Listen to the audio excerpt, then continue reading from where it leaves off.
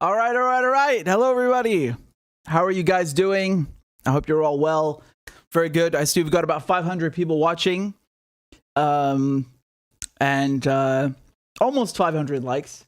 About 370. But first things first, roll call. Tell me where you guys are watching from. Tell me where you're tuning in from. And let's see what we have. I see you've all been nice and active in the chat. That's lovely. So we've got Germany, Florida, Sweden, Chicago, and I can't read it. This is ridiculous. I can't read this. It's going too fast. You guys need to slow down. Don't slow down. I'm kidding.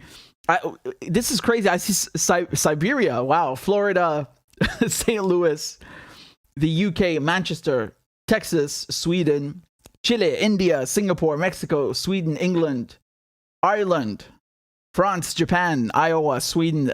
That's great. That's amazing. I realized something when you ask Americans where they're from or where they're tuning in from, they always put the state, whereas people who are outside the states, they put their country, right? But I guess that's normal when you have a country the size of the US, which is, basically in geography is called a nation continent, right? Un état continent. So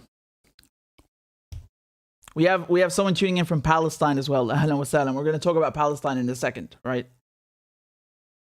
Oh boy. Where do we begin? We're going to begin with NATO. All right, let me show you what's going on. Excuse me. Okay, you guys ready? Oh boy. Before I start, make sure you've hit the like button, okay? We've got to fight the channel. This is not a cooking channel. It's not a makeup channel. This is not a gaming channel. It's not... We're doing hot stuff here. We're doing politics. And the algorithm is touchy about that, right? Especially this kind of politics. This is not MSNBC. So it really helps the channel not only to grow, but actually, to fight the uphill battle against the algorithm. Because, I've been fortunate, but we want to stay fortunate, right? So let's go. We've got 700 people watching, 540 likes. So we should have 700 people watching, 700 likes. Okay, let's go, guys. Come on. And I'll get this set up over here so we can begin.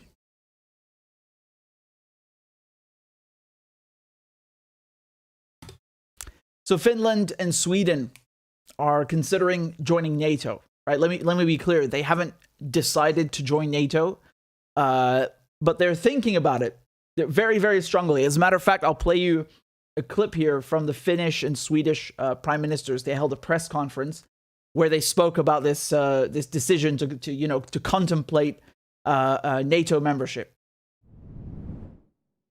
Of Ukraine.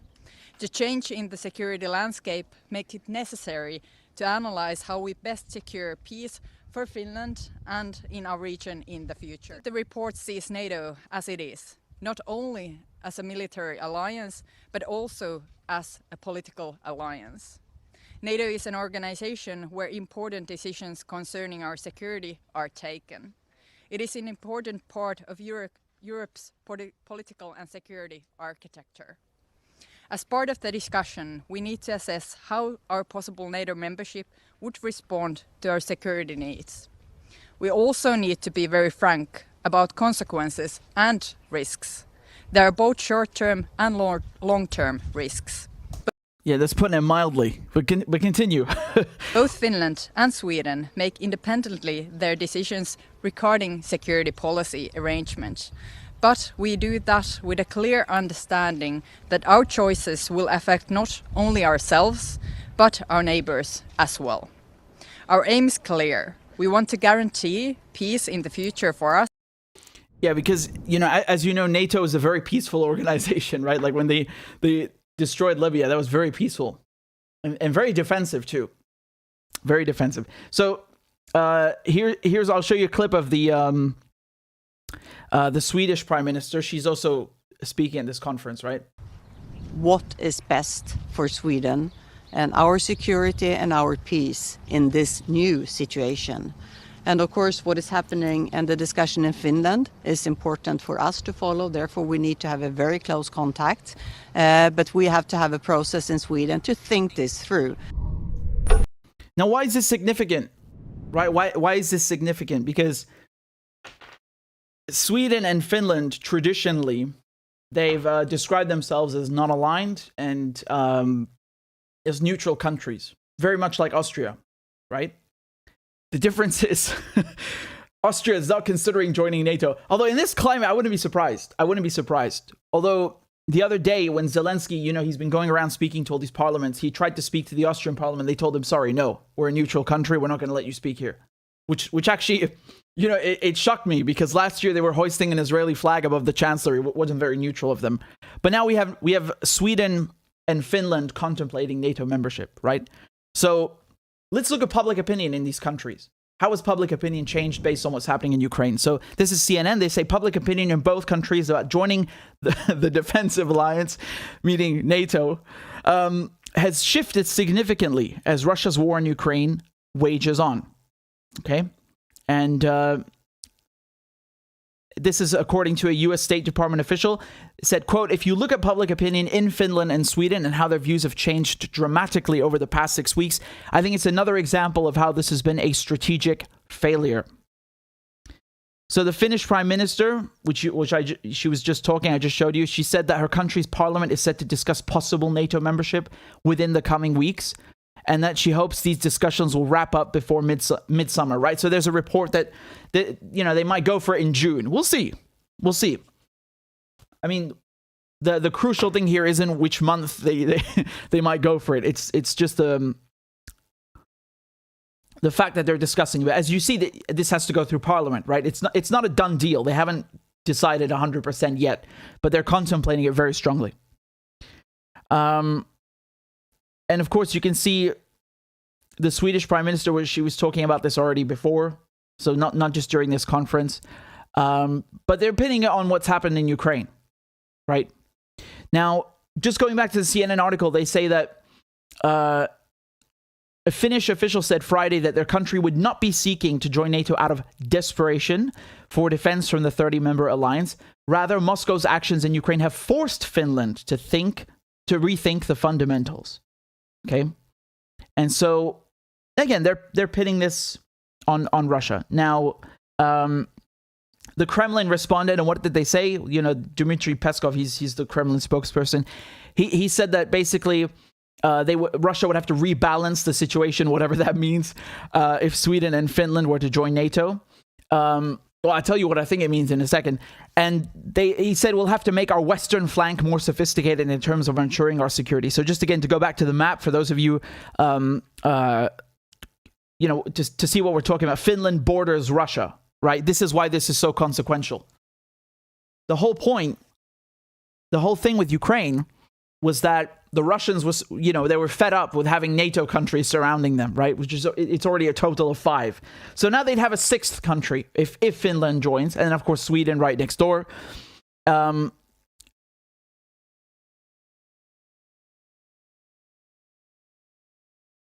let me tell you my thoughts on this. Because people are saying that, well, Putin screwed up. Russia's whole point was to go into Ukraine and demilitarize Ukraine and basically show it who's boss and tell it that, we're not going to tolerate NATO expansionism, and we're not going to tolerate, NATO troops on our doorstep, US biolabs on our doorstep, pick whatever one you like. The fundamental reason here, even if you had 0 Nazis in Ukraine, that's obviously a huge issue. But the fundamental issue is NATO expansionism, right? And it's nothing to do with Putin. Like, Again, I don't know how old people are. I don't think it really matters. You can pick up a history book. The Russians have been talking about this since before Putin was, before anyone ever heard of Putin. Putin was a nobody when the Russians were talking about, you guys need to back off. You need to take NATO away from our doorstep, right? So that's number one. And people are saying, well, if that really is Russia's primary concern, they've screwed up. Because now, instead of deterring future NATO membership, they've actually, they've basically forced Finland and Sweden to rethink their non-alignment, their stated neutrality, and to actually join NATO. Is that true? I don't know if that's true. Because if you look at the map, look at how many countries joined NATO since the collapse of the Soviet Union. Because remember, this is very important. NATO was created in 1949 with one sole purpose, which is to counter the Soviet Union, right? That's the only purpose. So the Soviet Union ceases to exist in 1991. So there's no real point for NATO, is there? Right? So you would think NATO would cease to exist because there's also no Soviet Union. That's not what happens. NATO not only continues to exist, it continues to expand. As a matter of fact, it doubled its membership. Doubled. Do you understand what I'm telling you? So, I mean, just look at how many countries. You can see the original ones are in dark blue from 1949. And then, of course, during the Cold War, 1952 to 82, you have other countries joining in. It's mostly Western Europe, right? Turkey as well. And, you had the Cuban Missile Crisis also with the Jupiter missiles and nuclear missiles in Turkey. But you see, in Eastern Europe, this is what the Russians have been concerned about, because these countries used to be satellite states of the Soviet Union, right? They were basically under control of Moscow. And they were in the Warsaw Pact, which doesn't exist anymore, right? It's not just the Soviet Union. It's the military alliance created in 1955, the Warsaw Pact, which was in response to NATO, also doesn't exist. And the United States and NATO basically snatched up these countries that are not only former, satellite states of the Soviet Union, but also Warsaw Pact, like Poland, right? For literally, as the name implies, the capital of Poland, right? And so they've snatched these countries up and doubled the membership. And so the question here is, would Finland and Sweden have joined NATO even if Russia was not in Ukraine? I don't know. I don't know. Yeah, maybe. So I don't think it's fair to pin it only on what's happening in Ukraine, because if you look at the bloody map, you can see that there was, I mean, look at this, right? In 1999, in 2004, in 2017, was Russia in Ukraine? Was there a war in Ukraine like you're seeing now? Did Russia invade Ukraine like you're seeing now, as they're saying? No, obviously not. Especially, I mean, okay, you're going to have people who say, yeah, but in 2014, okay, forget 2014. Look at 1999. Look at 2004 to 2009 during the Bush administration, right? Remember the Bucharest summit where they said that we want Georgia and Ukraine to enter NATO? That was a provocation. That's a direct provocation to Russia, right? And so there was nothing going on in Ukraine. So what's your excuse now? You don't have one, really. So now, actually, on the flip side, Russia has basically vindicated, I mean, not really, but in their brains, in their minds, in the West. Now they're going, oh, you see, Russia just proved us right. NATO has a purpose as a defensive alliance, and yada, yada, yada. And again, I love how they call it defensive alliance. I really love to know who NATO was defending when it bombed Syria or bombed Libya or Yugoslavia. Who is it defending? Exactly. Which NATO member was it defending? What NATO interests was it defending? What was defensive about that? Obviously nothing. You have a slave trade in Libya. You have, one of the richest, or should we say the most prosperous, because it's not just a question of wealth, infrastructure as well. The most prosperous nation in Africa destroyed. By who? By NATO. By NATO. That's not defensive. That's offensive. So again, the framing is important, right? Again, let me look at I told you, let's look at the poll. Let's look how, public opinion has changed regarding NATO membership or support for NATO.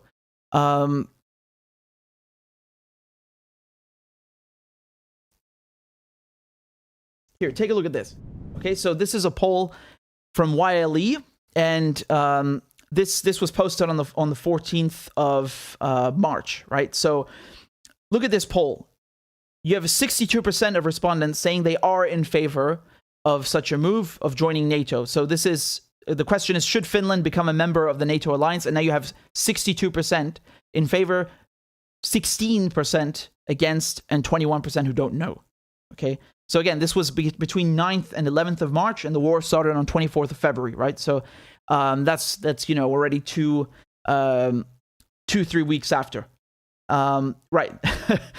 And so the majority of people are now saying yes, right? And an application from Sweden would increase the positive proportion of responses to 77%. So basically, they would feel more encouraged to join if their neighbor also joins in as well. Now, look at the poll before that. It wasn't, I mean, it's quite high. It's already the majority, right? 53% is already a majority. But it's obviously grown, and that's the factor here, that support in Finland for joining NATO has grown because of what's happening in Ukraine. Now, again, call me naive, but I don't think these governments really care what their own population thinks. But it is telling, right? It is something you have to take into consideration. You have to look at. It does influence public opinion.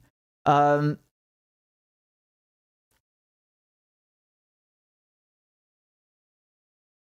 again, my point here would be that I honestly don't know. Certainly, public opinion is being influenced by that, yes. But I really don't know what would happen.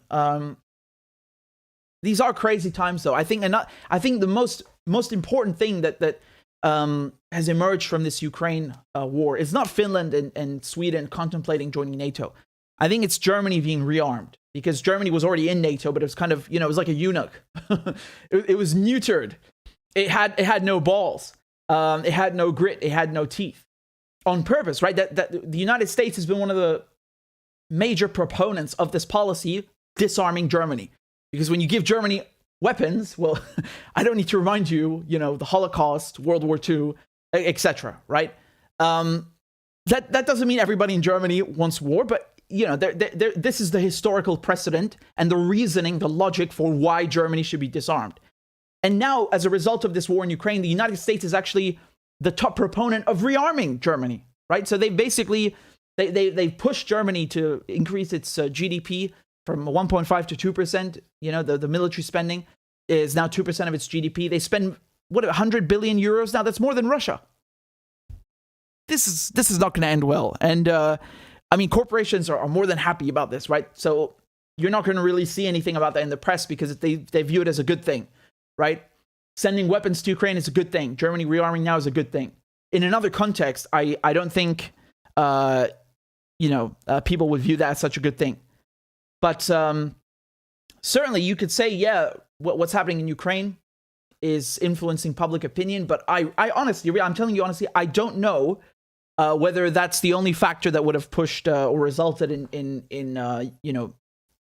Finland and Sweden contemplating joining NATO. I think that NATO is so aggressive and expansionist, they might have very well succeeded in absorbing Finland and Sweden at a later date, even if nothing happened in Ukraine. Because I'm not pulling that out of my ass. That's literally what happened with not just European countries, but especially in Eastern Europe, which is arguably much harder to do, right? Than getting countries like, Scandinavian countries, which are viewed more as Western European. And so there is historical precedent for that, and that's something you should take into consideration. Needless to say, I don't think this is a good idea, right? I don't think this is... if the idea is that, well, Russia got angry because of NATO expansionism, more NATO expansionism is not the answer. That's not a diplomatic settlement. It's an offensive action. It's a provocation. And the thing is, sending weapons to Ukraine. Do you see how in the media they always talk about sending weapons? They never talk about diplomacy. They try to market that as being the solution. It's not a solution. The solution, every war always ends with a diplomatic settlement, or most of them, right? You have some sort of compromise that's reached. Of course, unless we're talking about a total defeat and an unconditional surrender, but you must have some sort of reconciliation on some level, right? Even Germany, you had denazification, you had some sort of transformation, some sort of agreement that takes place. You can't come here and think that, this is going to be solved by just provoking Russia more. No, this is, again, you can be against what Russia's doing in Ukraine. I get that, but you cannot act like NATO is not responsible. NATO pushed Russia into doing this. This is a fact. And the people who want to sit here like revisionists and act like this map is fake, that NATO hasn't been expanding for decades.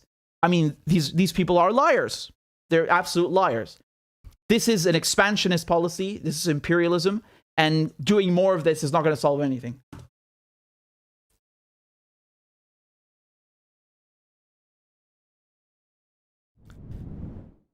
I see we've got 1,300 people watching, but we only have 780 likes. So come on, guys. We should have 1,200 likes. Please make sure you've hit the like button.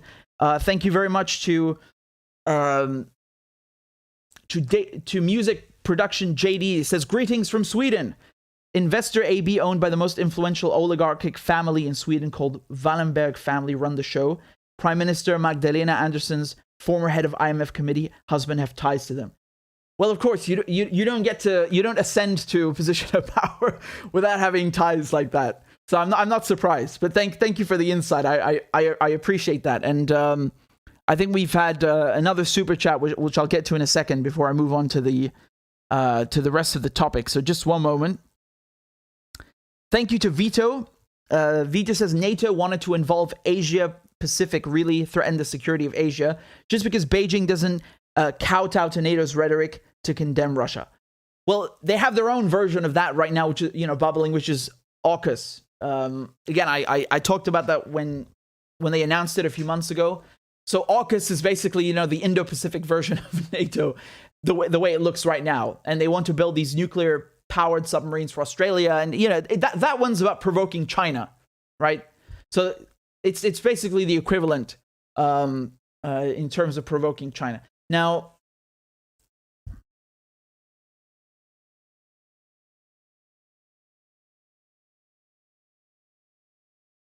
let me move on to the next topic, guys. Okay, let me show you what's going on in the UK. Oh boy.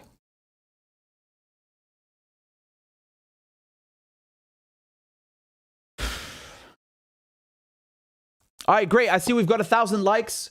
We just need 300 more likes. So if you haven't hit the like button, please hit it, because again, this is not a makeup channel. I don't paint my nails. We talk about politics and YouTube doesn't like that. So we have to fight the algorithm. So thank you very much. Let's continue. I'm going to talk about the UK. Maybe some of you heard of this story about refugees, but I'm going to break it down for you. This is really a big,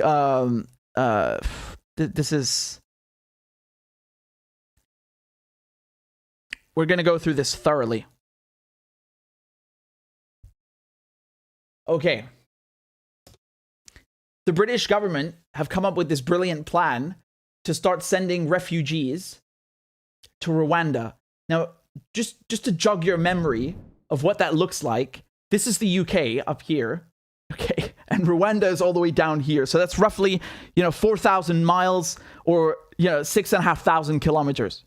This is not a joke. This is an actual thing, right? So this is the British government's idea of, cracking down on people smugglers and people and asylum seekers who enter the UK illegally, which is kind of an oxymoron and doesn't make any sense. But let me first tell you what they said. Let me break this down for you, and then I will give you my thoughts, okay? So here's Boris Johnson. He's the British Prime Minister, and here he is announcing this brilliant plan of his, right?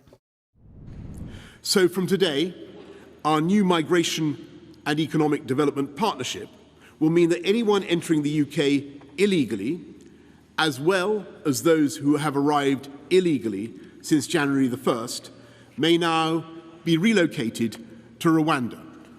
This innovative approach, driven by our shared humanitarian impulse and made possible by Brexit freedoms, will provide safe and legal routes for asylum while disrupting the business model of the gangs. Because it means that economic migrants taking advantage of the asylum system will not get to stay in the UK, while those in... Okay, so that's a straight up lie, because he says economic migrants taking advantage of the system won't get to stay in the UK. No. They're going to send refugees who are granted refugee status to Rwanda. It's not about economic migrants. It's refugees. So even if you are a genuine refugee and you come to the UK and they recognize you, the British government says you are a refugee, we recognize why you're fleeing your country, we grant you refugee status, they're still going to send you to Rwanda. So it's nothing to do with economic migrants. He's lying. That's a straight up lie. And this idea that asylum seekers enter the UK illegally, I'm going to get to that in a second. Again, let me just, it's hard not to jump in because there's so many lies per minute, right? Or per second, I should say. So here's another one, right? He gets asked a couple of questions. Here's one of them. Is the plan to send asylum seekers to Rwanda a genuine answer? Is it a workable solution? Or is it an attempt to look tough on an issue which the government's failed to address in the last few years? And if I can ask about the fine you received earlier this week, do you still think you have the moral authority to govern? What would you say to the people watching at home who think that you have been guilty of hypocrisy for not following the rules you told them they must follow? And what would you say to the MPs who think you lied to them? Well, thanks very much, Nick. And look, on your second point, I said quite a lot about this on, I think it was Tuesday. I'll be saying more when I update Parliament, as you can imagine, next week. And I think you probably have to wait until then for me to say. That whole sentence literally means nothing. He just, you know, some people, they can speak without saying anything. That's Boris Johnson. Say more on that. But on, whether this is a solution that is, a magic bullet, as it were, that can deal with the problem of illegal migration across the channel, I want to be absolutely clear with everybody. I think that this is necessary, but it is, of course, not sufficient. There are many other things that we need to get right. We need to make... Yeah, insufficient is really putting it mildly. Now, Priti Patel, who's the UK Home Secretary in the UK means basically the Minister of Interior, right? So she went to Rwanda, to the capital, and here she is. She's posted this on Twitter, right? She's very proud of this. She said, "Today I've signed a world-leading new partnership with Rwanda to break the people smugglers' deadly business model and help us protect the genuinely vulnerable through safe and legal routes." So again, this is another lie, because they're saying basically that they want to crack down on people, who people smugglers, right? That's the term they're using. What the UK is going to do here is, if you, for example, you're a refugee, or you're an asylum seeker, right, and you're seeking refugee status, and you come to the UK on a boat through the channel, they're still going to send you to Rwanda. So they're not punishing the people smugglers. They're doing that with the Nationality and Borders Bill in a second. But just to be clear, refugees, just refugees, not the people smuggling them or steering the boat. The refugees themselves will be sent to Rwanda. How exactly does that break up the gangs or punish the people smugglers? You're punishing refugees. And again, let me show you. I have so many things I want to tell you about this, and it's very important. So let's continue. Here she is. She's being asked a question during her press conference that she gave in Rwanda.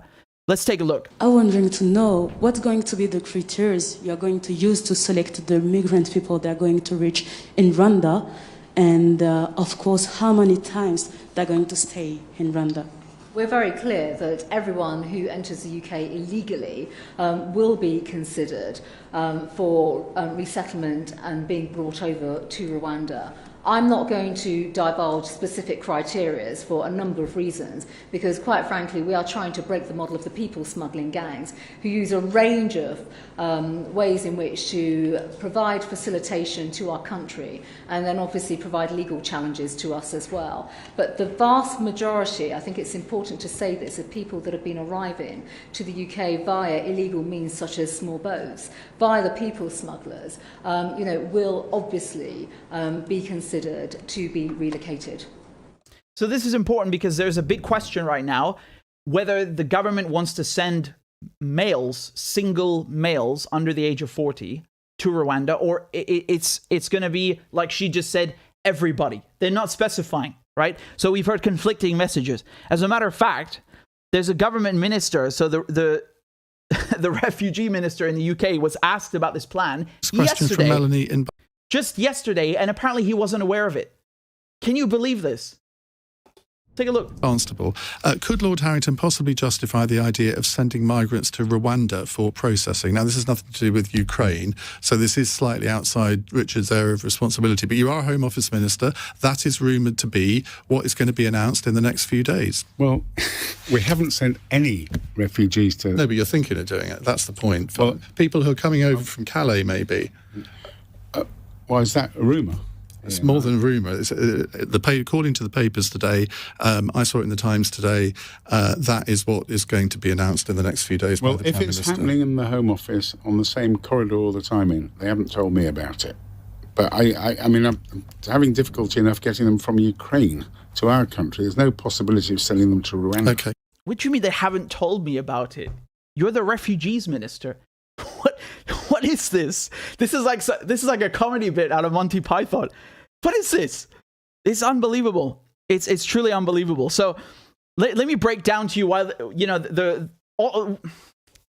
this scheme to send refugees to Rwanda is a violation of all sorts of laws, and I'm going to break this down to you. So the UN Refugee Agency, take a look at what they've said. Okay, so they said that people fleeing war, conflict, and persecution deserve compassion and empathy, right? They should not be traded like commodities and transferred abroad for processing, okay? And you can see here, this is a really good interview because they've asked the Home Office minister whether he would move to Rwanda, right? So this once in a while you get a good bit of journalism in the UK. This is one of those times. Let's take a look. Amongst many. If you had to, would you move your family to Rwanda? If you had to, could you go and live in Rwanda?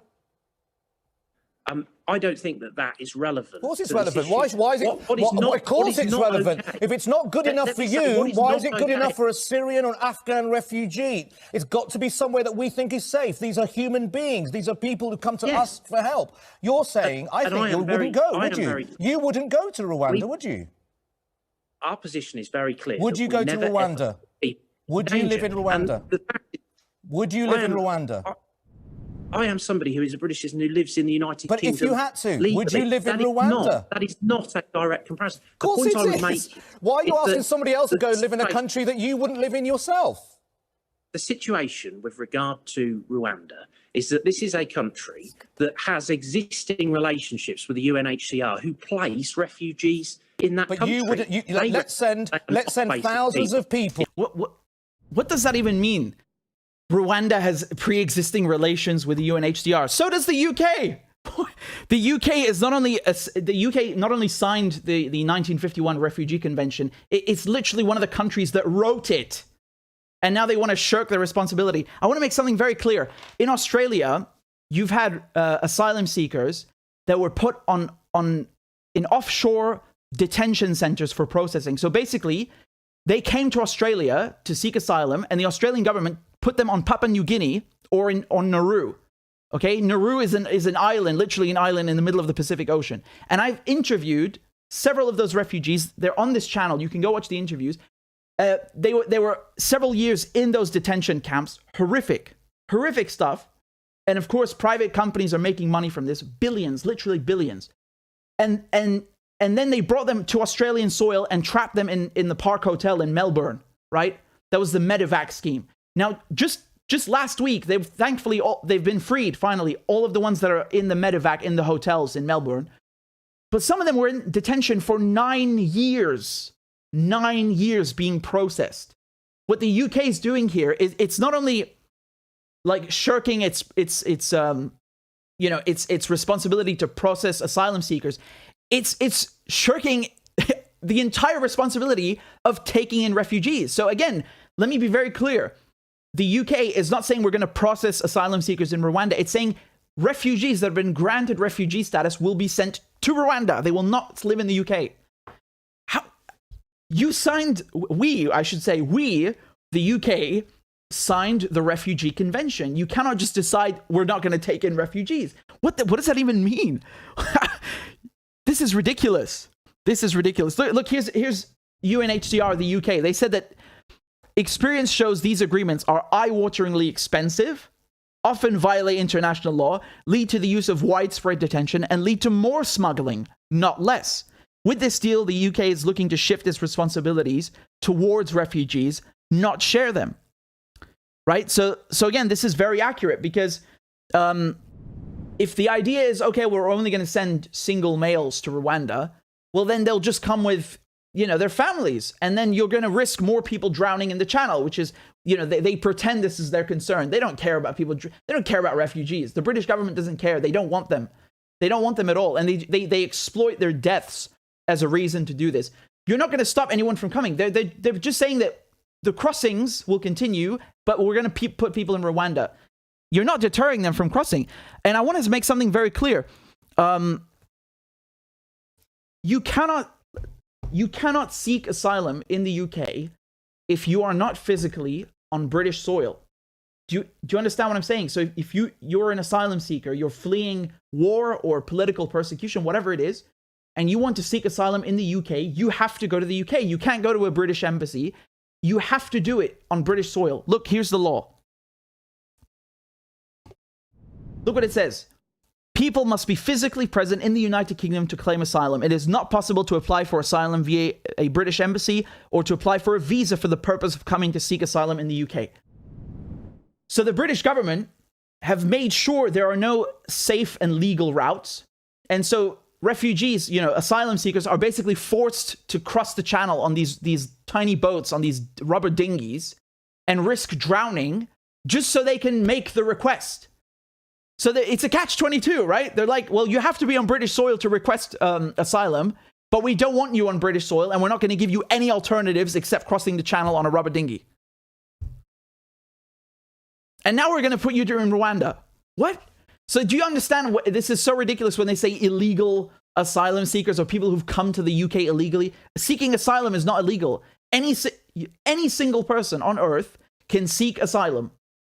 It's a legal process, right? So just by trying to seek asylum, that's a legal process. By definition, it's a legal process. So there's nothing illegal about coming to the UK on a rubber dinghy or whether you parachute out of a plane if you're seeking asylum, because you have to come to the UK to seek asylum in the UK. I can't believe I have to break this down, but it just shows you the level to which they lie, how disgusting they are. They basically demonize the most vulnerable people on the planet, people who have nothing, no money, who have no home, who are fleeing, who have most likely lost friends or they lost family in war. This is disgusting. It's really disgusting. And of course, people are going to make lots of money from this. Look, just to remind you, in Australia with this offshore detention scheme, right? The Australian Refugee Council offshoring figures show that 3,127 people were sent to Papua New Guinea or Nauru since 2013 at the cost to Australian taxpayers of $10 billion. So that's 1.7 million British pounds per person. So do you understand there's a lot of money to be made from this? A lot of money. And they frame it as, oh, we're investing in Rwanda. Yeah, you're investing in something. It's your friends and your friends' bank accounts. Let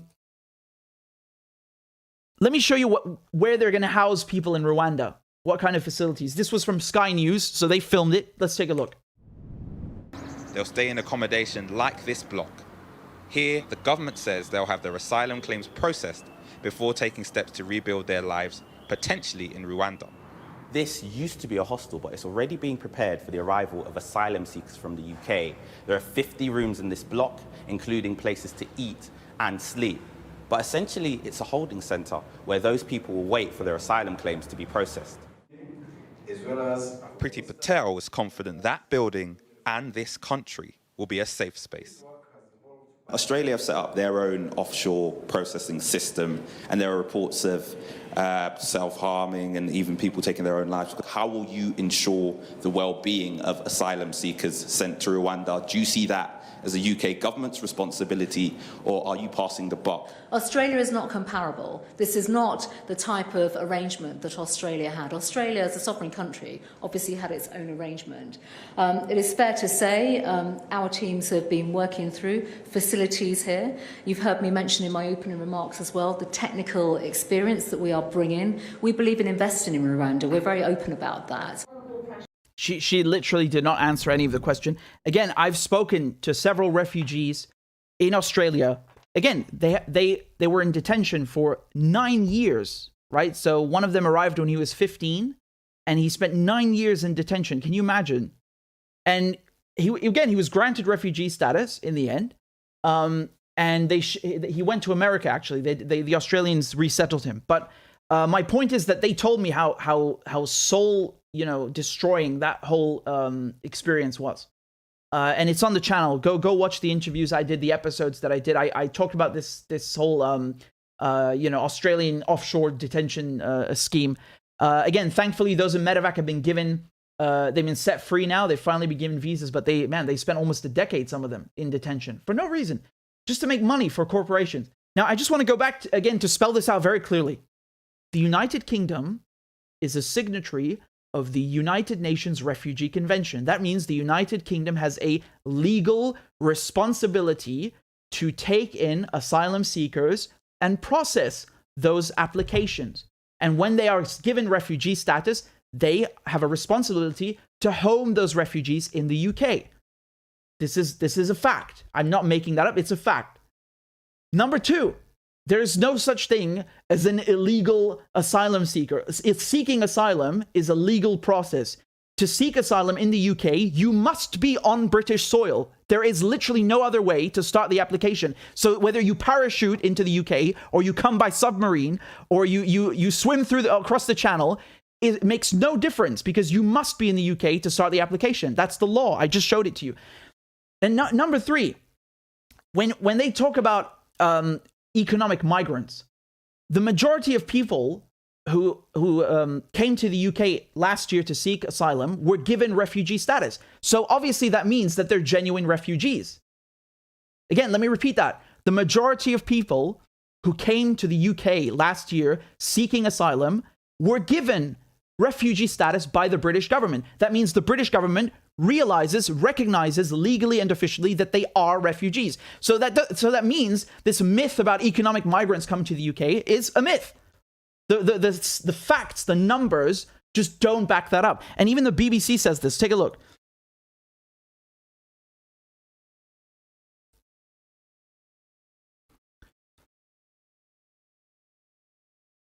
So here, this is a BBC article about this new scheme, okay? And they say that he, meaning Boris Johnson, conflated the thousands of people risking their lives to reach the Kent coast in small boats with quote-unquote economic migrants taking advantage of the asylum system. The problem with this argument is that a substantial majority of those who cross the channel are subsequently granted refugee status by the UK government. The Home Office officials decide they do indeed have a well-founded fear of persecution in their country of origin. And again, I know they like to appeal to, right-wingers with, it's about controlling our borders. What the fuck does it have to do with the borders? The UK signed the Refugee Convention. It has a legal responsibility to abide by it. Again, the UK actually helped write it. They didn't just sign it, okay? Again, this myth that, well, if you're a refugee, you have to stop in the first safe country. I would love for someone to show me this law because it doesn't exist and it's not in the Refugee Convention. That's made up. And the fact that they've given Ukrainians special, waivers, they've given them this special scheme right now that you can basically foster or, shall we say, you can host, a Ukrainian family if you're in the UK. I mean, it's a brilliant scheme and the Ukrainians deserve it. No question about that. But I'm just telling you that, the UK does not have a refugee crisis. That's rubbish. The UK has 1% of the world's refugees. It's nothing. It's nothing. Even if you look at in terms of Europe, of the European countries, it ranks way below in the numbers of refugees that it takes in. There's no refugee crisis. It's rubbish. Yeah, I'm sorry, but look at this map, okay? The countries in red are places that the UK has invaded at one point or another. Okay, so this is again from Stuart Laycock in his book, and I'm sorry, but the UK, a country that has invaded most of the planet, right? Most countries that celebrate Independence Days are celebrating independence from the British. The British Empire had 25% of the world's landmass under its control. So a country like that with this history has no right to complain about, people are coming on our shores. What? Oh, so it's okay when we go to other people's shores with guns and tanks and we occupy them and colonize them and kill them, but the refugees coming from those same countries, they're not allowed on our shores? Get the hell out of here. Sorry, this is rubbish. And I see people who are against refugees. They're never against the wars that caused the refugees. Interesting, right? Here, look, take a look at this clip. Robert Dinger, people think that, are struggling themselves in this country. What do you say to those people? Say, look, right. So he's talking about the fact that some people are saying, well, you know, you're claiming Rwanda safe. Boris Johnson, he said that when he's announcing the scheme, he's saying Rwanda safe and it's brilliant, blah, blah, blah. And just last year, the British government was saying, well, we're worried about Rwanda's refusal to, you know, investigate alleged human rights abuses. So again, I think, honestly, man, this is a secondary issue. The issue here is that the United Kingdom has an obligation. It has a responsibility, a legal one, that it's shirking. This is unacceptable. And the government is actually, it's not helping anything, right? You know, with the Nationality and Borders Bill, this new bill that they might become law next month, which, you know, they can use to strip you of your citizenship without even telling you, which is, you know, very great, very totally not authoritarian. Included in that, they're going to give life sentences to people smugglers. So in this case, I'm assuming they're talking about the people who are, you know, basically organizing the crossings, who are steering the boats. I don't know. But basically the people that are responsible for that, they're threatening them with life sentences. Now, whatever your thoughts are on that at least makes sense if you are really bent on targeting the people smugglers. But when you send the refugees, after you've recognized they are legally refugees to Rwanda, you're not punishing anyone except the refugees. You're not punishing the smugglers. That's rubbish. And you're not going to deter people from crossing the channel. As a matter of fact, you're probably going to make them find even more dangerous routes. The whole point people are crossing the channel in boats is because the UK has not given anyone a legal, safe route to apply for asylum. They just haven't. And you have to be on British soil to start the application. So there's no way around it. They're forcing refugees to risk drowning and then complaining about them, using this method that they've been left with no choice. I can assure you, man, it's like he just said, no one.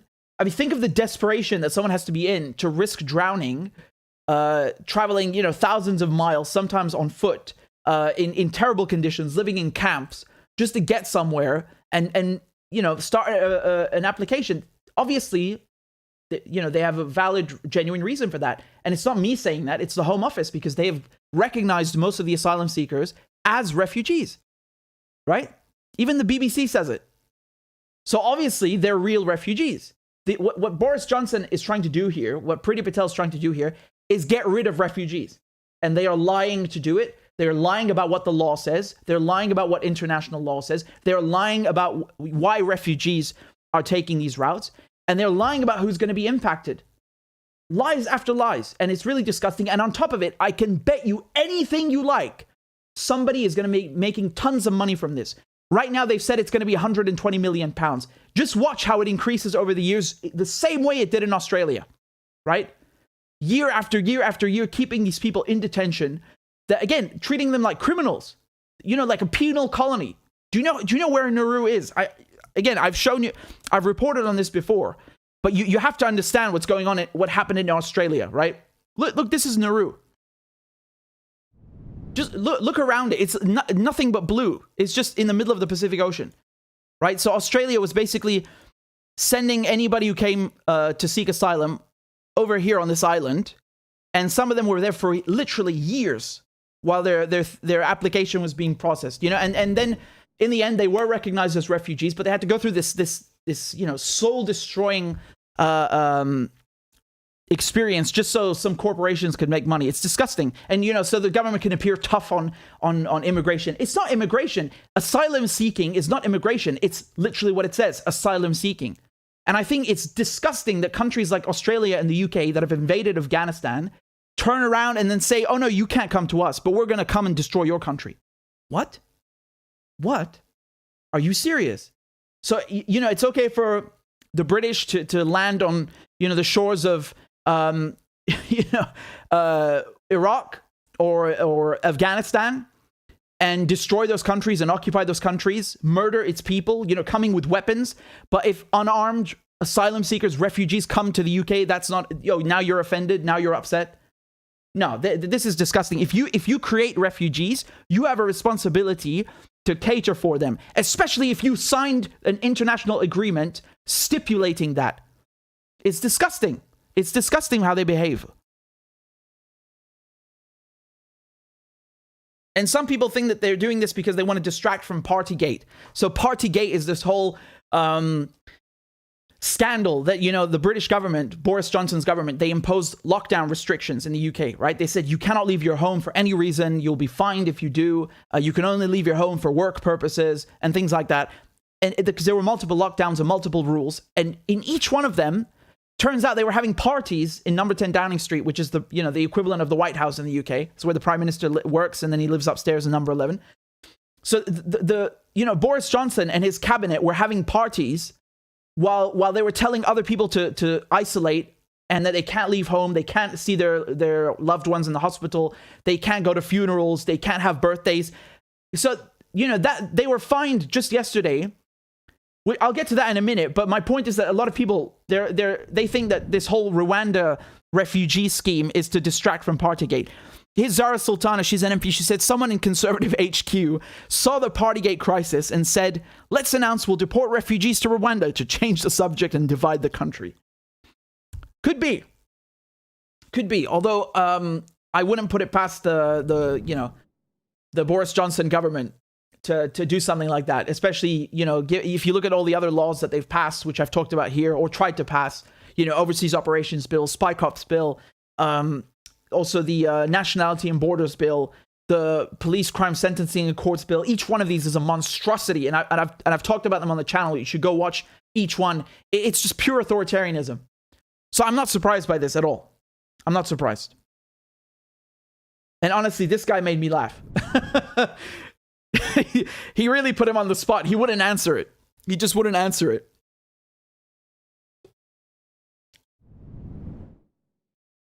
Alice says it's a dead cat. Right. So that's what some people have been calling it. A dead cat. It's just a distraction. All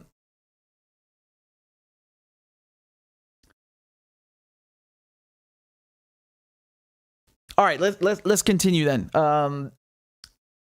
Give me one moment. Have you guys been keeping up with what's happening in Palestine? It's quite confusing. There's so much happening. Even I struggled with it. I'm not kidding. Like, I was preparing for this live stream, and I literally couldn't keep up. There's so many people, killed, beaten. I couldn't keep up. But I put something together, and I just need to go drink something. So just give me one moment. We'll be right back. Just a minute. You guys go get something to drink as well. We'll be back in a minute, and I'll explain to you everything that's been happening in Palestine in the last couple of days, because I'm sure you've seen videos of it, you've seen photos of it, but I'm going to break everything down to you. Okay, so we'll reconvene in just a minute, and I'll play the break. All right? One sec. I am once again asking for your financial support.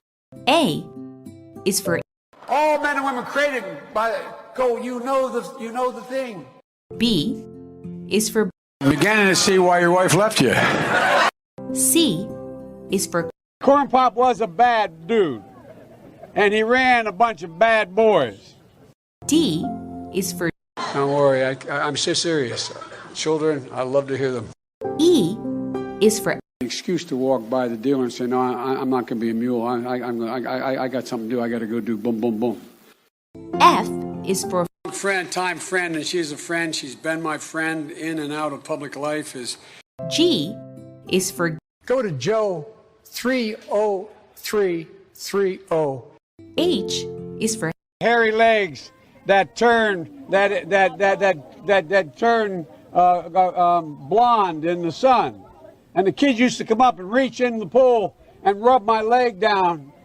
I is for I'm a Democratic candidate for the United States Senate. J is for Just look at the record. I have President Biden, Vice President Biden. Well, I tell you what, if you look at my record and you still doubt about my commitment, then you should vote for somebody else. K is for Kids jumping on my lap. And I've loved kids jumping on my lap. L is for The lion, dog, face, pony soldier. M is for Make sure the television, make sure you have the record player on at night. The phone, make sure the kids hear words. N is for NATO. O is for The only African-American woman that's ever been elected to the United States Senate. P is for Poor kids are just as bright and just as talented as white kids. R is for Rest her soul, and Although she's wait, your mom's still alive.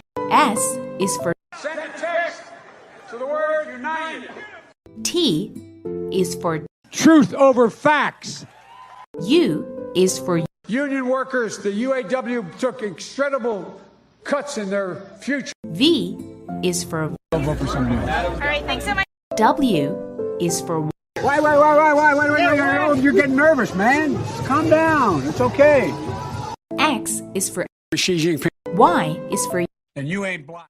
I am once again asking for your financial support. A is for All men and women created by you know the thing. B is for I'm beginning to see why your wife left you. C is for Corn Pop was a bad dude, and he ran a bunch of bad boys. D is for Don't worry, I'm so serious. Children, I love to hear them. E is for Excuse to walk by the dealer and say, no, I'm not going to be a mule. I got something to do. I got to go do boom, boom, boom. F is for Friend, and she's a friend. She's been my friend in and out of public life. G is for Go to Joe 30330. H is for Hairy legs that turn blonde in the sun. And the kids used to come up and reach in the pool and rub my leg down. I is for I'm a Democratic candidate for the United States Senate. J is for Just look at the record. I have President Biden, Vice President Biden. Well, I tell you what, if you look at my record and you still doubt about my commitment, then you should vote for somebody else. K is for Kids jumping on my lap. And I've loved kids jumping on my lap. L is for The lion, dog, face, pony soldier. M is for Make sure the television, make sure you have the record player on at night. The phone, make sure the kids hear work. N is for NATO. O is for The only African American woman that's ever been elected to the United States Senate. P is for Poor kids are just as bright and just as talented as white kids. R is for Rest her soul, and although she's your mom's still alive. S is for Send a text to the word united. T is for Truth over facts. U is for Union workers, the UAW took incredible cuts in their future. V is for I'll vote for somebody else. All right, thanks so much. W is for Wait, you're getting nervous, man. Calm down. It's okay. X is for Xi Jinping. Y is for And you ain't black. I am once again asking for your financial support. A is for All men and women created by you know the thing. B is for I'm beginning to see why your wife left you. C is for Corn Pop was a bad dude, and he ran a bunch of bad boys. D is for Don't worry, I'm so serious. Children, I love to hear them. E is for Excuse to walk by the dealer and say, no, I'm not going to be a mule. I got something to do. I got to go do boom, boom, boom. F is for Friend, and she's a friend. She's been my friend in and out of public life. G is for Go to Joe 30330. H is for Hairy legs that turn blonde in the sun. And the kids used to come up and reach in the pool and rub my leg down. I is for I'm a Democratic candidate for the United States Senate. J is for Just look at the record. I have President Biden, Vice President Biden. Well, I tell you what, if you look at my record and you still doubt about my commitment, then you should vote for somebody else. K is for Kids jumping on my lap. And I've loved kids jumping on my lap. All right, guys, we're back. Sorry, break took a little longer than planned, but we're ready to go. And I just need to post something on Twitter. Give me one moment. Just posting. I'm live. Where did you guys get the notification from? Because I was watching the comments. Some of you said YouTube. Did you get it on Telegram as well and Patreon?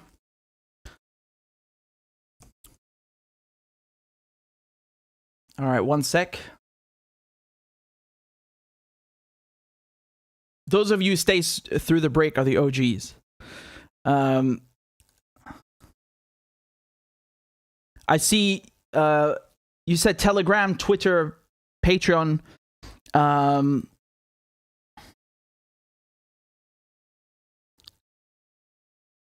on, it's loading. Newsletter, good. That's great. That's great. Most of you are saying Telegram, actually. That's incredible. So again, for those of you who don't know, I'm on Telegram, which is basically like a chat, a messenger application, right? And I have a channel on there, so if you subscribe to it, don't worry, it's free. I'll just send you a notification that I'm live. That's it, basically. Well worth it. I think we're almost 8,000 of you that are on it. That's pretty cool. Just give me a second. I'm just checking. You guys sent some donations on PayPal. Thank you very much for that. Thank you, Tracy, for all. She says, for all your thorough and investigative reporting. Thanks for keeping us informed, brother. You're most welcome. I'm actually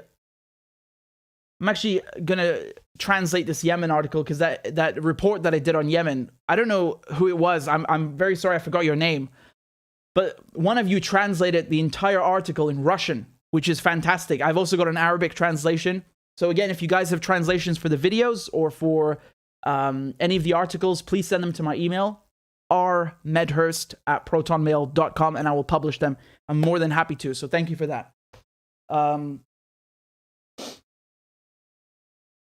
And we've got someone who's just joined on Patreon. Thank you. Hold on. I hope I'm saying your name correctly. Ligia, thank you very much.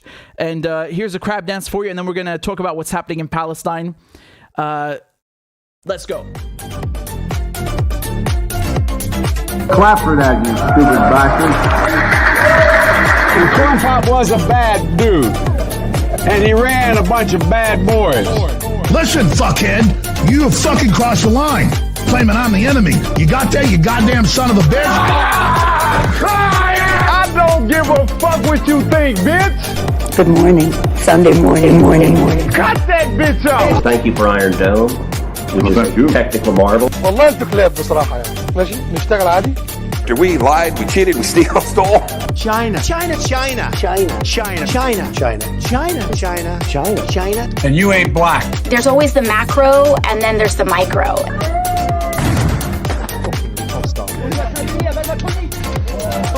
Do not come. Do not come.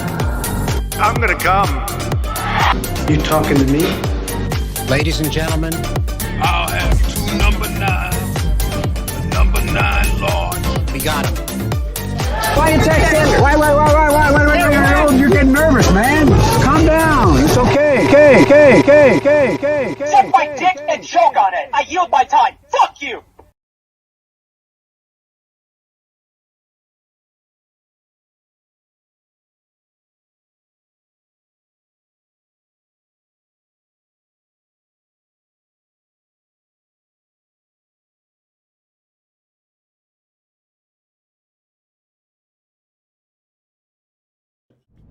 Ligia, thank you so much again for supporting my work. I really appreciate it. And as a matter of fact, just as I was about to go live, this is incredible. I saw that we are at 794 Patreons. So we are literally just six subscribers away from hitting 800. That is insane. That is absolutely insane. So again, if you'd like to support my work, you like what I cover and how I cover it, you like independent media, please consider donating €1 or $1 a month or £1 a month. I'm grateful for anything and I really appreciate it. And bonus, I get to play crab dance. Anyway, let's continue.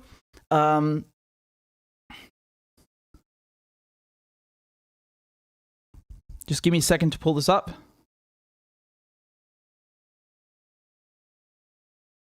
Okay.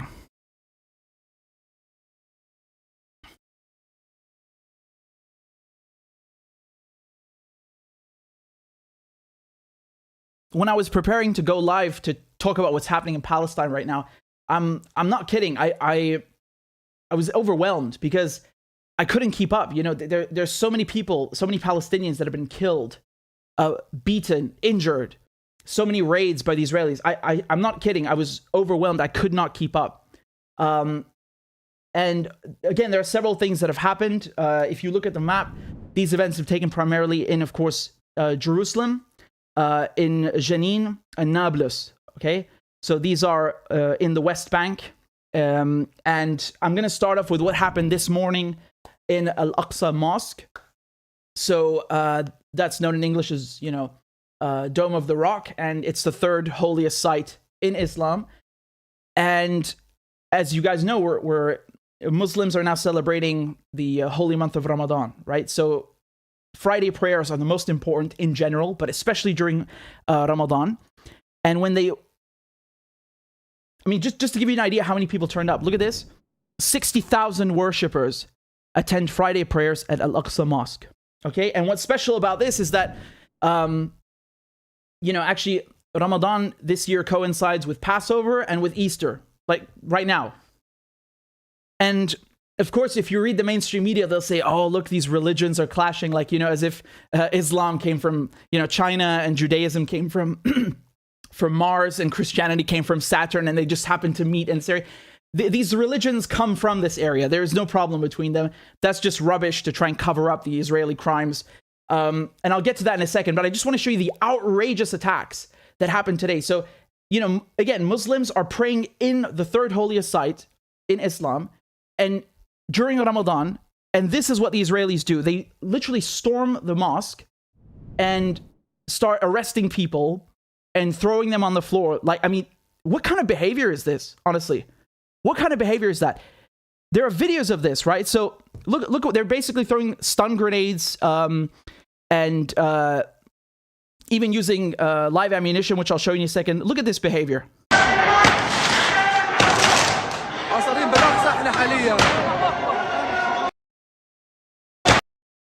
حاصروا كل الشباب اللي اقتحموا المسجد القبلي بالوقت. شفنا اقصى مخطوط وقنابل سوق. They've turned it into a battlefield.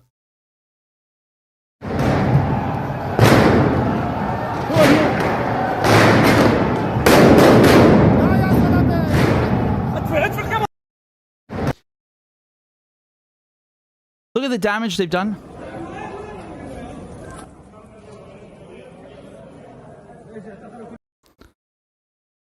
Look at this. Gas bombs, live bullets that people picked up afterwards. Look what they did. Also, they broke the windows of the mosque. You can see up here in the corner. So, you know, that's the Israelis breaking, you know, the stained glass in not just, you know, a building that's 1,000 years old, but one of the most holy sites. Like it's nothing, you know, just desecrating it. And then they were beating people outside. They were beating people outside. I wanted to show you. Look how this guy just beats this woman for no reason.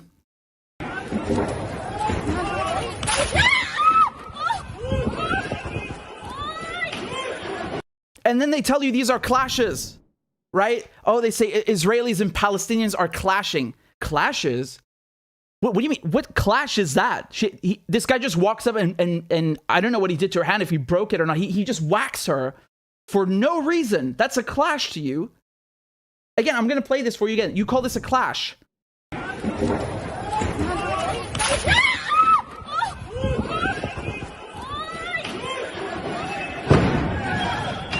You call attacking people while they're praying a clash? You know, they always have this urge in the mainstream media to make it look like, well, you know, we condemn violence on both sides, and you know, the State Department says both sides need to exercise restraint, as if it's some level playing field. Yeah, totally totally fair, right? People praying and then people showing up with stun grenades in riot gear. Yeah, that really sounds like a clash. You're right. Wow. Way to whitewash the colonial crimes. And then look here, they're just shoving old people outside as well in the compound next to you can see the mosque in the background.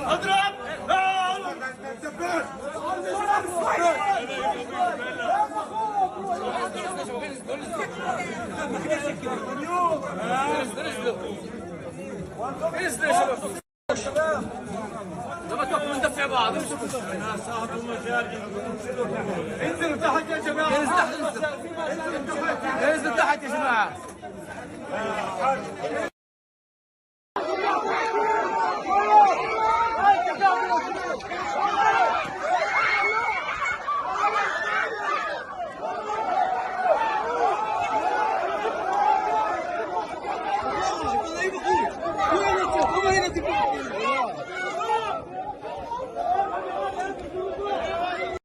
Yeah, that really looks like a clash. Again, they know that tons of people are going to show up to pray. I told you 60,000 Muslims showed up to pray today on Friday, second week of Ramadan. And they just send the riot police, not just outside in the compound, which is bad enough, but inside the mosque. And they damage the mosque. I mean, this is a war crime. This is literally a war crime, damaging not just public infrastructure, but religious sites, right? And again, keep in mind, the Israelis are illegally occupying Jerusalem. They have no right to be there whatsoever. And so they're just committing war crimes in broad daylight, brutalizing people for literally no reason, just because they're Palestinian. And then the media, they write these kinds of things, right? These are the headlines that you see. Palestinians clash with Israeli police at Jerusalem holy site. Clash, really. And this is, again, one headline. If you go look at the... if you look at the Washington Post, they say police and protesters clash Friday at Al-Aqsa Mosque. This is straight up oppression and violence. And they were even beating journalists. There's also videos of them whacking a journalist for no reason whatsoever. You can clearly see the guy's holding a camera. It's his job. They just whack him for no reason. He's on the ground. They keep whacking him. I mean, this is vile behavior. This is truly vile. And then the media want to act like it's both sides, right? Yeah, totally. She was injured today. Nasreen Salem, a reporter with Al-Aqsa News, was covering Israel's attack on Al-Aqsa Mosque, the third holiest site in Islam, when Israeli soldiers began attacking journalists, shooting her in the head with a rubber-coated steel bullet. And again, those can be lethal. So just because they call them rubber bullets, it doesn't make them any safer. People have died from that. Even Christians, right? Look what they did to the Christians. So the Greek Orthodox Patriarchate rejects Jerusalem police's Easter restrictions. So they're not only placing restrictions on Muslims, but also on Christians, right? So the Jerusalem police, they wanted to put restrictions on the numbers of Palestinian Christians that can enter the Church of the Holy Sepulchre. And these scenes that you're seeing are a repetition of last year. And I need to remind you what happened last year as well, also during Ramadan, but it was in May, not April. You had the exact same thing. The Israelis coming in Al-Aqsa Mosque and using stun grenades. You know, honestly, at first I was confused. I thought, is somebody posting footage from last year? No, it's this morning. It's this morning. And they knew this was going to happen. You know, you had even Hamas and Fatah, all the Palestinian political groups and organizations telling people the day before the prayers on Friday, get ready. They were calling for a general mobilization. Right? Because they knew this was going to happen. And you had, some, Zionist extremists saying that they're going to come to Al-Aqsa Mosque. I don't recall if it was in the compound or in the mosque itself, but that they were going to come there and sacrifice a goat. And this, of course, is not allowed because, the status quo is that this is a holy site only for Muslims to pray in. The Jews are not allowed to pray in there. And this is even something the Israeli authorities usually, enforce. But you always see people like lawmakers coming to the mosque. And this is provocative. Why? Because they're accompanied by either police or military. Honestly, in Arabic, we don't say Israeli police or Israeli military. We say Quwat al-Ihtilal. It means the occupation forces, because that's what they are. They can call themselves whatever they like, security forces, police. I don't care. At the end of the day, for a Palestinian, for an Arab, it's the occupation. They are occupiers. They're foreign occupiers that are oppressing Palestinians, even on the in the holiest of sites, in the holiest of times. And it's not just even Muslims, it's also Christians, as I showed you, and they had the same restrictions last year as well on the Christians. And then they tell you Israel is a democracy. Very democratic, yeah? Let's go back to the map that I was showing you earlier of the West Bank, and I was telling you about Jenin and Nablus. So basically what the Israelis have been doing the last couple of days, they've been conducting raids on both of these towns because of those shootings that happened, right? So they're saying that because, what was his name? Rad Hazim, I think. He shot 3 people in Tel Aviv, that because of that, they were going to conduct counter-terrorist operations. And Naftali Bennett, the Israeli prime minister, look at the quote. He said that he's giving all security forces full freedom to go on the offensive. So basically, he's writing them a blank check, right? In carte blanche, he's saying, whatever it takes, whatever violence, it doesn't matter because we want to crack down on terrorism. And who do you think they end up killing? Over a dozen Palestinians, and the majority of them are civilians, right? Yeah. Just yesterday, they killed a lawyer, a Palestinian lawyer, right? His name is Muhammad Asaf. And then they killed a 20-year-old, Omar Silwad, and a 16-year-old, Qusay Hamamra. Nothing, just civilians, right? Murdering them. And then if you go look at the headline from the Washington Post from 14th of April, they say, 6 Palestinians were killed in West Bank raids. And honestly, I lost track. I truly lost track preparing this for you guys. There's so much happening in such a condensed period. It's mind-boggling. And, if the media dedicated like half of the time that they give to what's happening in Ukraine, I mean, the news cycle would just be saturated with beatings and killings of Palestinians, because that's literally all that's happening. Take a look at this. So,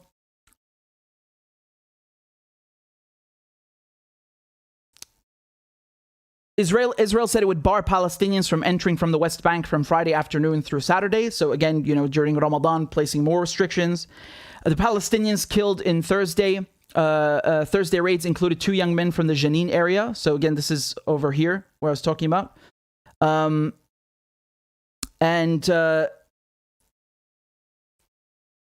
They say the area has been the target of intensified Israeli arrest raids and economic restrictions since April 7th. There we go. Ra'ad Hazem, who I was telling you about, when they came in to get him because he shot 3 people in a bar in Tel Aviv. Okay? And so, just going down here, on Friday, a 15-year-old Israeli-Palestinian girl, she stabbed a 47-year-old man in the leg. And days earlier, they talk about a Palestinian citizen of Israel who had been detained in Turkey for trying to cross the Syrian border, stabbed 3 people. So they're basically justifying killing Palestinian civilians because of these 4 or 5 attacks that happened in the last 2 weeks, right? Now, among the men in the Jenin area killed over the past 24 hours was the brother of Ayman Kamemji. Again, I talked about him because you remember there are 6 Palestinians who escaped from this high-security Israeli prison. It was basically prison break in real life. They tunneled out and they were on the run. And Ayman Kamemji was one of them. And they caught them and put them in solitary, and they killed his brother, right? And this is important to understand because Jenin has a refugee camp, which is very famous. And the Israelis went in there in 2002 and they committed, basically what's a massacre. And, in the Washington Post article, they say it's a hotbed of extremism. And I mean, what you expect when you're colonizing people and killing their families left and right? You kill their mother, you kill their sister, their brother. What do you expect, honestly? They act like it's just the extremist Palestinians that, they appeared out of thin air. And again, their idea of extremist is anyone who resists colonialism. That's basically, what's extremist for them. 4 other Palestinians were killed during operations Wednesday night near the West Bank cities of Ramallah, Nablus, and Beit Lahem, according to the Palestinian Health Ministry. So Ra'ad Hazem, again, he's the guy who was in Tel Aviv.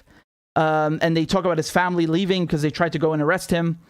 Honestly, it's too much. I literally cannot keep up with the number of deaths, the people wounded. If you look at this morning at the Al-Aqsa Mosque, just going back to the Reuters article, 152 people were injured. And I think this is a conservative figure because it's from a few hours ago. It's probably much higher now.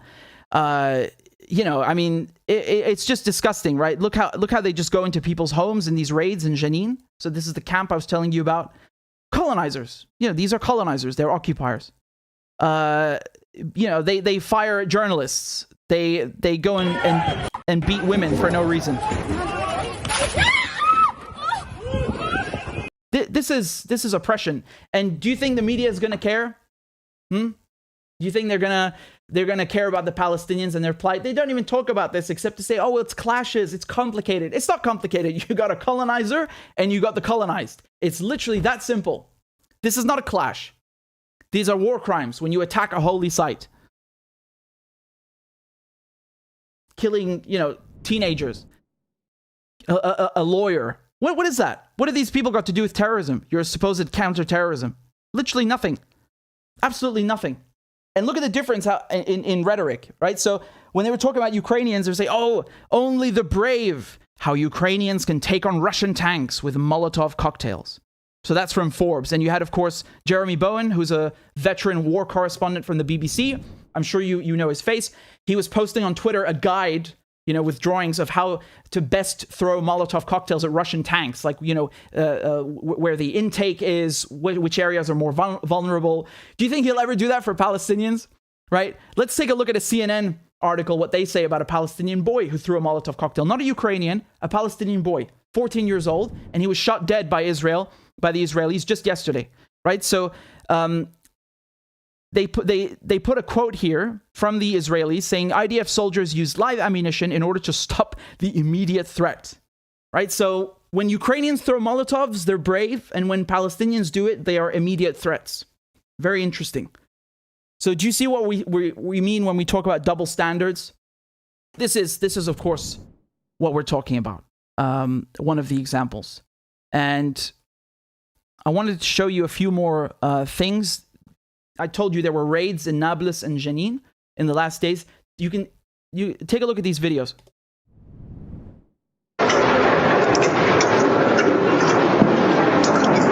That's an Israeli bulldozer.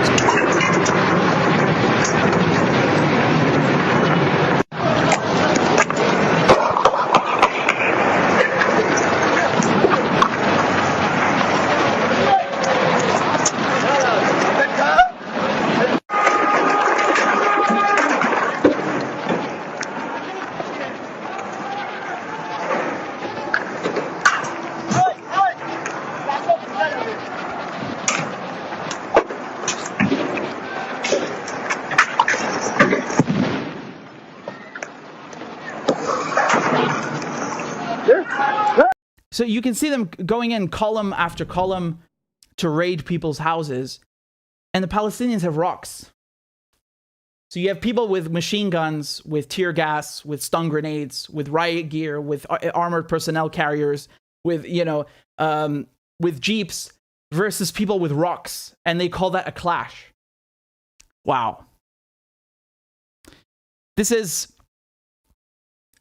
one of the Israeli jeeps ramming into a wall.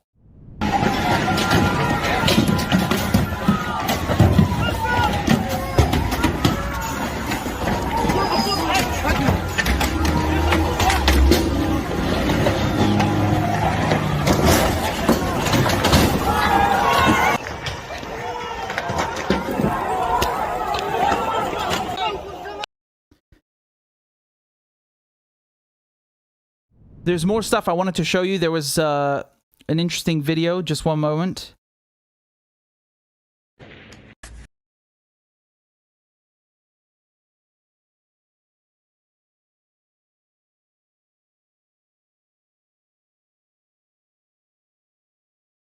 I had one with an actual Molotov cocktail. It seems I've lost it.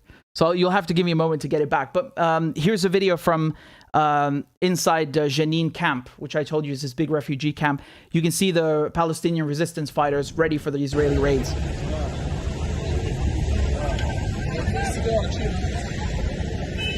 So again, this is in response to Naftali Bennett, the Israeli prime minister, saying that, you know, he wants all the Israeli forces to go on the offensive.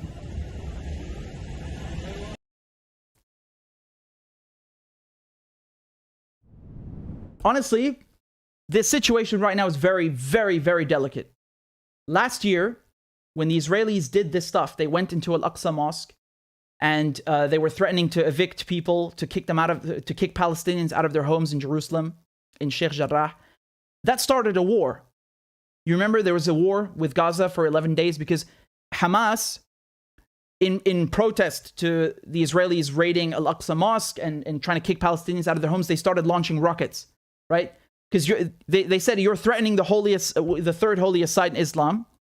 And that's what happened. And so even the mainstream media, it's not me saying this, but even the mainstream media are saying that this situation right now, it could very well turn into another war because of what the Israelis are doing and the response from the Palestinians. And I want to say something very clearly, because you have some people in the media say that, oh, it's because the religions are, the Christians have Easter and the Muslims have Ramadan and the Jews have Passover and all these religions are clashing. Please go away with this rubbish. Go away with this nonsense. In the Middle East, in Palestine, in Syria, we have Jews living with Christians, living with Muslims, because those religions come from that area. They come from the Middle East. That's where they started. So you've had Muslims and Jews and Christians living together for thousands of years, literally. So this idea that, oh, Arabs and people in the Middle East, they're just a bunch of savages who are, so primitive, they fight over religion.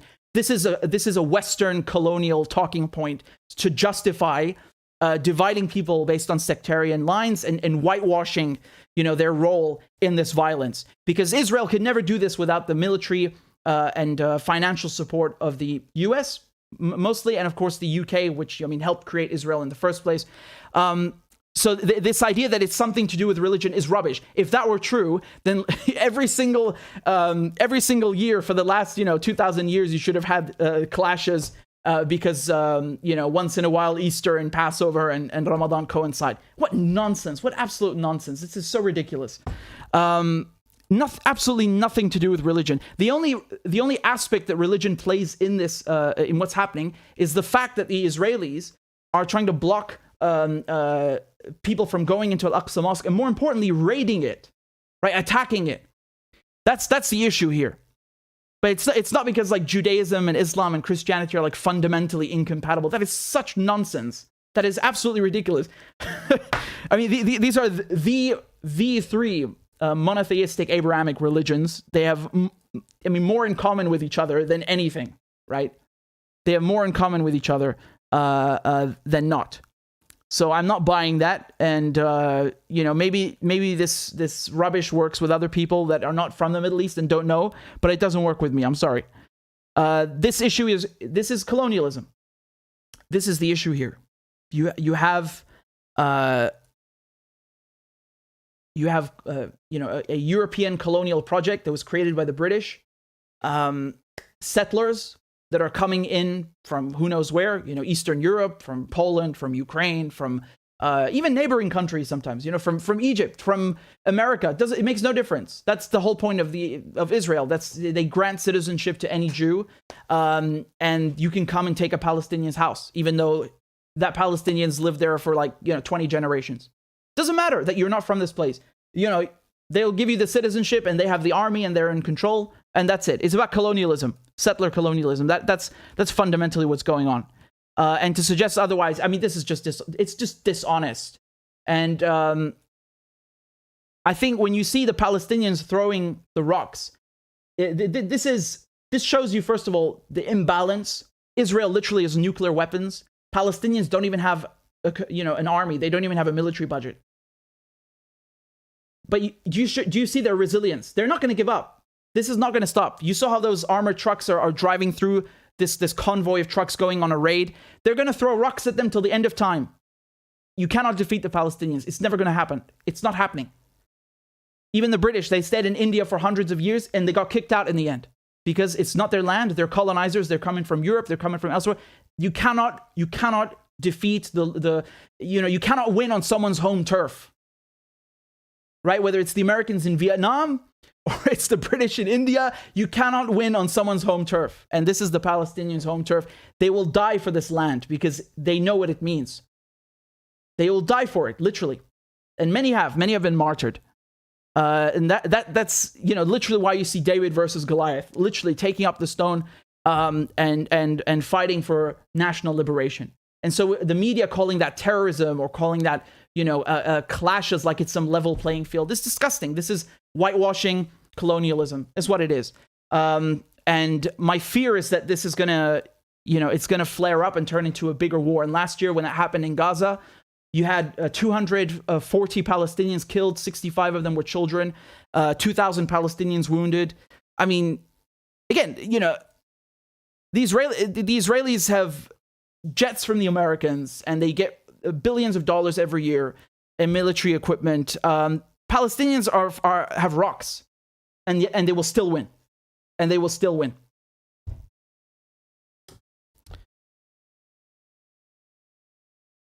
Let me show you this video. I saved it somewhere, man. I wanted to show this to you there, because some of the...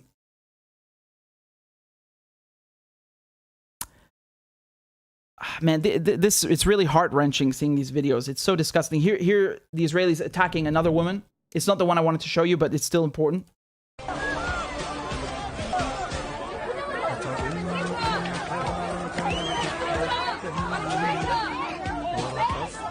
Look at that. Do you see how he's punching her? I really want to know, where are all the defenders of women's rights in the West? Right? Oh, we have a female vice president. Do you care about this female? Or do you don't care because she's Palestinian? Where are all the defenders of women's rights when women in Palestine are being beaten like that in the street? And this is the second video I showed you.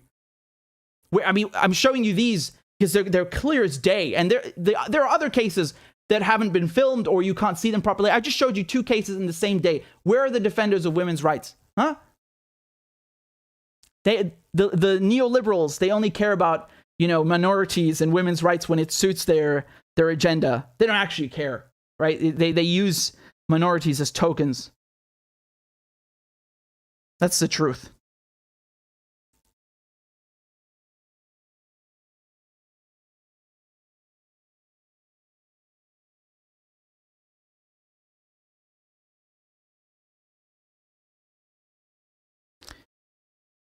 Again, sorry, I'm just trying to find one more video to show you. You can see man, I spent literally hours putting all of this together. It's a lot of work. And there's so much happening. Hold on, this might be it.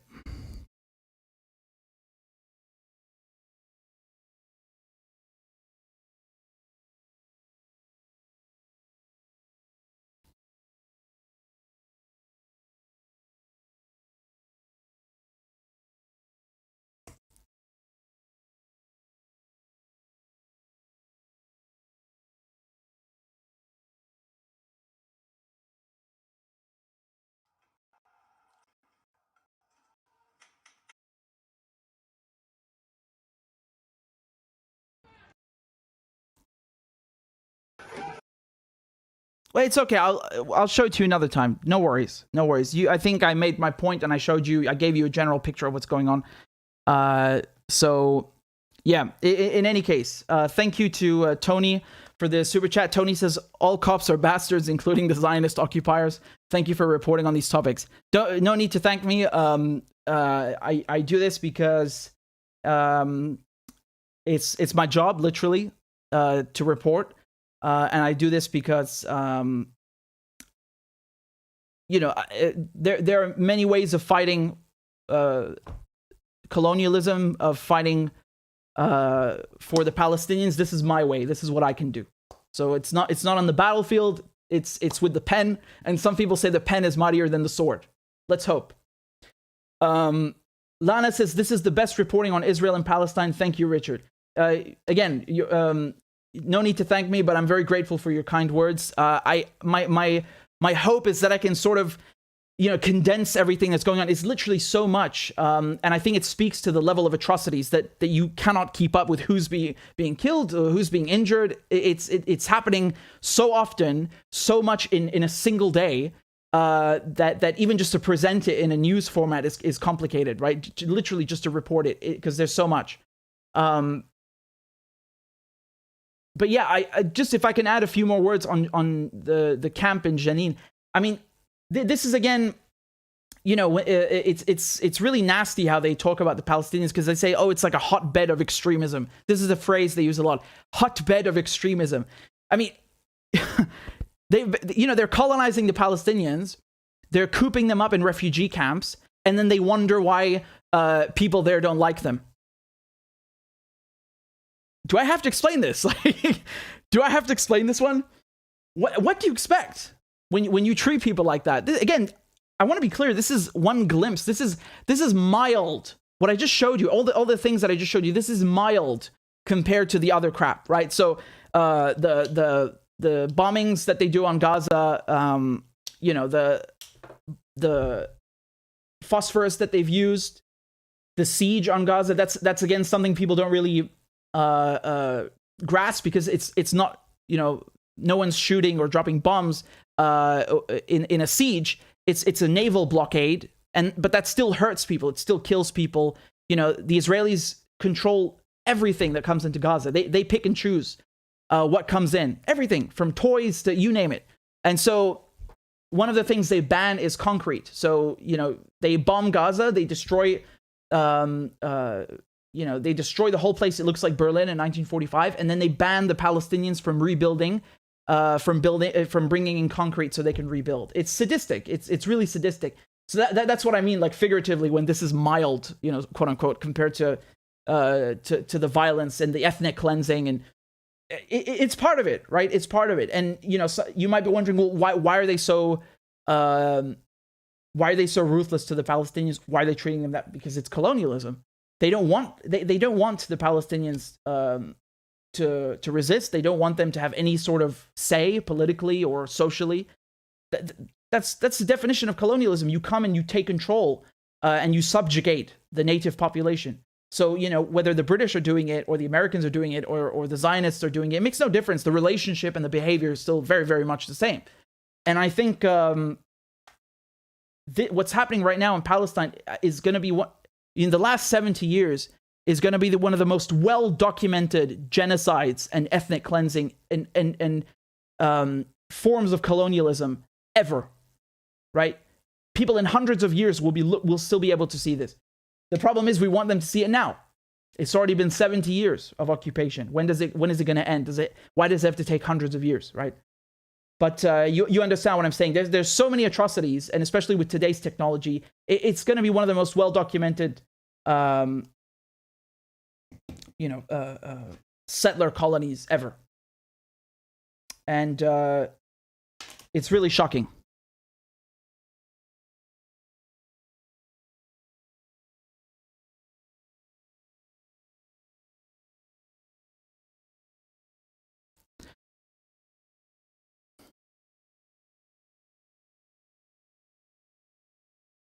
Anas says, thank you for standing for Palestine and Pakistan and Russia and Syria. You have my balls. Please watch and come on my podcast. Clash. Did you mean say you have my back? Or please come on my podcast, Clash and Mash, when you can. I work for the Riverside channel. I'm Palestinian. Well, ahlan wa sahlan, and I'd love to do that. I might be traveling, though, sometime soon, so I'll try my best, but give me your email, Anas, and I'll give you mine. Just let me write that in the chat for you. Here's my email. Tony's laughing at me reading the message. Thank you, Anas. I really appreciate it. And I know some of you sent some other comments here, so please just give me a moment to read them. We've got something on PayPal. This is from Dragisa.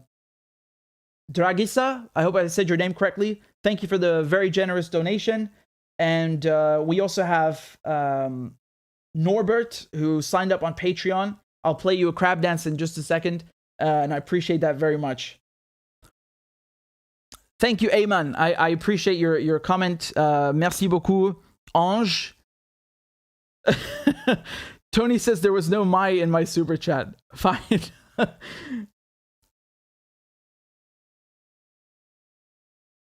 again, thank you very much, Norbert. I'll play you a crab dance, although I'm not really in the mood for one after what I've just shown you, but still, this is the tradition, and you deserve one. So let's go. Clap for that, you stupid bastard. And Corn Pop was a bad dude. And he ran a bunch of bad boys. Listen, fuckhead, you have fucking crossed the line. Claiming I'm the enemy. You got that, you goddamn son of a bitch? I don't give a fuck what you think, bitch. Good morning. Sunday morning. Cut that bitch off. Thank you for Iron Dome, which is a technical marvel. والله انتوا كلاب بصراحة يعني. ماشي نشتغل عادي. We lied, we cheated, we stole. China. And you ain't black. There's always the macro and then there's the micro.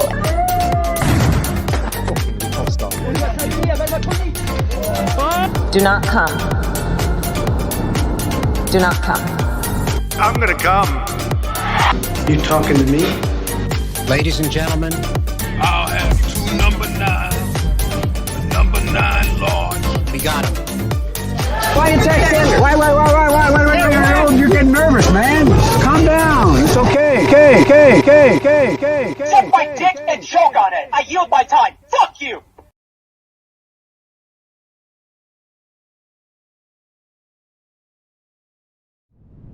Lovely. Thank you very much. And I'm just gonna check over here. We have 795, so that's great. Again, thank you guys very much.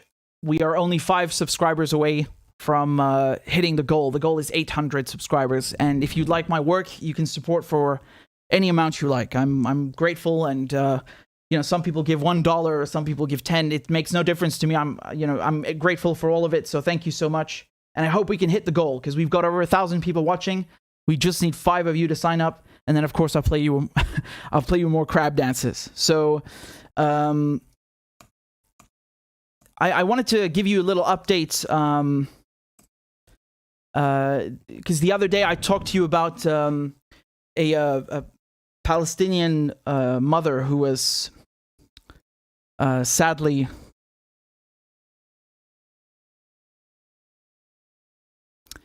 One second, let me put this up.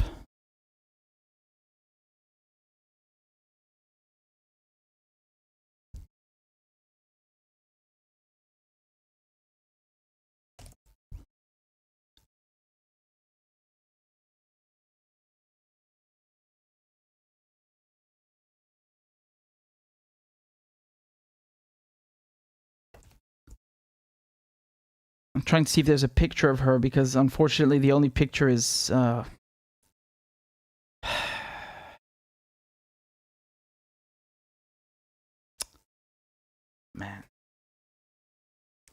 This is really sad, this is really sad.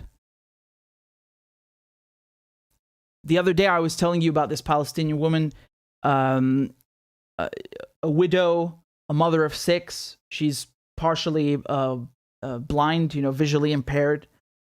And the Israelis, they shot her dead because she looked suspicious, whatever that means, right? She's just crossing the street, unarmed, and they shot her. And again, this was reported by Al Jazeera and Arab news, not so much in the Western world. But one thing that I didn't know when I told you about it, which makes it even more shocking and brutal, is that this is what happened. Look, so they say she reportedly crossed the street after one of the soldiers asked her to stop, but one of the soldiers shot her twice, although she reportedly posed no danger to them. The Israeli army said Sabatin had approached the soldiers in a suspicious manner, and of course she was unarmed. Now, Palestinian sources say that Sabatin, who had lost one of her eyes several years ago and was blighted with poor vision, was killed in cold blood by the occupying forces on her way to visit one of her relatives' houses in Hussan. Look what happened. They shot her in the leg, and then the Palestinians were not permitted to take her to the hospital as the troops barred them from getting close to her body. She bled to death.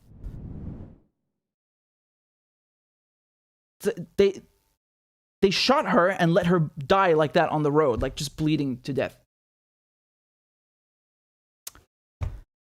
I mean, if the Russians did that to a Ukrainian woman, you would never hear the end of it, right?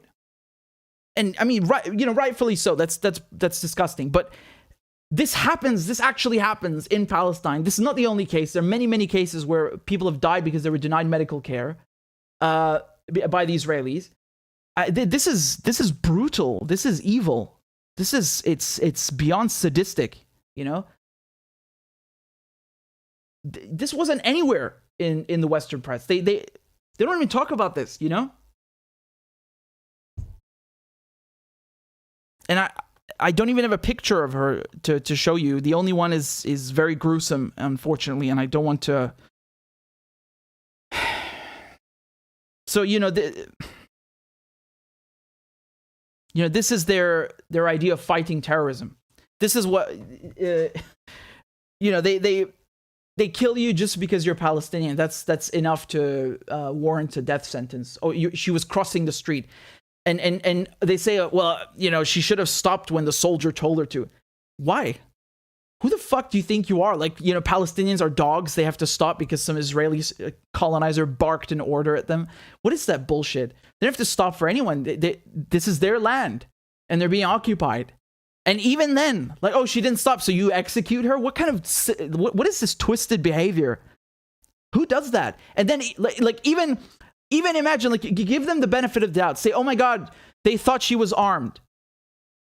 Yeah, okay, so you accidentally shot her and then you let her bleed out on the ground and you deny her medical care? No, this is on purpose. This is, the whole thing is on purpose. The shooting, letting her die on the road. I mean, there's nothing redeemable about any of this. Oh, man. And again, she's a widow. And 6 children. So now the 6 children have no parents. They've lost both their parents for no reason.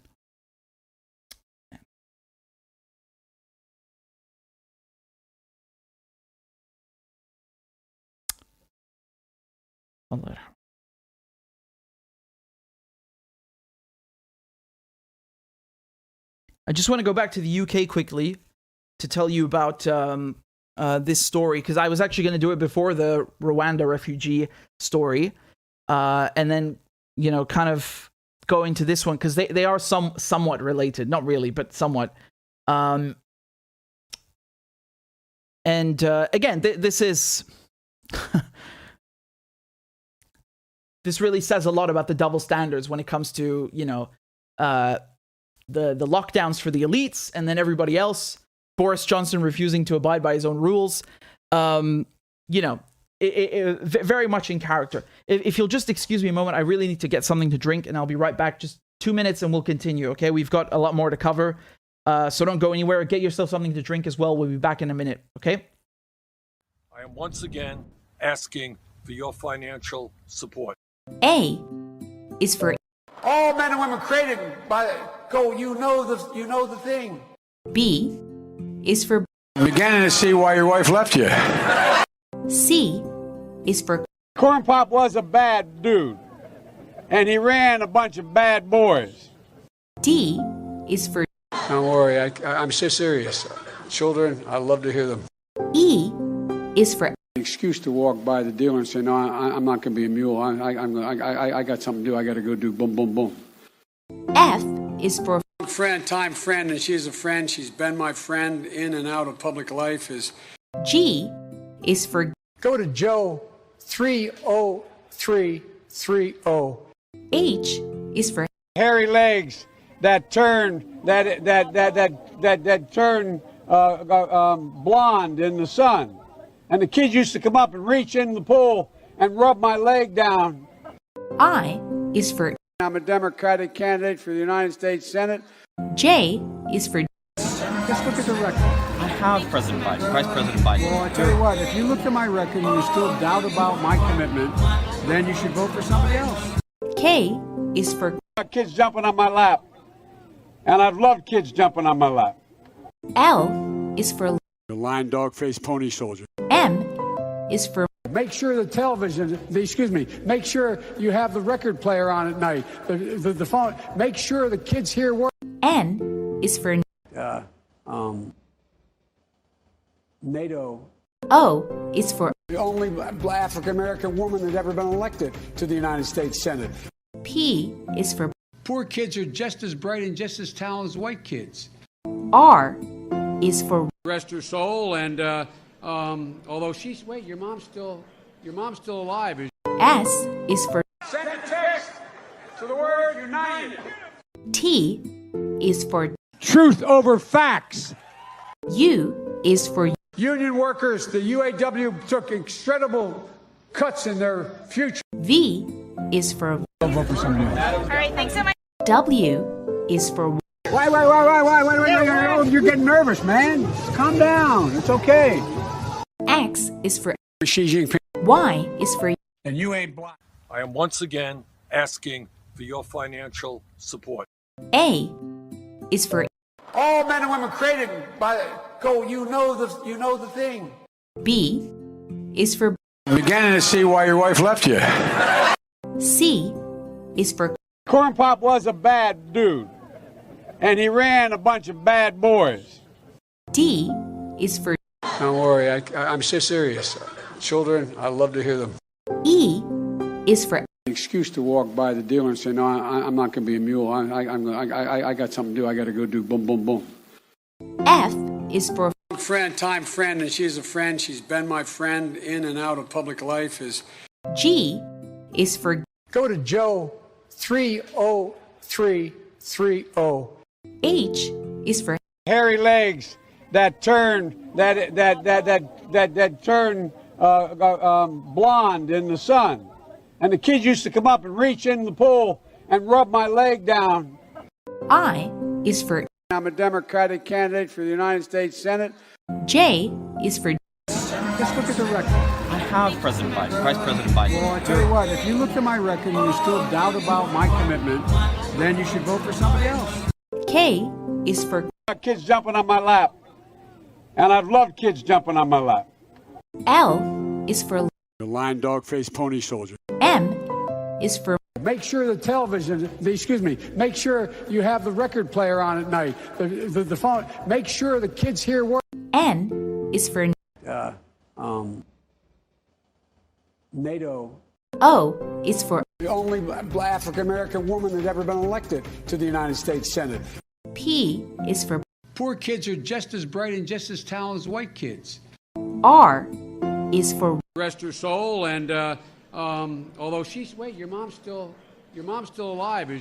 S is for Send a text to the word united.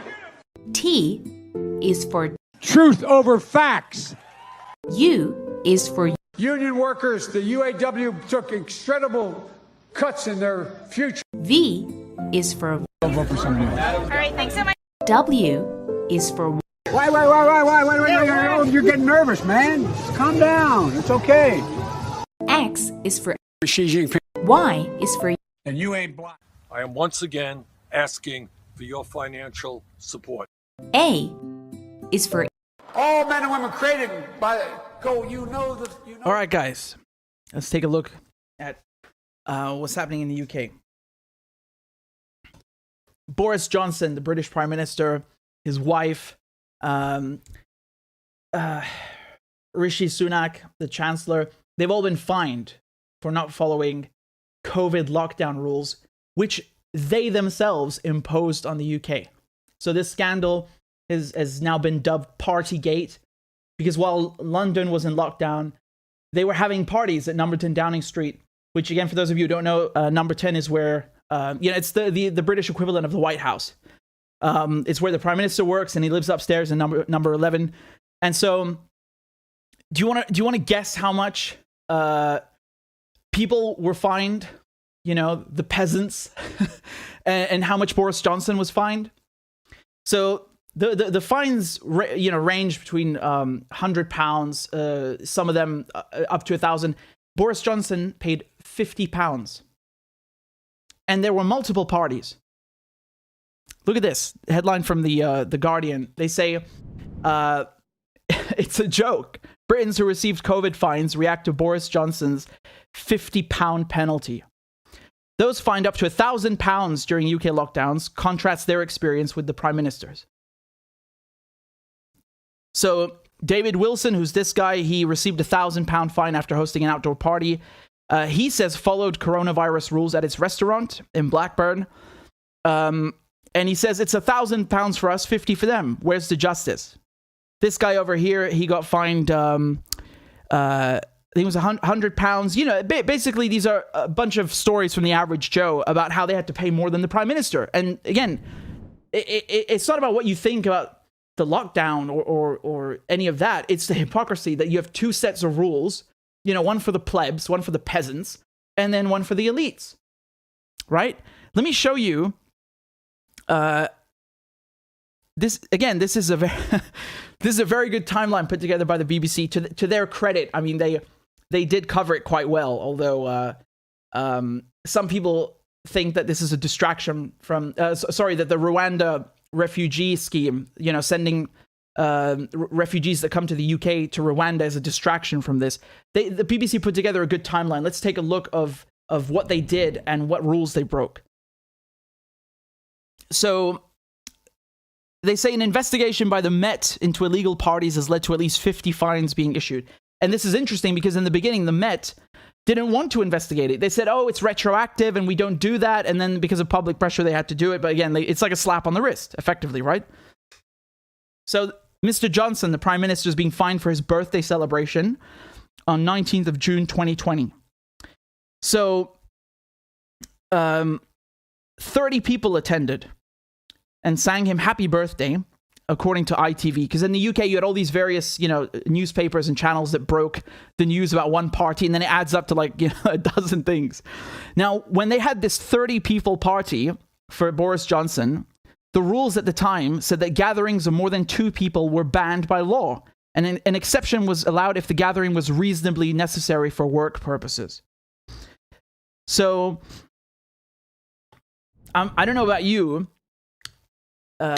Everyone's allowed to celebrate their birthday, but when you're imposing rules on other people and you don't follow them as the Prime Minister, you know, I'm pretty sure a birthday party is not a work-related, not a work-related thing, right? Even though it's taking place at your workplace.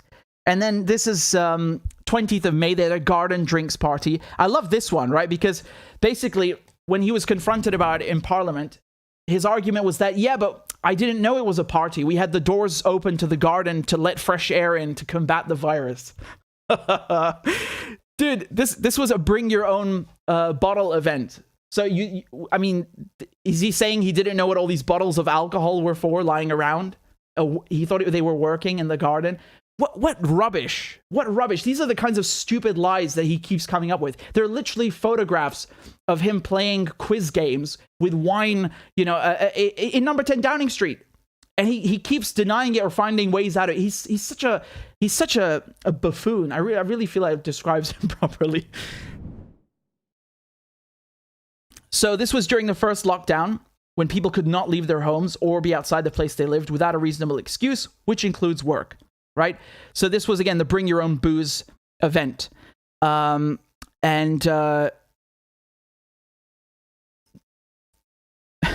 love their reasoning. Look how cheeky the lawyers are. Look how cheeky the lawyers are. So the law at the time said if you were doing something, you know, outside your home besides work, it's not allowed. Okay? You need a reasonable excuse. And if you don't have one, it's potentially a crime, a criminal offense. The Prime Minister and his wife, however, were living in Downing Street, so technically they didn't leave their home to attend the party, because as I told you, they live upstairs. It's the same block, right? The law also banned gatherings in public place of more than 2 people, unless they were all members of the same household or the gathering was essential for work purposes. However, lawyers have noted that Downing Street is not a public place.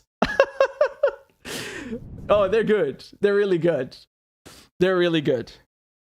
Wow. Got to try that one sometime. And the same day that they had this party, the government's posting on Twitter that you know, they're posting these restrictions that you can only meet 2 people outside your house and you have to be 2 meters apart. And again, as I told you, he thought it was a work event. Apparently, you know, the bottles didn't say otherwise to him. So 13th of November, they had 2 gatherings. Down here, 16th of April last year, leaving parties. So this is before the funeral of Prince Philip. You had two parties taking place in Downing Street. He wasn't there, but he apologized for them. Honestly, I find it hard to believe he didn't know about them. January 14th, last year as well, they had a gathering for a departure of 2 secretaries at number 10. Boris Johnson was there. He made a short speech. They had Prosecco, and the Christmas quiz is, of course, the most famous one because there was a photo of it. I hope that's the photo so I can show it to you. Where is it? There we go. So he's sitting here having a Christmas quiz during a lockdown, literally playing games and making a mockery of everyone else. So he said, I briefly took part virtually to thank staff for their work. Yeah, the issue is not virtually, is that you were physically with people, but okay.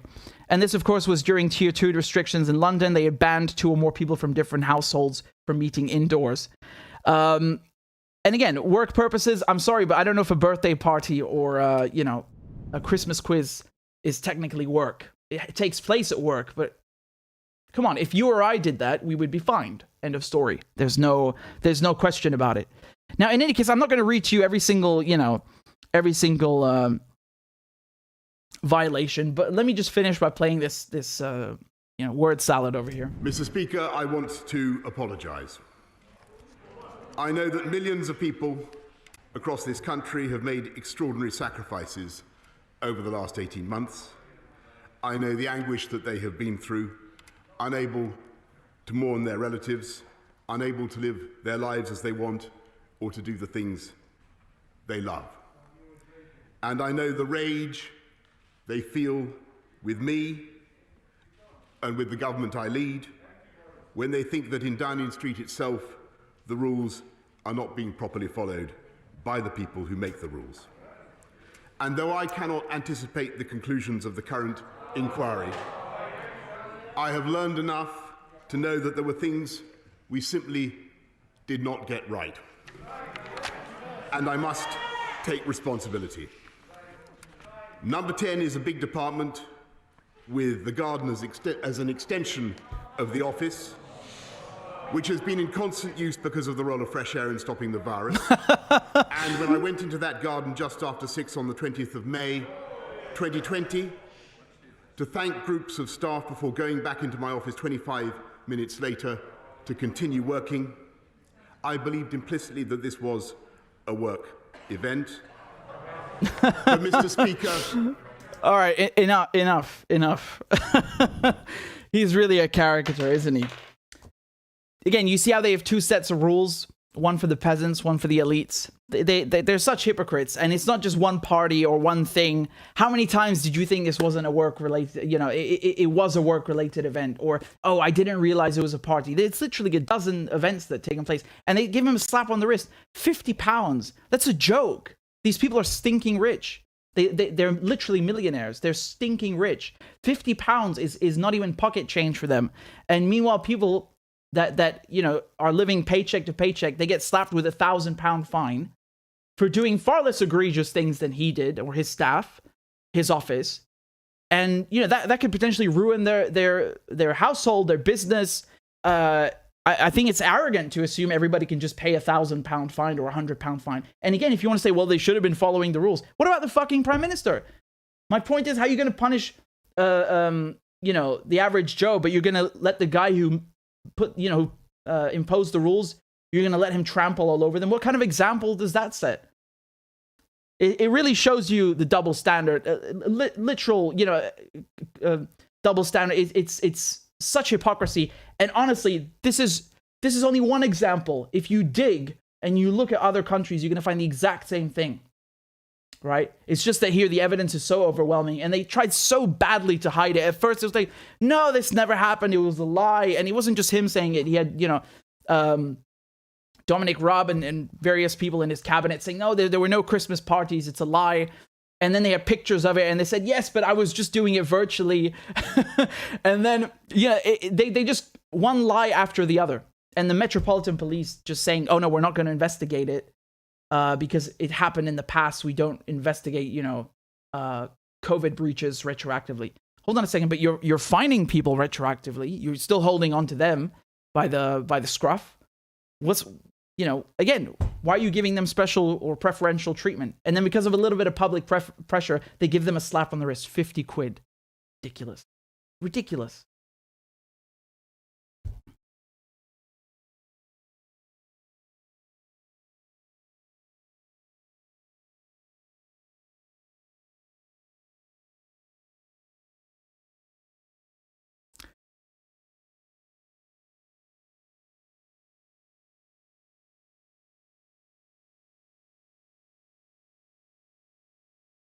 Dang it, I wanted to show you guys something. Hold on, where am I going to find this now?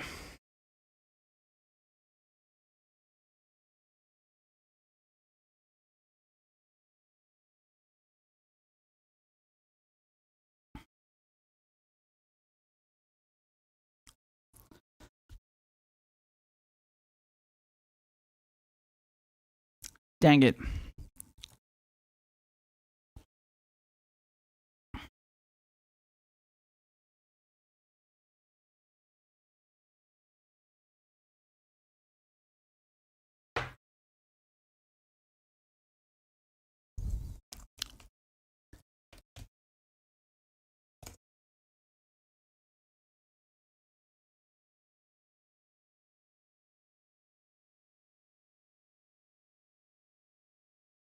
All right, just give me a moment, guys. I just wanted to show you something about what's happening with Twitter. Give me a moment. Putting this together, it closed down on me for some reason. It's okay though.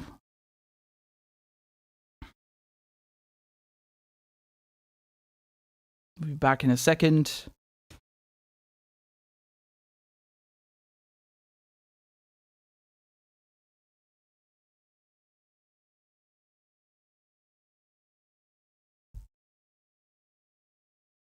Wow.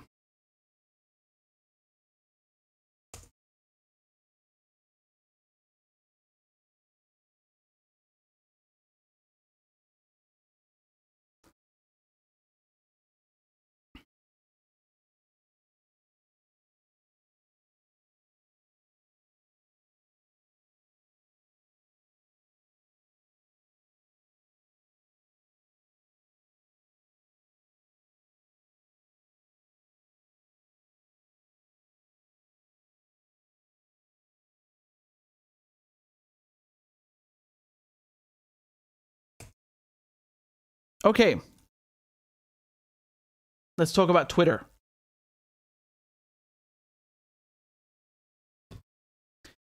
Elon Musk, the billionaire, he's offered to buy Twitter for $41 billion. It's not a joke. This is what he wrote on Twitter. He said, I made an offer. Okay? Now let's take a look at his filing and what he says down here. Because as you guys remember, he is, or he was for a few days, the largest shareholder or single shareholder in Twitter. He had bought about 9.2% of Twitter shares. And then he you know, basically escalated it and said, I want to buy the whole company. He refused to take a board seat and he wants to buy the whole company because he wants Twitter to be a platform for free speech. Okay? So, this is what he wrote. He said, Chairman of the board, I invested in Twitter as I believe in its potential to be the platform for free speech around the globe. And I believe free speech is a societal imperative for a functioning democracy. However, since making my investment, I now realize the company will neither thrive nor serve this societal imperative in its current form. Twitter needs to be transformed as a private company.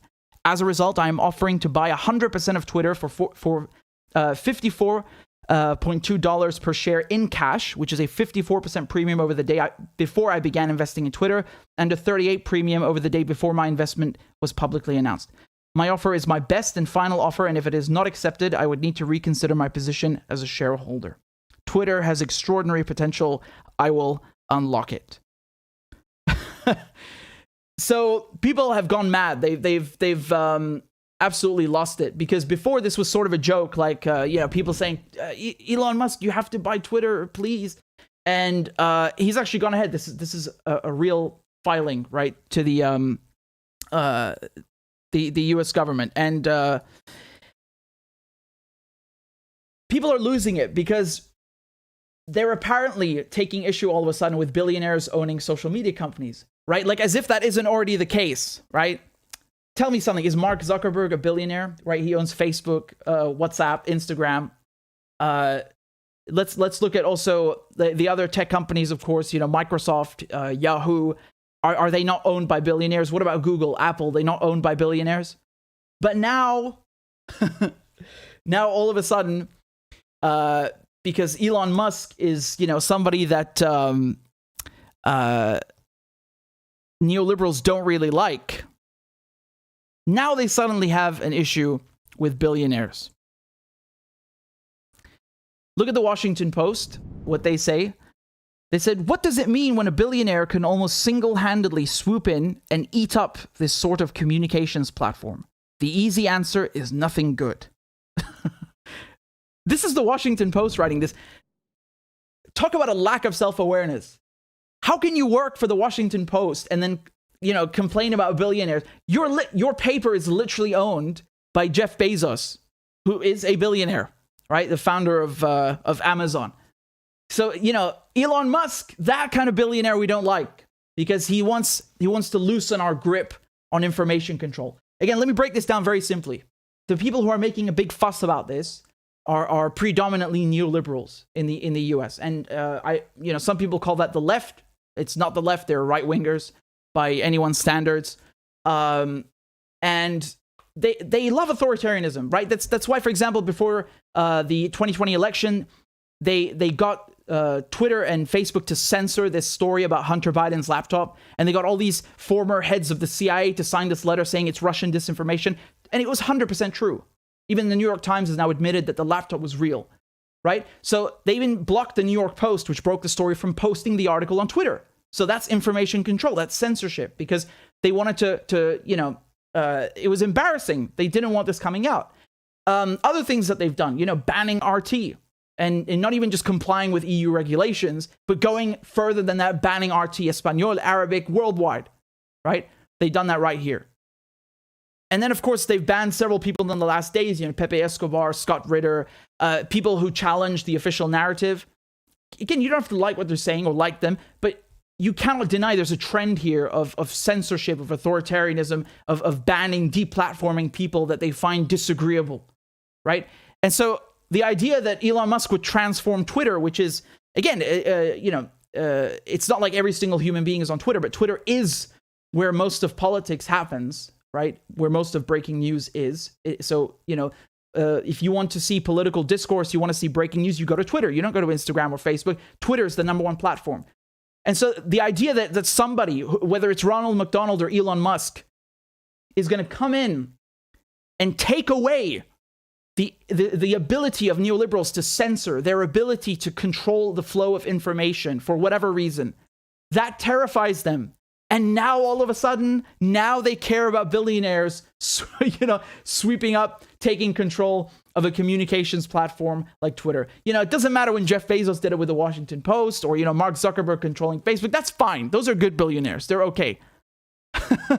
Wow. Isn't that hilarious? There are many examples of them freaking out. I want to show you this clip over here. This is from MSNBC. Take a look at what they had to say about Elon Musk buying Twitter. There are real and devastating consequences for using that platform to lie. And we've seen it. We've seen it happen.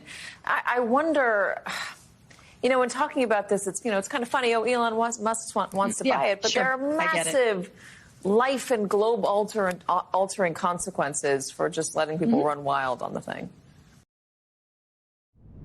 Letting people run wild. Do you see that? This is how they think. They're so arrogant and holier than thou. Anybody who goes against their line of thinking, who goes against their quote unquote truths, that's running wild, right? It's poor taste. It's unacceptable. They're scared. And again, you see how they call anything they don't like. They call them, liars, traitors, Russian disinformation. I mean, they even banned Trump, right? I don't give a shit about Trump, but They banned him while he was the president. I think that speaks to the kind of,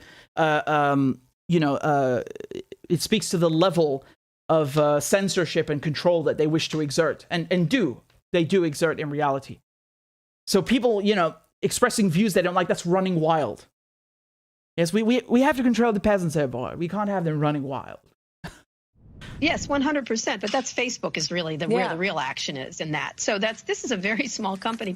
It has an outsized influence because media people like it, politicians, world leaders, and Elon Musk. And so one of the issues is if he's not going to do this, and by the way, Twitter and some of its biggest investors, like Prince Al-Walid bin Talal, are saying no, and they're putting poison pills in. What is he going to do? He's going to have to somehow unload this 10% stake. And that's probably what he's going to have to do, or raise private financing, which has its own risks and possible rewards, but a lot of risks. You want to see more meltdowns? I got more for you. Really, this is just the beginning. This is just the beginning. Look at this. Look at these tweets from melodramatic liberals. Look at this guy saying here that if Elon Musk successfully purchases Twitter, it could result in World War III and the destruction of our planet. Yeah, because, trying to provoke Russia and starting a war in Ukraine and, lying about Iraq and lying about Syria, using legacy media and now, of course, social media platforms and video sites to advance CIA lies, those don't start wars. Those wars are okay. That's, democracy spreading. They act like they're angels, they never lie. They would never use or manipulate these platforms for anything bad. They're angels. Here's another one. Today on Twitter feels like the last evening in a Berlin nightclub at the twilight of Weimar Germany. Right? Basically implying that the Nazis are coming in. Ridiculous. Here's from Axios. They say the world's richest man, someone who used to be compared to Marvel's Iron Man, is increasingly behaving like a movie supervillain, commanding seemingly unlimited resources with which to finance his mischief making. I gotta be honest, man, I'm really confused because, in the Middle East, in most of the world, we keep getting lectured by the Europeans and the Americans about free speech. They say, you're not a democracy. You don't have freedom of speech. There's no freedom of press. And now when someone is serious about freedom of speech on the surface, right? Whether Elon Musk is being honest or not is another matter. But when someone is serious about it or presenting, ostensibly serious about it, it's a threat. That's mischief. What do you mean mischief? You bomb countries over this, right? Oh, we have to get rid of this dictator. Oh, the human rights violations. Oh, there's no democracy. You bomb countries over this.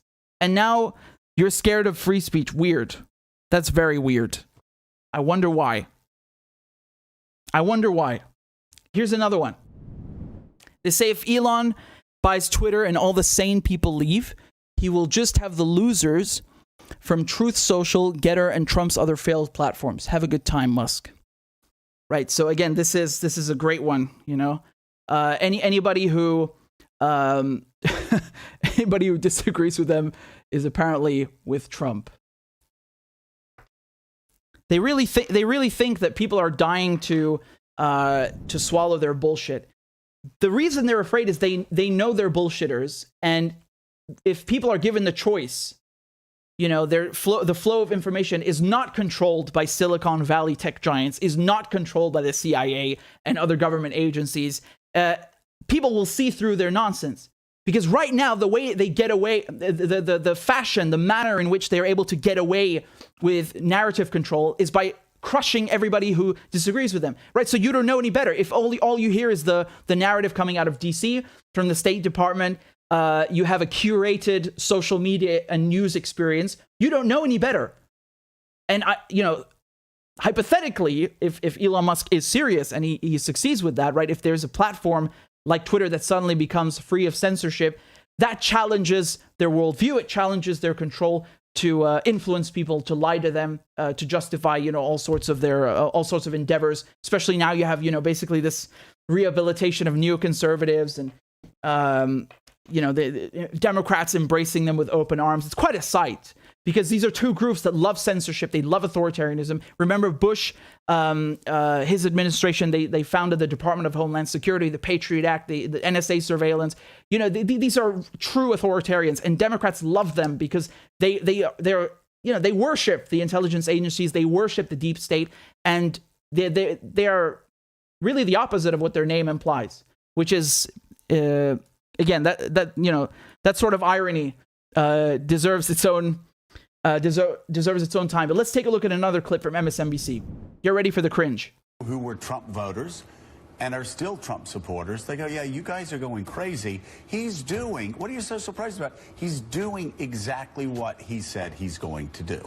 Well, and I think that the dangerous, edges here are that he's trying to undermine the media, trying to make up his own facts.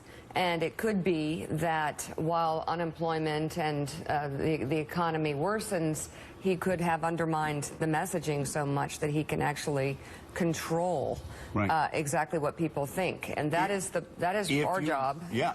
Whoa. Did you hear what she said? She said he could control what people think, and that is our job. Wow. I appreciate the honesty for once. MSNBC actually being honest. Did you see what a mask-off moment that was? The Freudian slip. Controlling what people think, that's our job. You don't need me to comment. You heard her. That literally says everything. I want to show you a hilarious tweet. Again, I'm no fan of Elon Musk, but I want to show you something which made me laugh. Over here on Twitter, you had Walid bin Talal. He said that, again, this is a Saudi, right? And he owns a stake of Twitter. And look what he said. I don't believe that the proposed offer by Elon Musk of $54 a share comes close to the intrinsic value of Twitter, given its growth prospects, being one of the largest and long-term shareholders of Twitter. So again, Kingdom holding company, this is the Saudi, it's basically the Saudi government's piggy bank. Kingdom...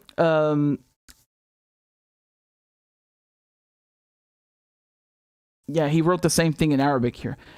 Anyway, he said, Kingdom Holding Company and I reject this offer. Okay, and look what Elon Musk answered underneath. This is funny.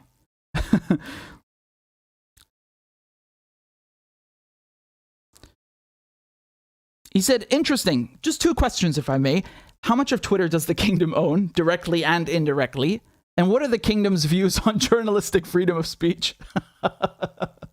That tweet has... a 250,000 likes, right? 224,000.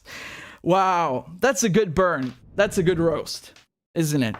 I don't need to tell you what Saudi Arabia is. Until a few years ago, women could not even drive. They massacred. They literally carved up Jamal Khashoggi, who used to work at the Washington Post. They carved up a journalist. Under the orders of Mohammed bin Salman. There is zero journalistic freedom in Saudi Arabia. There are no elections. It is, 180-degree complete opposite of anything democratic. And of course, it's a key U.S. ally, right? That repressive theocracy is okay, right? That undemocratic country is okay because it serves U.S. interests. That's okay. So that's a good burn, because there's no answer to that. And again, whether Elon Musk is serious about any of this, I don't know. I think he has a very big fan base. I'm not part of that. I really, even if he did manage to buy Twitter somehow, I would not hold out any hope that he would actually succeed in it. Because number one, we have no clue whether he's telling the truth, whether he actually means this stuff. And number two, whether he'd be able to do it, even in possession of the company, because you have so many powers at play here. And again, you might be thinking, yeah, but it's just a social media company. Yeah, but it's, one of the most important ones when it comes to politics. It's not a joke, right? That's why they ban people. That's why, they even banned a sitting president. What does that tell you? And again, I don't care one bit about Trump, but it speaks volumes. And right now, what they're trying to do to block him, they're doing what's called a poison pill. Okay? So basically, like I said, Musk, he bought 9.2% of Twitter. And what they've done is they've, invoked this mechanism that would prevent anyone from buying more than 15% of the company.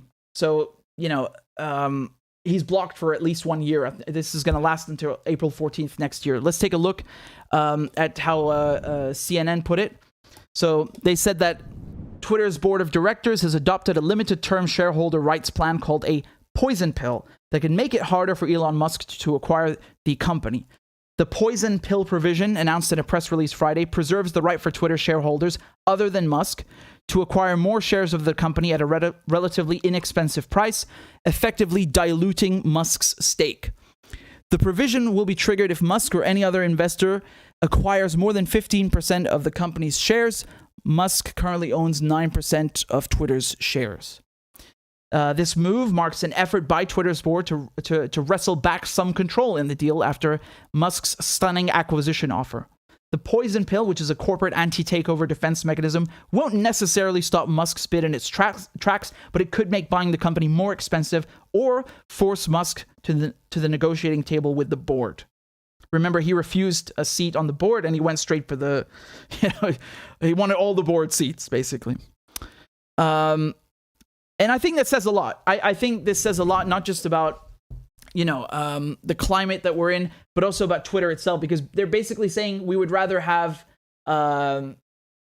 we'd rather dilute the shares of the company and lower its value than have it taken over by someone who could potentially, blow the lid off the censorship that we have and the mechanisms that we use to control information. I think it says a lot. It really does. And it's incredible because, in a way, they've always said this stuff implicitly, right? Right now, they can't really say, he's working for Putin, or he's a Russian this and Russian that. So they have no choice but to, go full mask off. And that's why you're hearing them say things like, people will run wild. We can't have people, speaking without us nannying them. Heavens no. And they're basically saying that he's going to put Trump back on the platform. They're pulling every tool out of the toolbox to try and take this thing down. And I think the most revealing one was on MSNBC, where they said that it's our job to control the news, to control what people think, actually. That's what she said. So telling. Really, so telling. And whether Musk is telling the truth, I have no clue. I'm by no means a fan, but just the idea of it causing this meltdown, this is the important takeaway. This is what you should understand about how social media and big tech, it functions as an arm of the state. NSA stuff aside, because the NSA was working with all these tech companies for mass surveillance, but just in terms of information control and censorship, it really speaks volumes. How the neoliberal class, the authoritarians, they feel threatened by this idea, even if it's complete BS and Musk doesn't mean any of it. But the prospect, it's really something to behold, and that's the takeaway.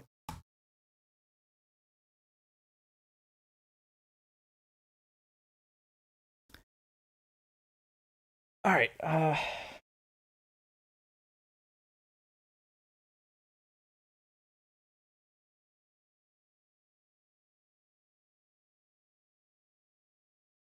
Just give me a second, guys. I'm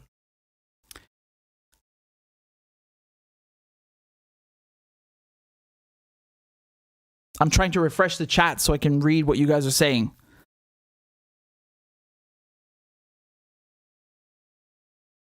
You guys send a bunch of super chats. Thank you to Tool C. Thank you to Dim. Says, I didn't see any thoughts of yours about Moskva. So yeah, there's this big Russian ship, this flagship that they've sunk in the Black Sea. And honestly, I don't know what to think of it. I mean, it's embarrassing. It's a huge blow to the Russians. Now, the Americans and the Ukrainians say that they hit it with these Neptune missiles. And the Russians say that, it caught fire. And while they were towing it back, the ship sunk. I mean, regardless what caused it, if it wasn't hit by any enemy fire, although I have no reason to doubt that it was, which could have caused the subsequent fire, this is a huge blow. It's really embarrassing. It's the biggest loss of a ship since 1982, since the Falklands, if I'm not mistaken, right, with the British. So it is really bad. I don't think it necessarily changes that much. The war is not being fought at sea. The Ukrainians don't exactly have a navy that can contend with the Russians, but the fact that they took the ship down, if it's true, is quite a feat, honestly. Anna says, you got balls. That's what I meant to say. Well, thank you. It says, in your opinion, what will happen to Imran Khan in Pakistan? Where's the mainstream media on Palestine? I don't know what's going to happen. I think that if they hold snap elections, that he stands a very good chance of winning re-election. And I think they'll try and stop that as much as they can. Let me show you something from the news about the snap elections, about the idea of whether, Imran Khan can become prime minister again. So this is from the Hindustan Times. They said that in a letter to President Alvi, the polling body in Pakistan said it requires 4 months to complete the delimitation in addition to organizing general elections in 90 days. The Election Commission of Pakistan, the ECP, said on Thursday that general elections in the country cannot be held before October 2022. The poll panel said it needs 7 months to ensure a free, fair, and transparent election. So, again, the idea originally was that, the parliament in Pakistan would be dissolved, and then within 90 days you would have snap elections. That was Khan's plan, but, they declared his move unconstitutional, and now they're saying there won't be elections until October. So I don't think that's particularly good for him, because right now he has lots of momentum. You saw he brought millions of people out on the streets. He does have popular support. That doesn't mean everyone in Pakistan likes him. Of course not. No one is liked 100% by their people, but he is very popular. I think he's easily one of the most popular heads of state in Pakistan. One of the most popular prime ministers, politicians in recent times, easily. No question about it. Even outside of Pakistan, right? How many people can get millions of followers, of supporters in the streets? How many? Take any world leader you like. I don't know if Biden can even do that. Boris Johnson certainly can't do that. These are some of the biggest, most powerful countries on earth. And these are the supposed, the guys in charge. They don't even have that much support. So that's a testament to how many people in Pakistan love Imran Khan. And my point is that if they had snap elections as he had planned within 90 days, I think he would have won them. And that's why they tried to stop him, because they know he has popular support. They succeeded in removing him with a difference of 4 votes in parliament, because they could do it. They got the numbers. But if they let the people decide, and not a bunch of politicians, if the people decided who should be their prime minister, he would win. And they're afraid of that. So I don't know if a lot could change until then. He might decide not to run, although I'd be surprised if he did. And unfortunately, you're not going to have the same momentum you do now. But who knows? I could be wrong. And like I said, that support doesn't just, waver in a few months. Usually, people who are ready to take to the streets for you, they really like you, they'll go to the polls and they will get you elected. And I think you might see attempts to try and sour or stop that from happening, because they don't want him back in power, especially after they just ousted him successfully in this US-backed coup. At the very least, let's say that Washington is not shedding any tears, right? Putting it mildly.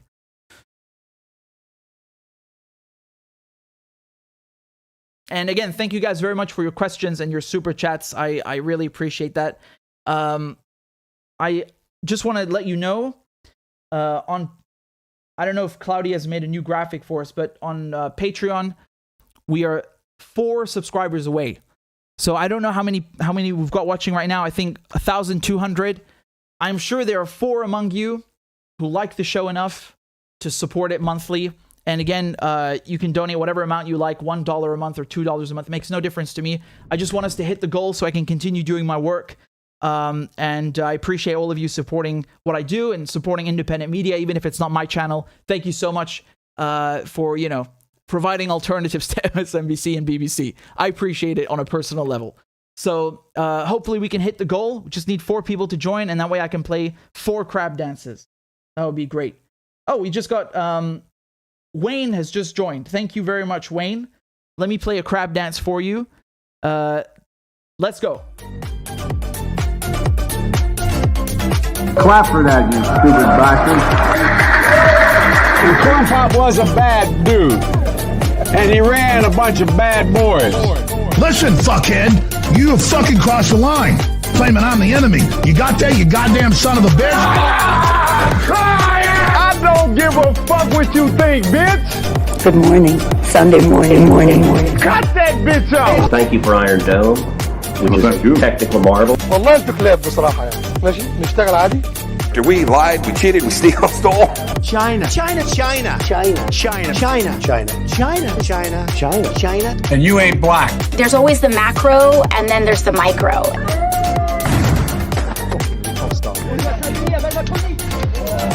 Do not come. Do not come. I'm gonna come. You talking to me? Ladies and gentlemen, I'll have 2 number 9s. Number 9 large. we got him. Why you text in? Why? You're getting nervous, man. Calm down. It's okay. Suck my dick and choke on it. I yield my time. Fuck you.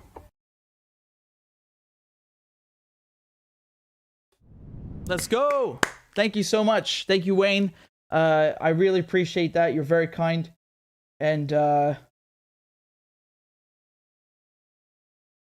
my mother is also watching. I'm gonna upload a video from my Yemen report, the same video but with subtitles in Arabic. So again, if you guys send me translations for any of the videos, any of them, I can upload them on the video itself so that it's available in captions, and I will also hard code them and upload those as well. So if you want to give it a shot, please let me know. One of you actually translated my Yemen article, my report, into Russian, so that's really great. I'm going to publish that as well, and I have an Arabic translation as well. And I think it's very important because, you know, everybody's focused on Ukraine, everybody's focused on other things. No one cares about Yemen. And Yemen, I mean, Yemen has it worse than you know, most countries right now. Really, it's not an exaggeration. You know, you should care about Ukraine, you should care about Palestine, you should care about everything, but, you know, shouldn't leave out Yemen like that. It's 7 years of war. You know, the siege being intensified since last year is horrible. It's really, really bad.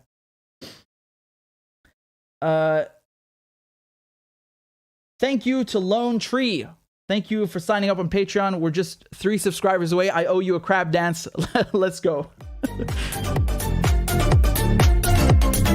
Clap for that, you stupid bastard. And Corn Pop was a bad dude. And he ran a bunch of bad boys. Listen, fuckhead, you have fucking crossed the line. Claiming I'm the enemy. You got that, you goddamn son of a bitch? I don't give a fuck what you think, bitch. Good morning. Sunday morning. Cut that bitch out. Thank you for Iron Dome, which is a technical marvel. والله انتوا كلاب بصراحة يعني. ماشي نشتغل عادي. We lied, we cheated, we stole. China. And you ain't black. There's always the macro, and then there's the micro.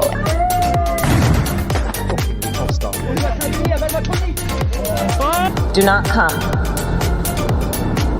Do not come. I'm gonna come. You talking to me? Ladies and gentlemen, I'll have 2 number 9s. Number 9 large. we got him. Why you text in? Why? You're getting nervous, man. Calm down. It's okay. Suck my dick and choke on it. I yield my time. Fuck you. All right. Look at this. Last time we were at 782.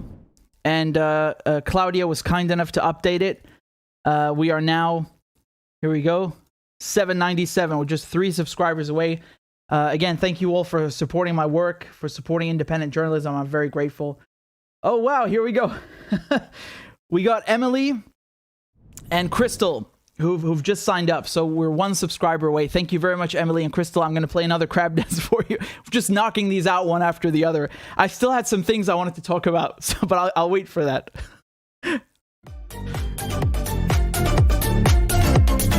Clap for that, you stupid bastard. And Corn Pop was a bad dude. And he ran a bunch of bad boys. Listen, fuckhead, you have fucking crossed the line. Claiming I'm the enemy. You got that, you goddamn son of a bitch? I don't give a fuck what you think, bitch. Good morning. Sunday morning. Cut that bitch off. Thank you for Iron Dome, which is a technical marvel. والله انت كلاب بصراحة يعني ماشي نشتغل عادي. After we lied, we cheated, we stole. China. And you ain't black. There's always the macro, and then there's the micro.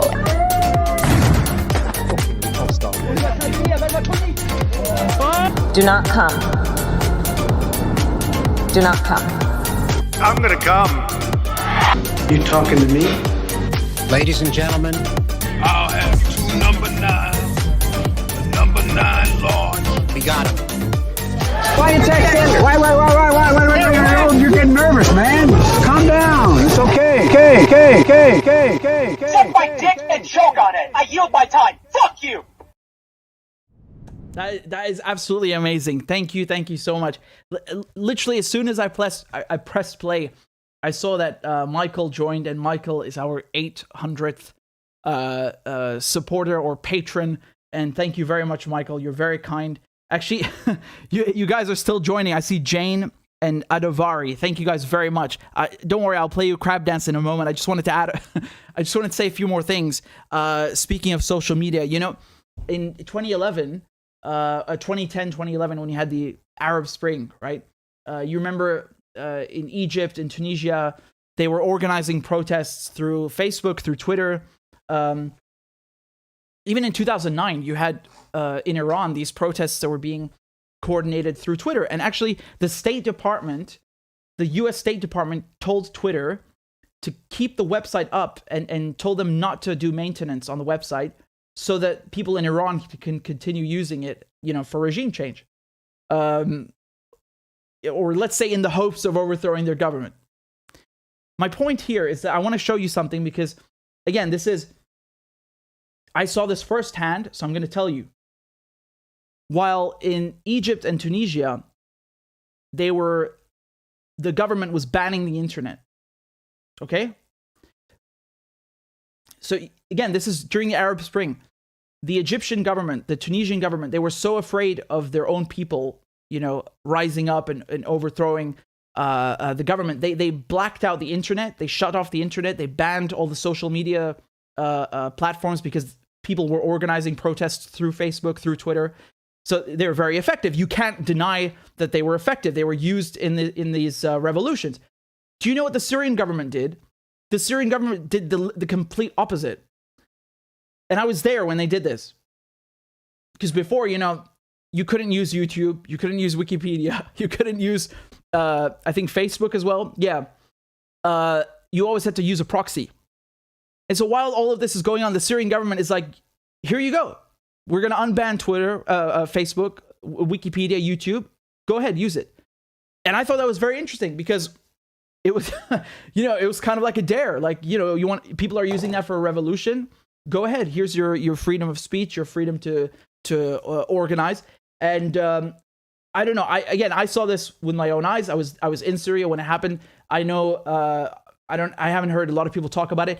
People say, yeah, what does that even mean? It's just social media. Well, hold on. You can't deny that at the same time, that was a useful tool in Egypt and Tunisia. You can't deny that. It's a fact.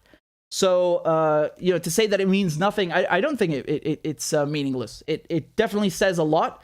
And it's a very interesting fact. I don't know of anyone who's talked about that, but I just wanted to remind you right now while we're having this debate about or rather, liberals are having this meltdown about Elon Musk buying Twitter. Like, you can't deny these platforms do play a role in politics.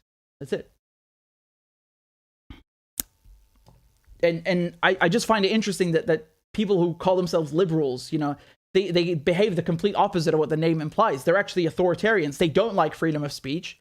They want to control what you think. They will ban you. They will malign you. They will ostracize you if you say something they don't like. They'll call you a traitor, a Russian spy, whatever. They all these insults, right? So it's interesting when they go and they say, oh, this government is a dictatorship. This one is an authoritarian. They obviously don't care about Saudi Arabia, and their freedom of journalism. They don't care about censoring people right now in Europe, whether it's not banning them off of Twitter or banning entire channels. So I just want to say that just to point out their hypocrisy. They're no better than what they claim others to be, and they're truly authoritarians at heart.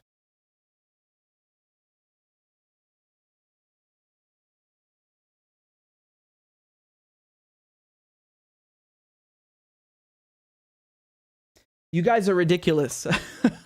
Thank you very much, DJ Design, and thank you, Gafar. Thank you all for supporting my work. I see Claudia's telling me she can't keep up with she keeps making this thermometer over here, the one that Biden is sniffing. So we're now at 803. We smashed the goal, and I can't thank you guys enough. Please let me play you a crab dance, and thank you to everyone supporting my work. You're amazing. Clap for that, you stupid bastard. And Corn Pop was a bad dude.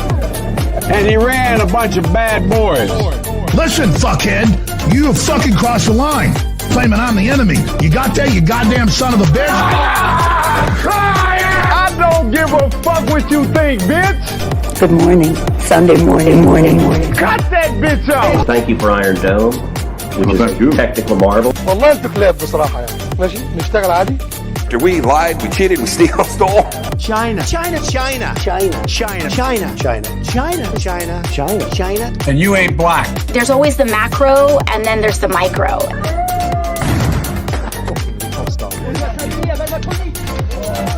Do not come. Do not come. I'm gonna come. You talking to me? Ladies and gentlemen, I'll have 2 number 9s. Number 9 large. we got him. Why you texting? Why? You're getting nervous, man. Calm down. It's okay.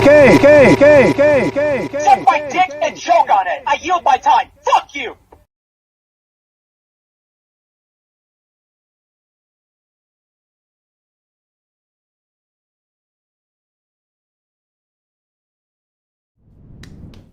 Thank you guys so much. Amazing. And I wanted to read some more of your comments from the chat. First of all, thank you, Maria. I appreciate that. The sticker. Is that Elon Musk taking off on a rocket? What is it? Tina says, congratulations for your superb educational journalism for all the world to know the truth. People are listening. Well, thank you, Tina. You're most welcome, and I'm grateful for your kind words.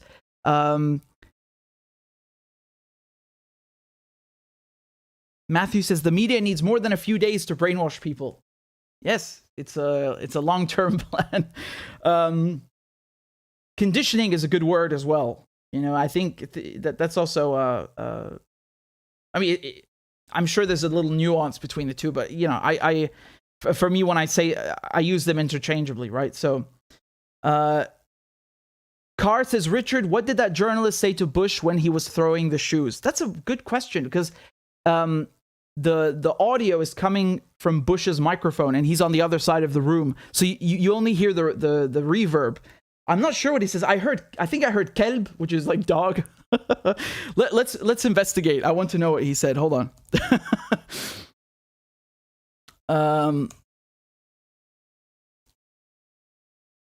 Hold on. Let me see. Let me see the shoe. Here's the clip. Hold on.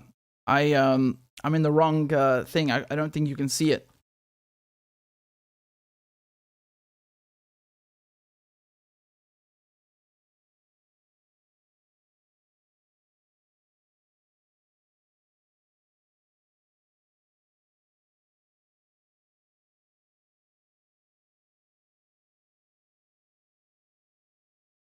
Okay, let's play it.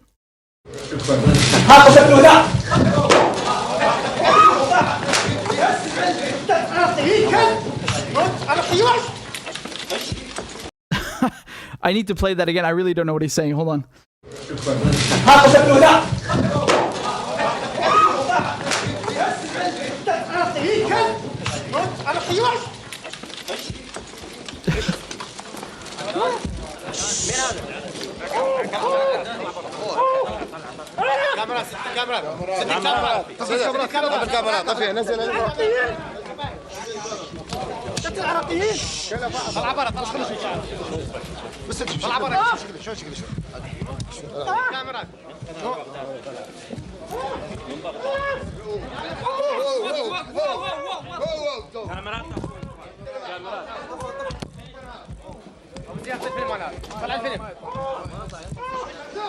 He's saying something. This is from the Iraqis. You dog. I can't make out what he's saying.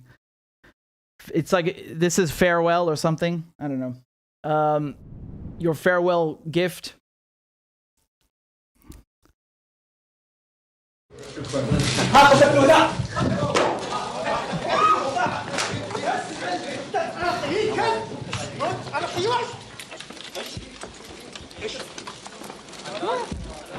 Yes, he's saying this is like a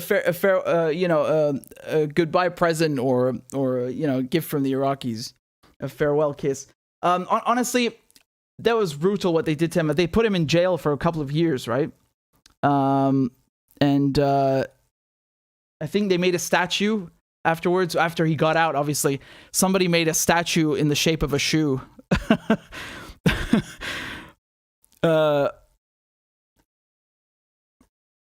He's on Twitter, this guy, by the way, right?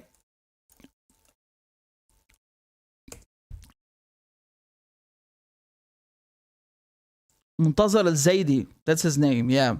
Here's the statue. I'm going to show you a picture of it. He went to prison for about 2 years, I think, and this was, when is this, in 2009, a shoe monument for the man who threw footwear at Bush. An Iraqi town unveiled a giant monument of a shoe in honor of the journalist who threw his footwear at former US President George Bush. Amazing. Yeah, see, he called him Kelb. I heard that one. He called him a dog. But man, I can tell you one thing. Like, a lot of people to this day are very satisfied that he did that. Like, that's something everybody wanted to do, and everybody agrees that George Bush deserved that. It's just a pity it didn't hit him.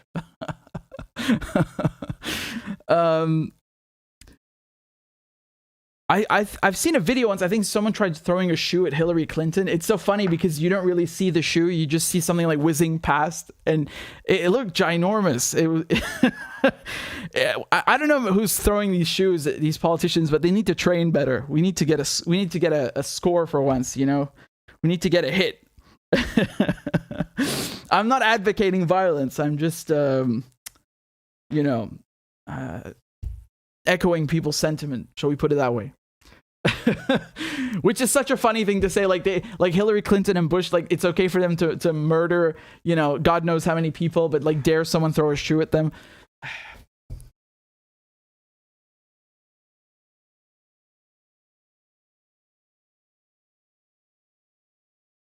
Anyway, I hope I answered your question.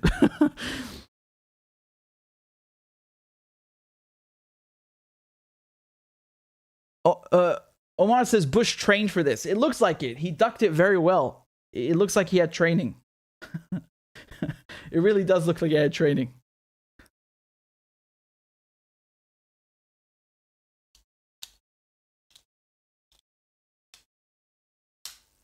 Well, guys, I just wanted to say again, thank you for liking the video or commenting, because there's always a risk that YouTube is throttling or censoring the video by not showing it to people. So the best thing to do is to comment or to like, just interact with it, and it helps fight the algorithm. I'm since we're on the topic of Twitter and I'm telling you about all these, various forms of censorship, it's very, very, very important that you subscribe not only on YouTube, but other platforms as well. So there's Substack, Rumble, Odyssey, Rockfin, and Telegram. You don't have to memorize any of these, and they don't cost anything. I'm just going to put the links below. And they're all free.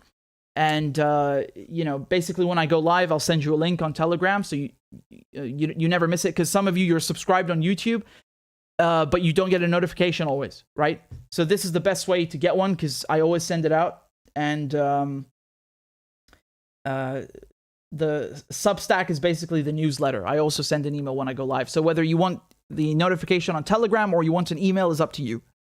And Rockfin and Odyssey and Rumble is basically like YouTube. They're just video websites, and I'm on there, and it's free. It doesn't cost you anything. It's good to have a backup, honestly. I think we're like 18,000 subscribers on Rockfin. Not bad. But we can do better. And again, I haven't really plugged the show, so I'll just plug it one time in full. Thank you to everybody who signed up on Patreon. If you'd like to support my work monthly, please consider doing that. You can donate as little or as much as you'd like in any currency. And there's also, of course, Patreon and, PayPal. Right, so PayPal and CashApp and Venmo, you can also donate there. I appreciate it very, very, very much. And for me, honestly, the most important thing is if you would sign up on Telegram or, just to have a backup. And it's completely free. That's the most important thing for me, and I'm very grateful.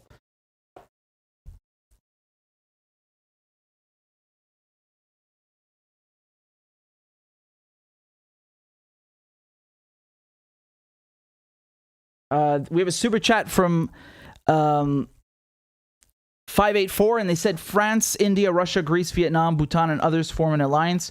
We can change the whole world. India is staying neutral. I'm not sure what you mean. Do you mean hypothetically? Yeah, I mean, why those countries? Why did you pick those countries in particular?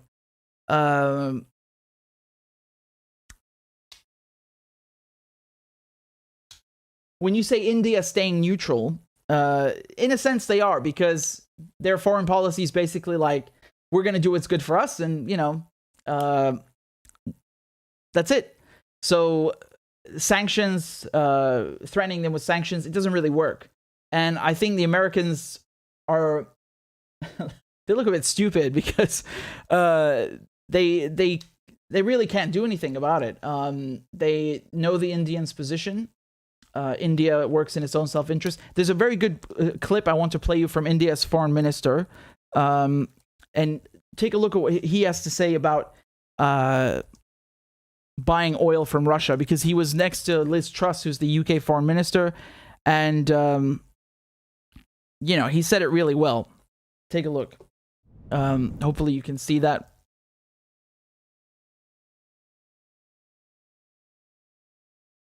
I think it's very important.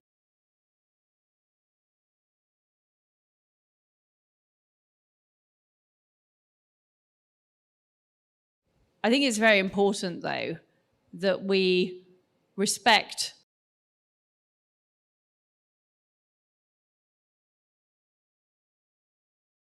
other countries' decisions about the issues that they face. India is a sovereign nation. I'm not going to tell India what to do. I was just how kind of you. Basically colonized India for 400 years. We're not going to tell you what to do. How generous of you. Thank you for clarifying. I'm British and I'm offended by that. What an embarrassment. I was just reading a report today that in the month of March, Europe has bought, I think, 15% more oil and gas from Russia than it did the month before. If you look at the major buyers of oil and gas from Russia, I think you'd find most of them are in Europe. Yep, there you go. He nailed it. That's the truth. They want to come and lecture India about buying, energy, buying crude from the Russians. Meanwhile, Europe is still buying it. Even the Americans. Let me show you this. This is very interesting.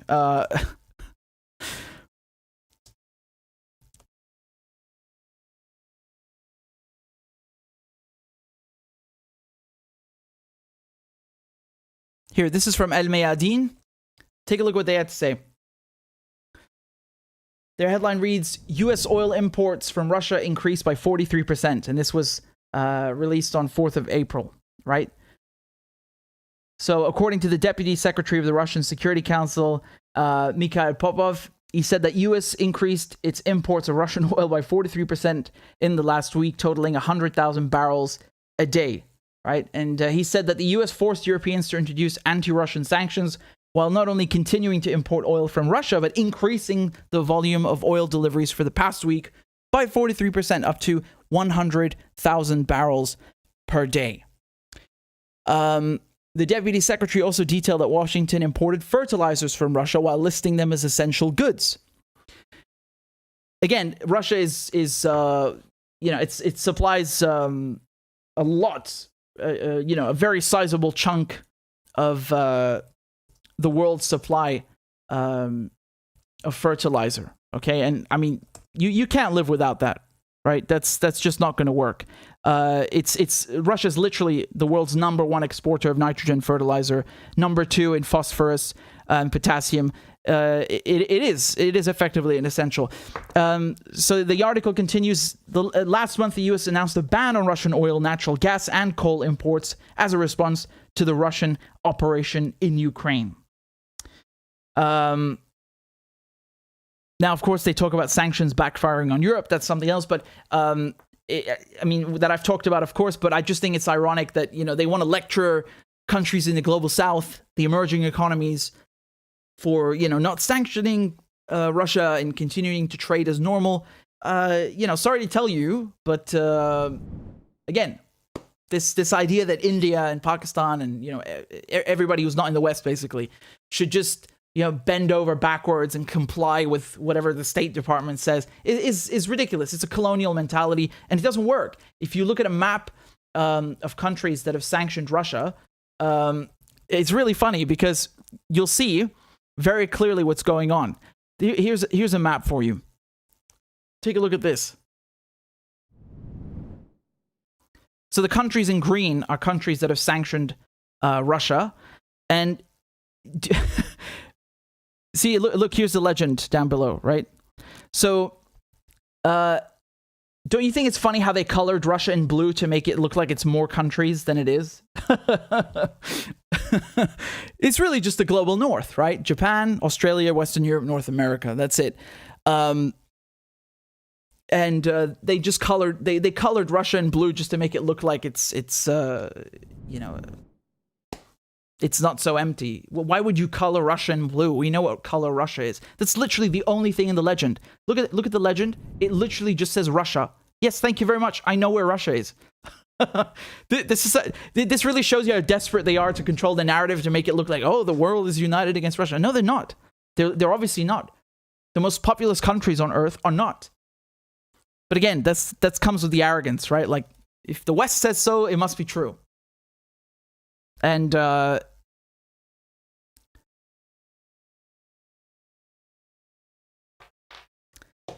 in any case, you're going to see very interesting developments now when it comes to ruble payments for gas, because Hungary said, yes, I've told you this already.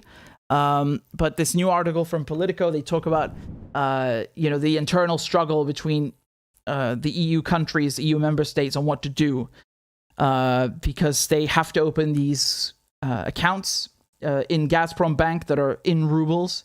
So they'll have one in euros and one in rubles, right? And Habeck, who's the economy minister in Germany, he says there's an expert opinion that says that the second bank account, the one in rubles, would be a way of circumventing the sanctions. We cannot allow any circumvention of the sanctions through back doors. Well, it's not really a circumvention of sanctions at all, because,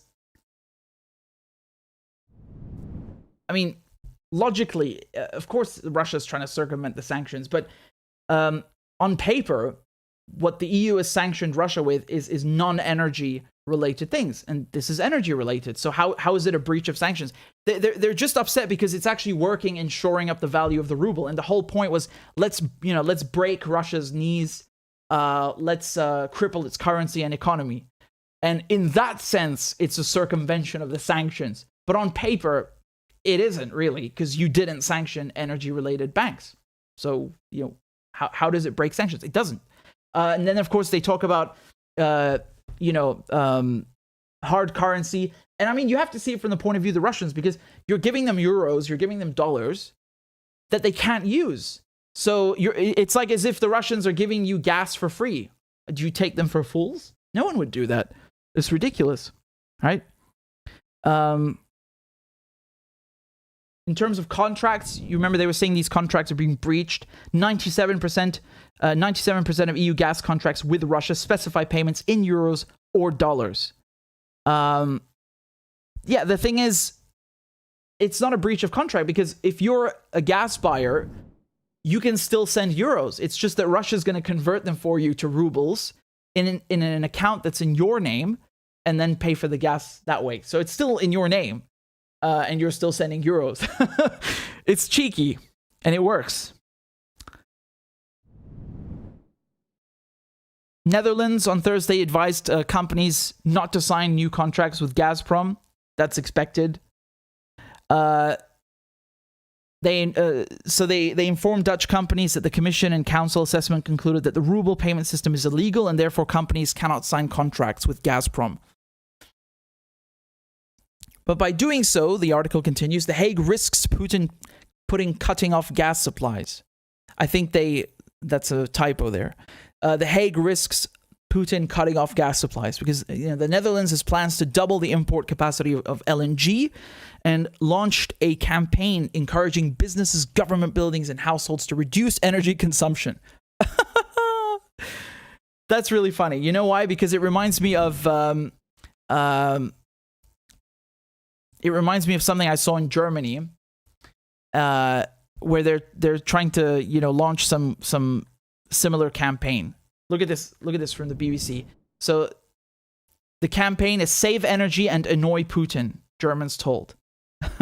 German Vice Chancellor, again, it's Habeck, who's Minister of Economy, has called on the public to cut energy use and stop using cars to help wean their country off Russian oil and gas. If you can take the train or bike over Easter, that's good too. It's easy on the wallet and annoys Putin.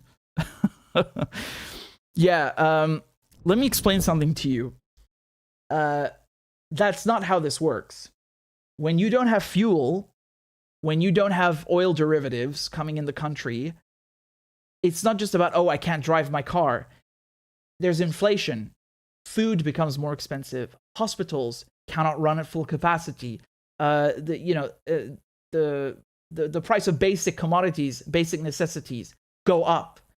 Everything is affected by this. Agriculture, industry, service sector. This is stupid. I cannot believe this guy's the Minister of Economy in Germany, and he thinks like this. You're not going to annoy Putin. Putin's still getting paid. As a matter of fact, he's getting paid more because the gas price has been driven up by Western sanctions. But this idea that we can we can take a bicycle and that's going to annoy the Kremlin. God, you're so dumb. You are going to be really annoyed when you go to the supermarket and see that Aldi, as they have done last week, have raised the prices on over 100 food items, right? Butter, sausages, meat, these are essentials. They've raised some food items by 20 to 50%. Who's being annoyed? Is it the Kremlin or you? Now, don't get me wrong. The Russians are suffering from sanctions too, obviously, and it's not the Kremlin. So it's even in the case of the blowback here, it's also regular, civilians. It's the average Hans, average Johann, or as they say in German, Max Muster, John Doe, right? So I don't see how that's going to help. This is very childish and dumb.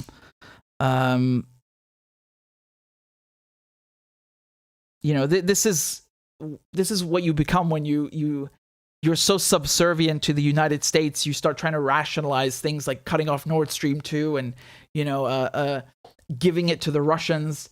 No, not really. If they don't pay up, that's really going to tell you how dumb they are, because Germany needs the gas. I think about 40% of Europe's gas comes from Russia, but when it comes to Germany, 40% of German gas comes from Russia, and a quarter of oil comes from Russia. So again, this is going to affect everything. And Austria has it worse, right? So next door, 80% of Austrian gas comes from Russia. Austria has the lowest gas reserves in Europe. So it's no wonder you had the Austrian chancellor visiting the Kremlin the other day. Of course, it's under the guise of, we're going to try and broker some sort of thing. And Austria is a neutral country, sure. But they really don't have any choice. They'd be screwed the hardest and screwed first if they don't pay. And the smart thing to do is to just pay, because you don't have to change the currency. The Russians are they will sell the rubles for you in your name. I think it's smart, and it's a win-win for everybody, because it's not a breach of contract. You get to still, you can still send euros, and the Russians get to shore up their currency. Anything else is destructive, honestly.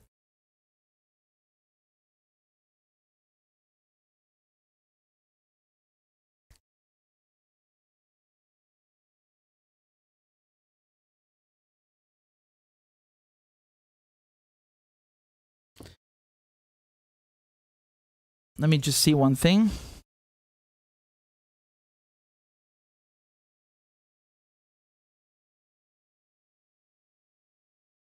Yeah, so this is what I wanted to show you, because I was just talking about Austria. So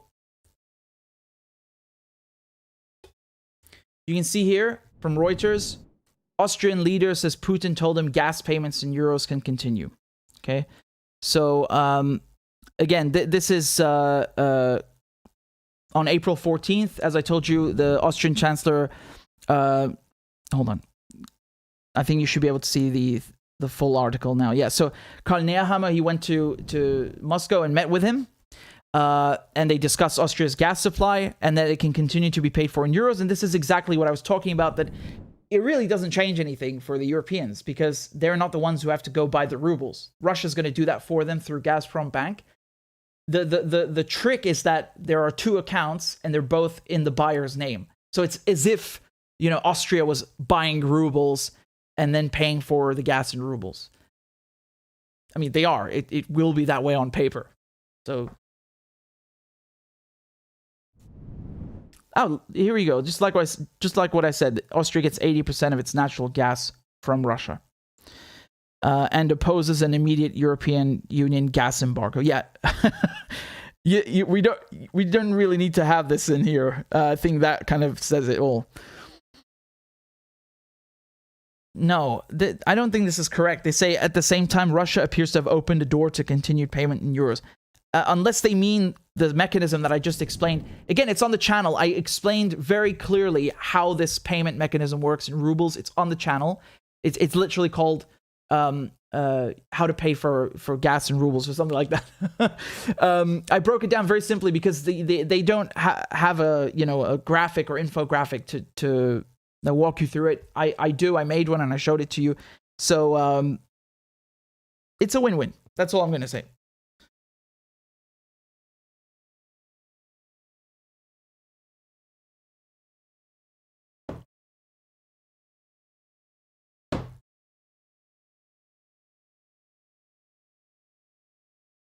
Peter says Germany imported more gas from Russia in the last month than ever before. Also true. Yep. That's also true.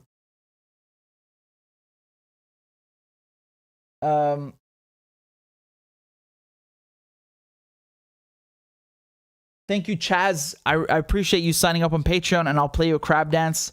Let's go.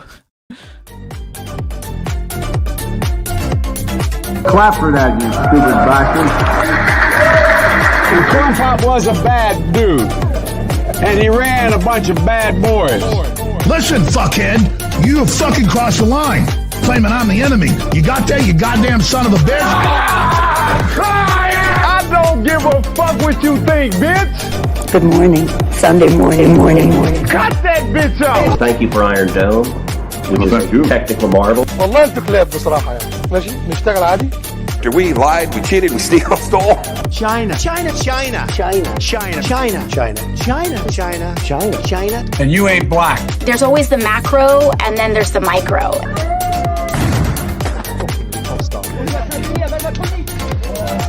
Do not come. Do not come. I'm gonna come. You talking to me? Ladies and gentlemen. I'll have 2 number 9s. Number 9 large. We got him. Why you texting? Why? You're getting nervous, man. Calm down. It's okay. Suck my dick and choke on it. I yield my time. Fuck you.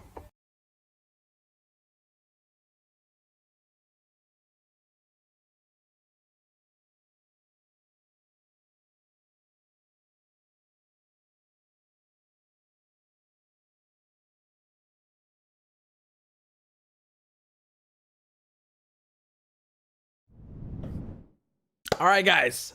Tell me, where are you tuning in from? I asked you guys at the beginning, but some of you might have just tuned in. So let me know in the comments where you're tuning in from. Again, I love seeing, I feel that the audience is a reflection of how international the coverage is, if I may say so.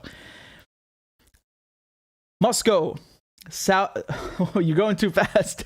Ireland, Scotland, Brunei, Indonesia, Mexico, Arkansas, Toronto, Mordor, Netherlands, Switzerland, South Africa, Argentina, Arizona, Mumbai, India, St. Petersburg, Isfahan.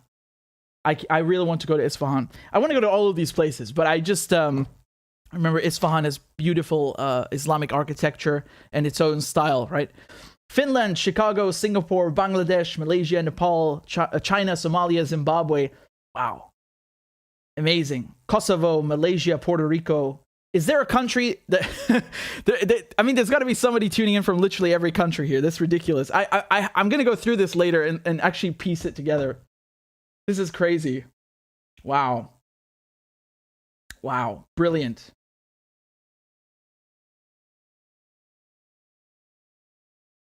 Can I tell you guys a joke? Let me show you this poll. They hold on. What was it called again? They asked Americans if they want to bomb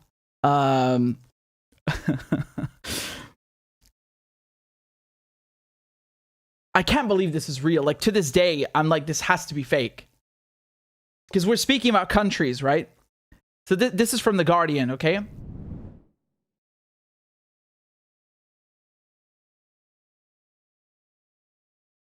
They say 30% of Republican voters support bombing Agrabah, the city from Aladdin.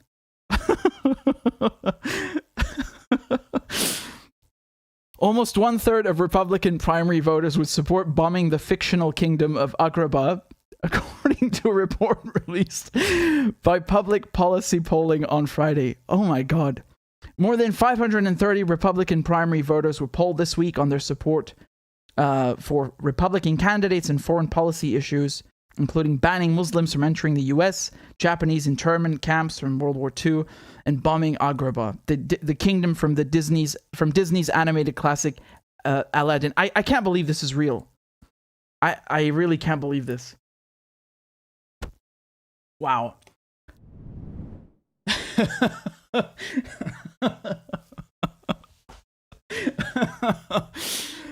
Wow. To be fair, if you ask people in the UK, you might get a similar result. I'm not gonna act like people in the UK are much better at geography.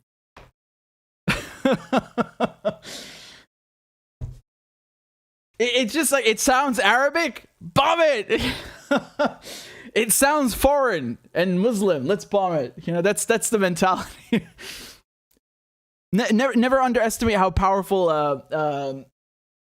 propaganda is. This is a result of conditioning. It's not because the people are inherently bad. It's just because the media, the system, they condition them into being like this. It's terrible, really. Wow.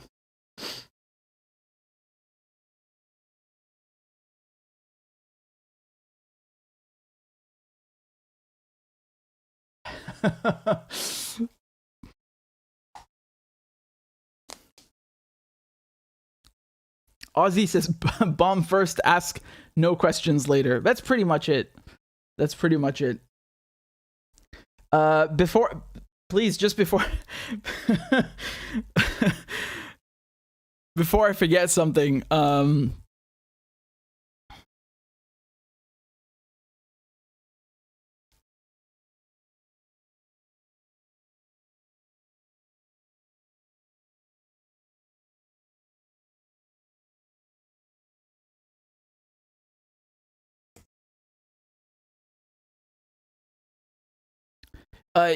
we were talking about how Germany was actually importing more oil.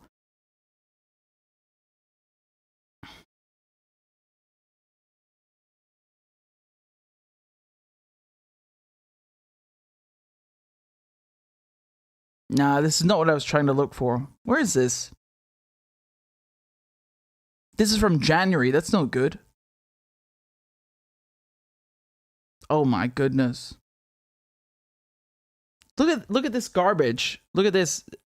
So this is from the Telegraph, and they're saying that Germany's open to Russian oil ban as pressure grows on Berlin over energy embargo. What does that mean? They're open to an oil ban? Do people understand that words have meanings? Oh my god. Please let me explain something to you. 2 weeks ago, I published a report on Yemen, and I did it in cooperation with a Yemeni economist, Oxford graduate, worked at the World Bank for over 10 years. And we showed how the siege on Yemen, the fuel embargo, has caused everything to go down the drain.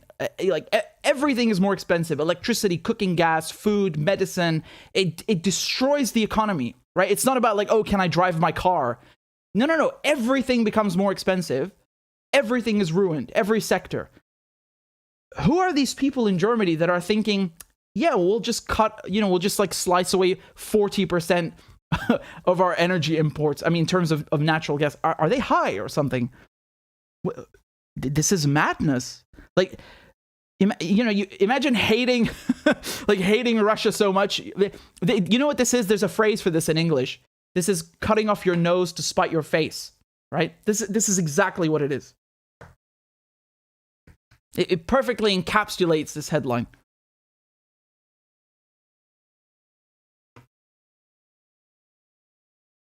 Let's Define says no one remembers Russia's role in World War II. Yeah. I think, even for me, and I like to think I'm quite knowledgeable about World War II. And even for me, I was like already quite old. I mean, I'm not old, but I mean, it was much older before I actually understood that I had been duped, because, I was under the impression, like, obviously I know the Soviets were, part of the Allies. Yes, of course. But when I saw this figure that the Russians, the Soviets, had inflicted 80% of all German casualties, I mean, I'm stunned by that. That really put things into perspective for me, because, you always hear about the American industry, the Lend-Lease, the British intelligence, and of course the Soviets are the first in Berlin. They drove the German army. I mean, since Stalingrad, it was over, right? But that figure has always stuck with me, and it also goes both ways, because if you look at the casualties the Russians suffered, I mean, 26 million Russians killed, and I know just because I did a presentation, I did a talk once on treatment of Allied prisoners of war under the Axis, right? So under the Japanese and the Germans, and it's horrendous. I put up this bar graph which shows how many POWs survived from each country. And from the Chinese, I think it was like 1%, something obscene. And the same thing for the Russians, right? Because they had basically committed genocide against the Chinese. The Japanese did that to the Chinese, and for them, World War II begins in 1937, really. And the Germans were also committing genocide against the Slavs, and they considered Russians to be, like what they call Untermenschen, subhumans.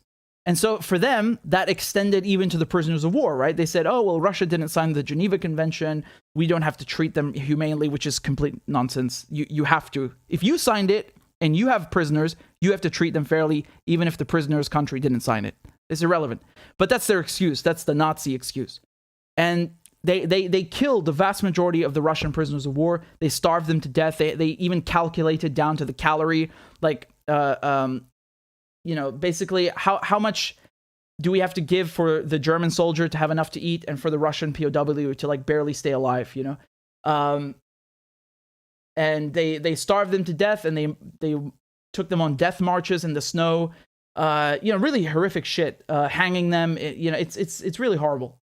And my point is that this is something that you don't really hear much about in the West when they talk about World War II, that the Russians, they suffered the most casualties. I think it's really important to understand, because again,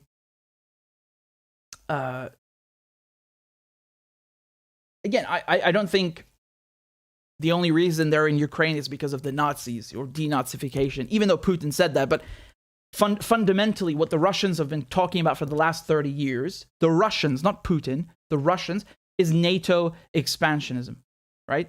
That's their number one security threat in terms of, Eastern Europe and, really all of their borders in general, because it's not just about from Eastern Europe, also on the other side. And so I think that is the number one issue, just reading what they have said, just looking at the records. But at the same time, my point is I wouldn't take the idea of, denazification, that it's just like something the Russians take lightly. I don't think so, because they, again, like I said, they lost more people than anyone. And they also killed more Germans than anyone. And that's why they call World War II the Great Patriotic War. That's, I don't know how they say it, but that's the translation, right? So they don't call it World War II, they call it the Great Patriotic War. So, yeah, I think culturally speaking and in the collective memory, they don't take kindly to any of this stuff, right?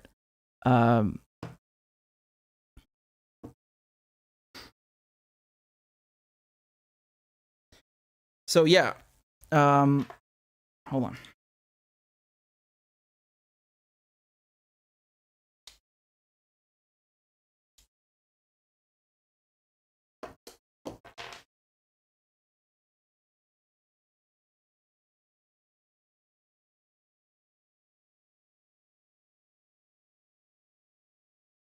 Let me talk about this ship, because I wanted to talk about it, but I didn't think we'd have time. Let's go for it.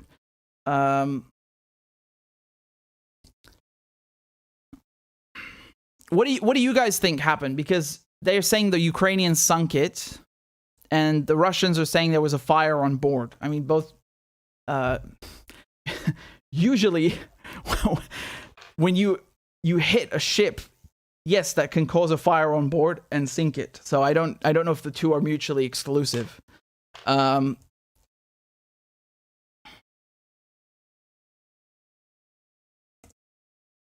think what the New York Times have been trying to do is paint the Russians as like trying to cover up their losses. Because if you look at what they posted, I'll show it to you in a second. They were posting about this ship being sunk, and they tried to frame it in a way like the Russians are hiding what happened,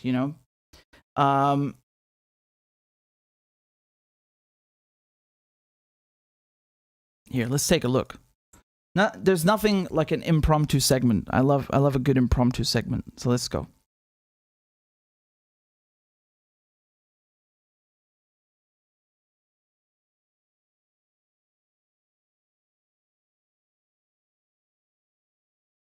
Just give me a second.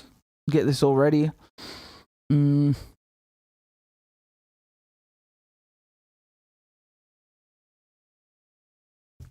Yeah.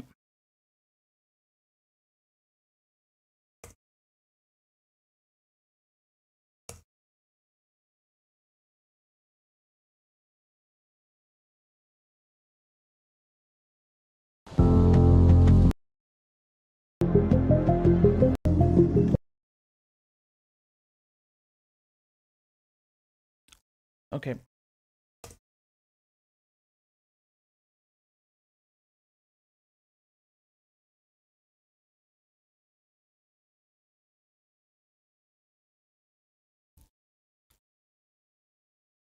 So the Russian flagship, the Moskva, has apparently been sunk in the Black Sea. Let's take a look at this from the BBC. So they say a Russian warship that was damaged by an explosion on Wednesday has sunk, according to Russia's defense ministry. So Moskva, the flagship of Russia's Black Sea fleet, was being towed to port when, quote-unquote, stormy seas caused it to sink. The 510 crew missile cruiser was a symbol of Russia's military power, leading its naval assault on Ukraine. Now, Kiev says its missiles hit the warship, and the US says it also believes it was hit by Ukrainian missiles. Moscow has not reported any attack. It says the vessel sank after a fire.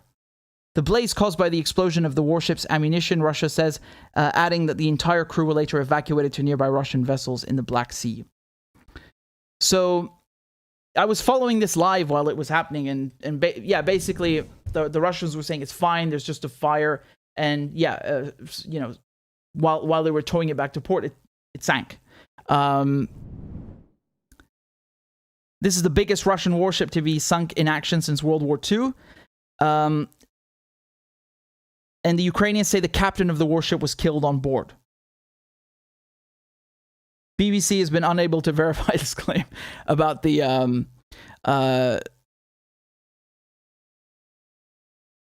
here's the New York Times, right? Take a look what they said.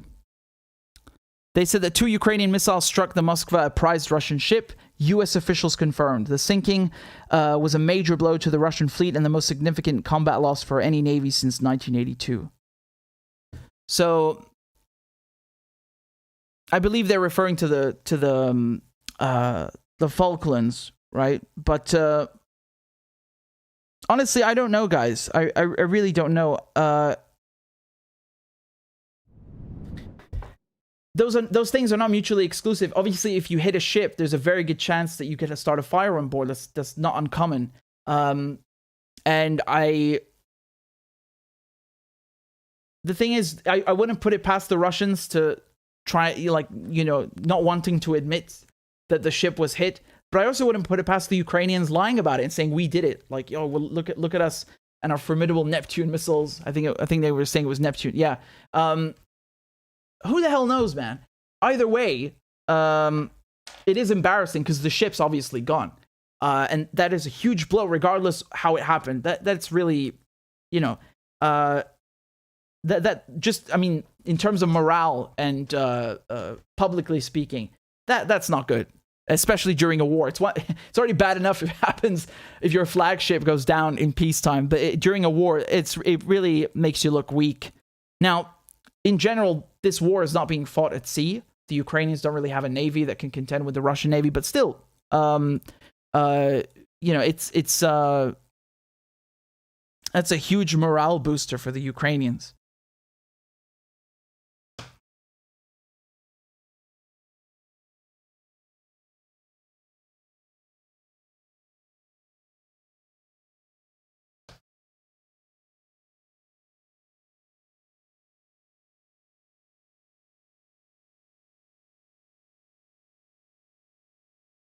Vitaly says it's a loss, but it's not a huge loss. Come on. Yeah, I know. If you're talking about fighting the war, obviously, like I said, it's not a naval battle. We're not talking about the Pacific Fleet here. But just in terms of morale, yeah, it doesn't look good. Whatever. I don't think this is going to change anything about, how things are going. There's a U.S. ship from World War II that also sank, right? Let me show you. Which is funny, right? Like, happened on the same day.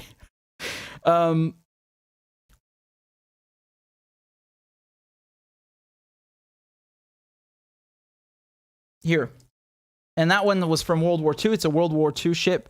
This is the USS the Sullivans. It's a naval destroyer from World War II. And CNN posted a video of this is a sad day for the naval park, all right?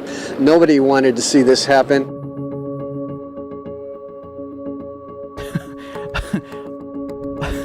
Obviously, it's not. We're not talking about something of the same caliber, but these are old ships, and when they say that this is the biggest thing since 1982, I was right. They're talking about the Falklands. So the British, they apparently we own some island next to Argentina, apparently, and the Argentines they sank a British guided missile destroyer, and yeah, that was a huge blow to morale. It's humiliating. But I think that was way worse. That was way worse for the British, way more embarrassing, because they basically they'd sailed for weeks down to Argentina, we're gonna protect our sovereignty, and again, just colonial nonsense, and then having that sunk, it just really showed again that the British armed forces, and specifically the Navy, are just not they don't rule the waves, as they say, anymore. that was way more embarrassing.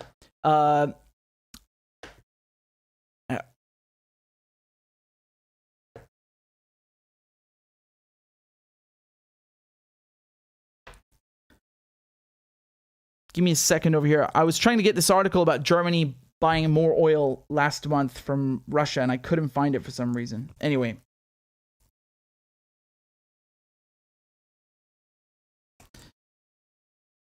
Tony says the map by population is even funnier. I'm not sure what map you're talking about anymore. Is this when I was showing the countries that have sanctioned Russia? Is that it? Yeah, that was funny.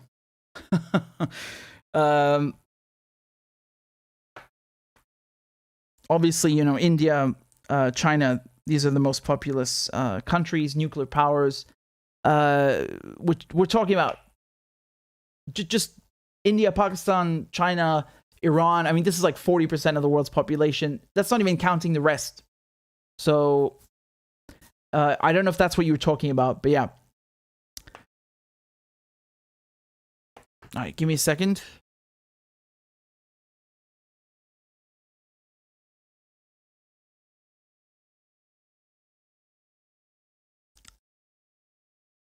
Vitali says that those islands belong to Argentina. They belong to Argentina. Yeah,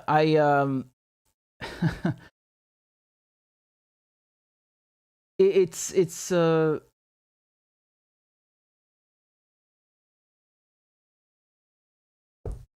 just a place they want to assert dominance and have, I think they have an Air Force base there. I don't know what they've beefed it up with since then, but that was really a huge blow. Anyway.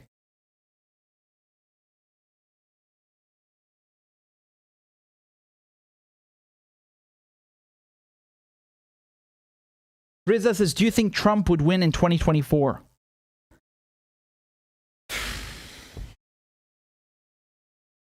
I don't know. Man. Wouldn't it be nice to have like an actual, like, normal American as president? Like somebody who's not a political hack job like Trump or Biden. Somebody who's not bought. That would be nice.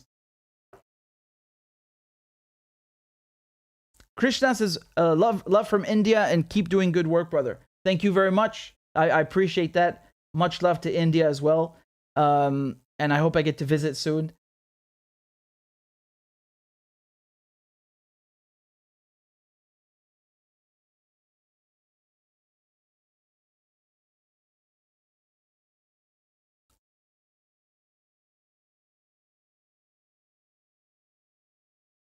Khan says, do you think they really captured and killed Osama bin Laden in Pakistan? I don't know. I think I mean, what difference does it make? What difference does it make? At the end of the day, you know, whether you want to believe that the guy is in Cuba right now or he was killed in Pakistan, at the end of the day, he was a CIA asset, and that's a fact, and it doesn't change anything. You know what I mean?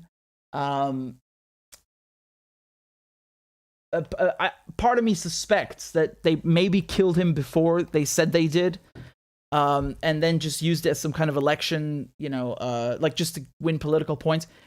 One thing I will say, though, you cannot deny that there was a lot of like propaganda wins from that. You remember this movie that they made? What was it? Zero Dark 30.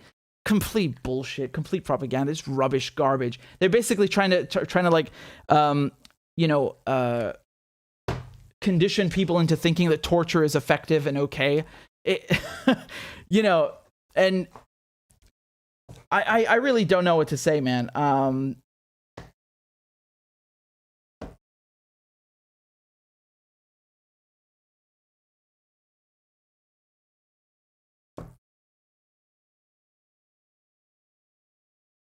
Do you know what's also suspicious? Like, they look at this. They said that Osama bin Laden, you know, most wanted man. He hates America. He's an enemy. And then they want to give him a proper burial, and they bury him at sea. Really? I can tell you. Let me tell you one thing. I have seen photographs of British and American troops torturing Afghans, torturing Iraqis, treating them like subhuman. And you're telling me they captured bin Laden, they killed him, and they didn't do any funny business? There was no funny business? They treat far less important people way worse than what they're claiming. I mean, I'm sorry, I don't really buy that. I don't really buy that. And again, I just want to be clear, like, you know, we can sit here all day and hypothesize, is he really dead? Did they really kill him? It doesn't change anything. The important takeaway is that the motherfucker was a CIA asset. This is something that, you know,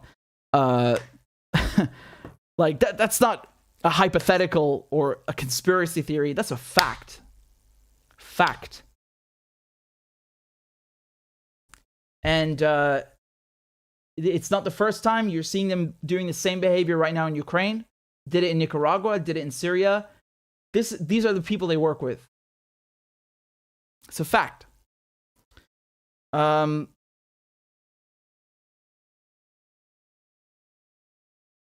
I think it's funny. You know why? Because it shows you again how the Americans they always it's like the mafia, you know. It's not just the Americans. I mean, NATO in general. They tie up loose ends, right? It's like the mob. Like, they'll use someone or work with them just to get something done, and then once they've finished using them, they'll go and kill them so they don't talk, or whatever the reason is. You know, tying up loose ends is the same thing, right? They did it with Saddam. They did it with the Kurds, right? They used them in Syria and then just left them. You know, everybody they ally themselves with, they always stab in the back. What is that quote by Kissinger? Like, he says, being an American enemy is dangerous. Being an American ally is fatal. He's right. It's on point.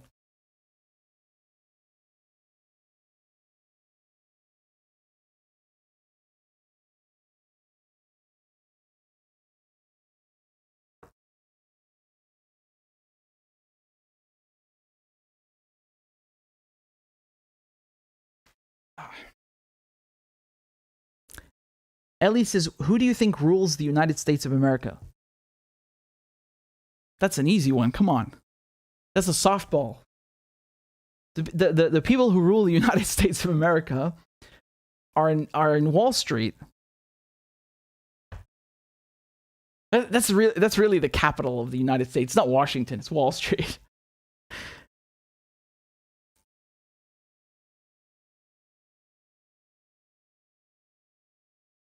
Yeah, you guys got it. See, I see a lot of you saying banks. That's it.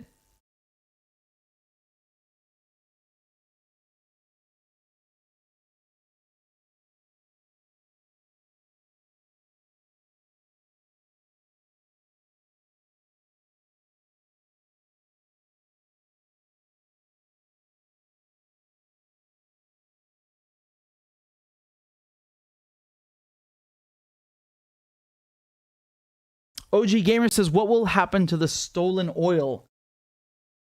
What stolen oil? Do you mean from Syria? From Hasake, from Deir ez-Zor? Which Biden and Trump were stealing. Well, I'll tell you what happens. They had a company set up called Delta Crescent Energy, right? Yeah. It was an LLC, and it's based out of Delaware, where Biden used to be a senator. Delaware is sort of the, tax. It's the tax haven inside the U.S., right? You can call it that. Well, that oil has a complicated history because look, you have to remember this area has been under control of various people. So at one point it was under ISIS control, and ISIS was selling it to Turkey. They were selling it to other places, mostly Turkey though. And of course that goes to financing terrorism, right? And right now the Americans have it, and so this company, Delta Crescent Energy. Do you know who founded this company? It's founded by 3 people. Okay? So this oil company, this US oil company that's stealing Syria's oil. One of the people who founded it used to be the US ambassador to Denmark under Bush, right? And the other 2 guys are military types. I don't remember in what branch they were, but from the US armed forces. Just straight up like colonizers, right?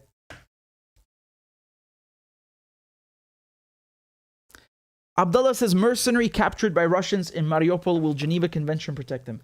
Well, I don't know about, Mariupol specifically, but in general, I don't think the Geneva Convention has protections for mercenaries. Pretty sure it doesn't. It has protections for civilians, for public infrastructure, for conventional armed forces. I don't think it has protections for mercenaries. Never heard that. I mean, I'm not saying it's okay to like torture people, obviously not. But you asked me a technical legal question, and I'm telling you the answer. So there's no protection for mercenaries.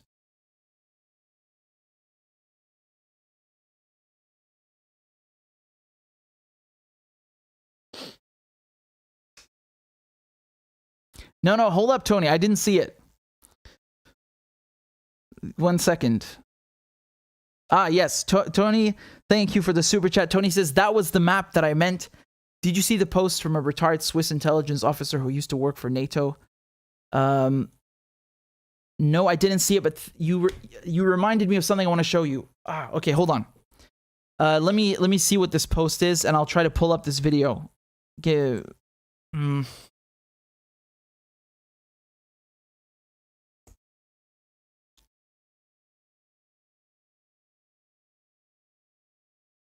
I see the post, and I'll put this aside and look at it later. Thank you, Tony. I appreciate it. And I just want to show you guys one thing. Give me a second to it's a video, and you're gonna love this. You're gonna love this. Okay.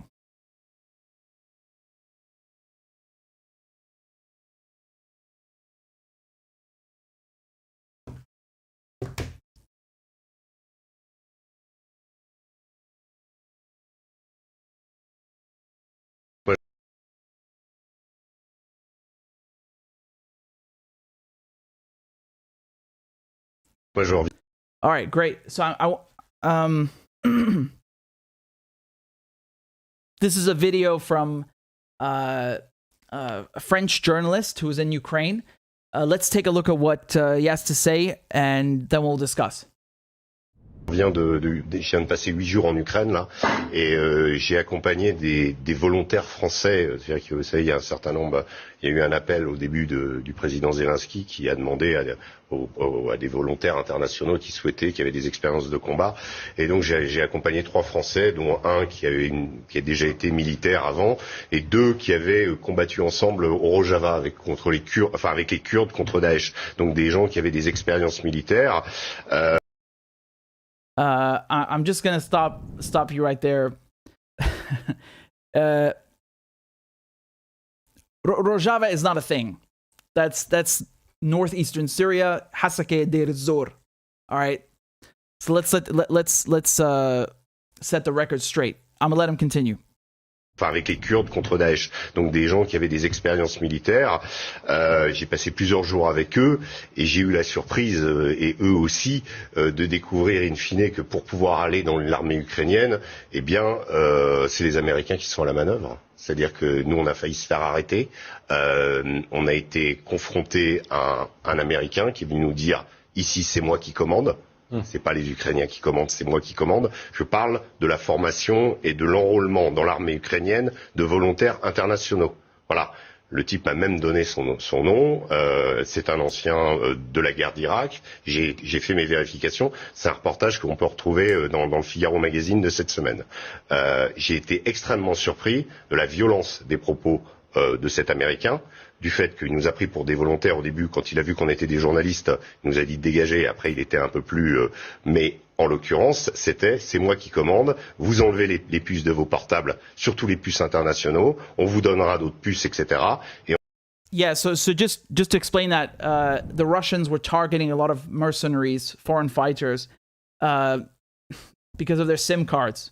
When you see, you know, like 20 UK numbers in the same area, it's a pretty good guess those are foreign fighters coming from the UK, for example, right? So that's why, and Russia actually, they struck a base full of foreign fighters, including from the UK, because they forgot to take their SIM cards out. So yeah, that's a thing. En l'occurrence, c'est moi qui commande. Vous enlevez les puces de vos portables, surtout les puces internationaux. On vous donnera d'autres puces, etc. Et ensuite, on signe un contrat jusqu'à la fin de la guerre. Et qui est à la manœuvre? Eh ben, ce sont les Américains. Je l'ai vu de mes yeux vus. C'est pas, alors, ce n'est pas l'armée américaine officiellement. J'ai compris. Évidemment, vous comprenez. On va pas le dire. Mais en l'occurrence, c'est quand même quelque chose des Américains. Ouais. C'est quand même assez significatif. On sait que là, hier, ils ont envoyé une centaine de nouvelles armes qui s'appellent des Switchblade, qui sont des sortes de drones qu'on envoie par mortier et ensuite qu'on peut téléguider, donc des nouvelles armes. Officiellement, ils l'ont fait et ils vont le faire. Donc, ils ont quand même opéré par rapport à ce que dit Karim, c'est quand même la vérité.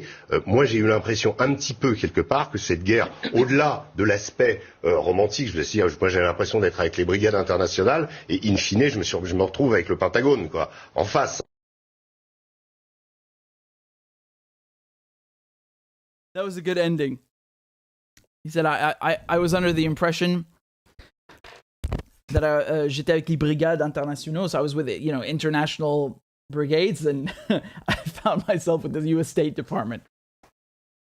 This is what I like about the French, because sometimes, the French don't like the English and they don't like the Americans, really. So they're not afraid to say truths like this, right? This isn't something you would hear on MSNBC or the BBC, right? I don't know what to say. He kind of said it all, right? So this idea that you have benevolent, noble warriors that are making this journey into Ukraine and helping out against the big bad Russian bear, of their own accord, and it's just like it's a foreign legion. Not really. It's not even the Ukrainians running it. It's obviously the Americans. We didn't really need this video to know that, but it's nice to be vindicated. I'm sure most of you knew this already.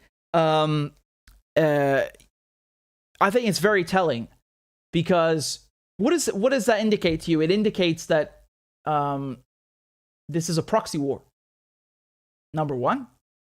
And number two, the United States doesn't appear to be interested in a diplomatic solution, because the correct thing to do is, would have been to avoid this whole war in the first place, right? You don't have to like Russia to understand that, as the largest country on earth with the most nukes and being surrounded by an adversarial military alliance, that's not going to end well.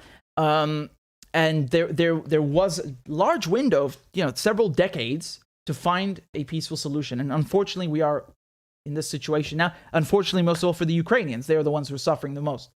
And of course, Europeans will suffer from sanctions, and the Americans as well. There will be blowback. But my point is that when you want to end a conflict, you engage in diplomacy You don't send more weapons and send advisors and try to, rack up foreign fighters and keep the machine going. I don't think this is very helpful. And just look at it this way. Imagine you're the Russians right now and you're seeing this, hearing this information, which I'm sure they already knew, but it really shows you that this is not just an issue with Ukraine. This is the United States fighting Russia through Ukraine, right? It's a proxy war, and that is very, very important to understand because it puts the whole thing into a different perspective, right? It puts it into context. It's not just about the big bad Russian bear. No, there are other interests at play here. And when we say the U.S. is running the show, we mean that quite literally, running the show on the ground. So another thing to look at is also that, they say, well, the West, they're just sending weapons. It's more than that. It's more than that. And,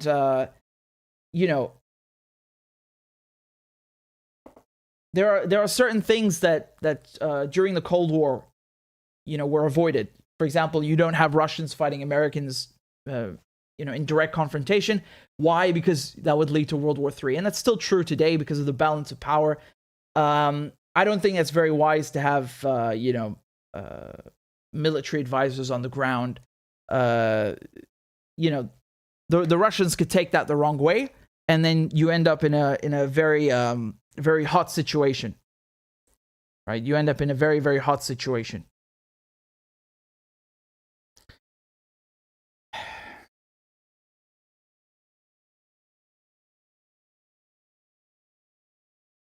But again, diplomacy is not profitable. Diplomacy doesn't make money.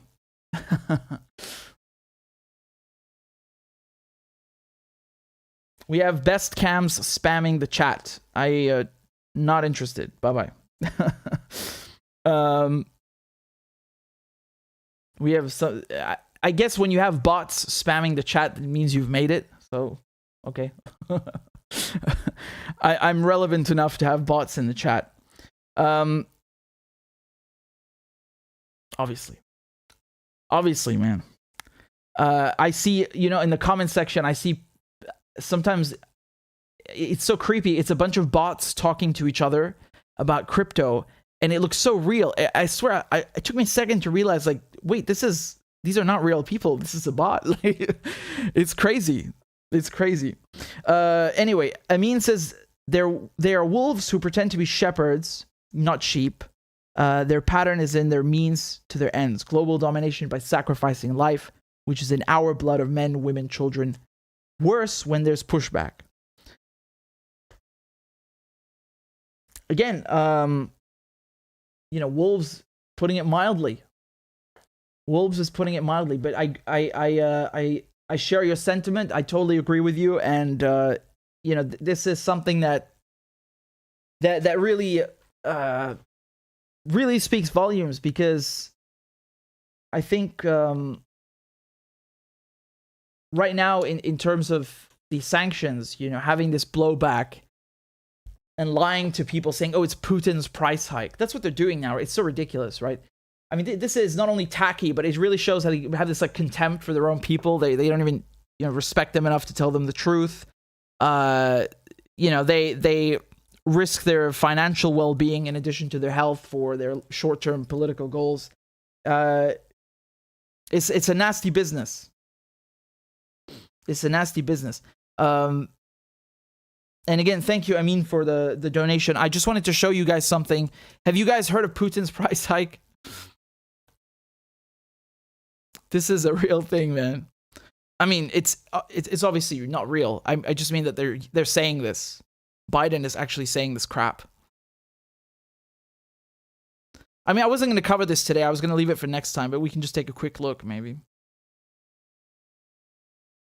Just again, I'm not going to do a segment right now. I'll do it next time, but let's just have a laugh, okay? So, Joe Biden, he's been going around and saying that higher gas prices and inflation, it's all because of Putin. He's literally been calling it Putin's price hike. Right? Great PR. Shall we take a look?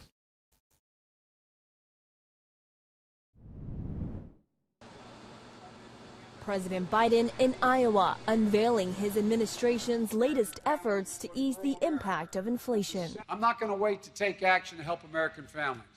I'm doing everything within my power by executive orders to bring down the price of Where'd he go? The Putin price hike.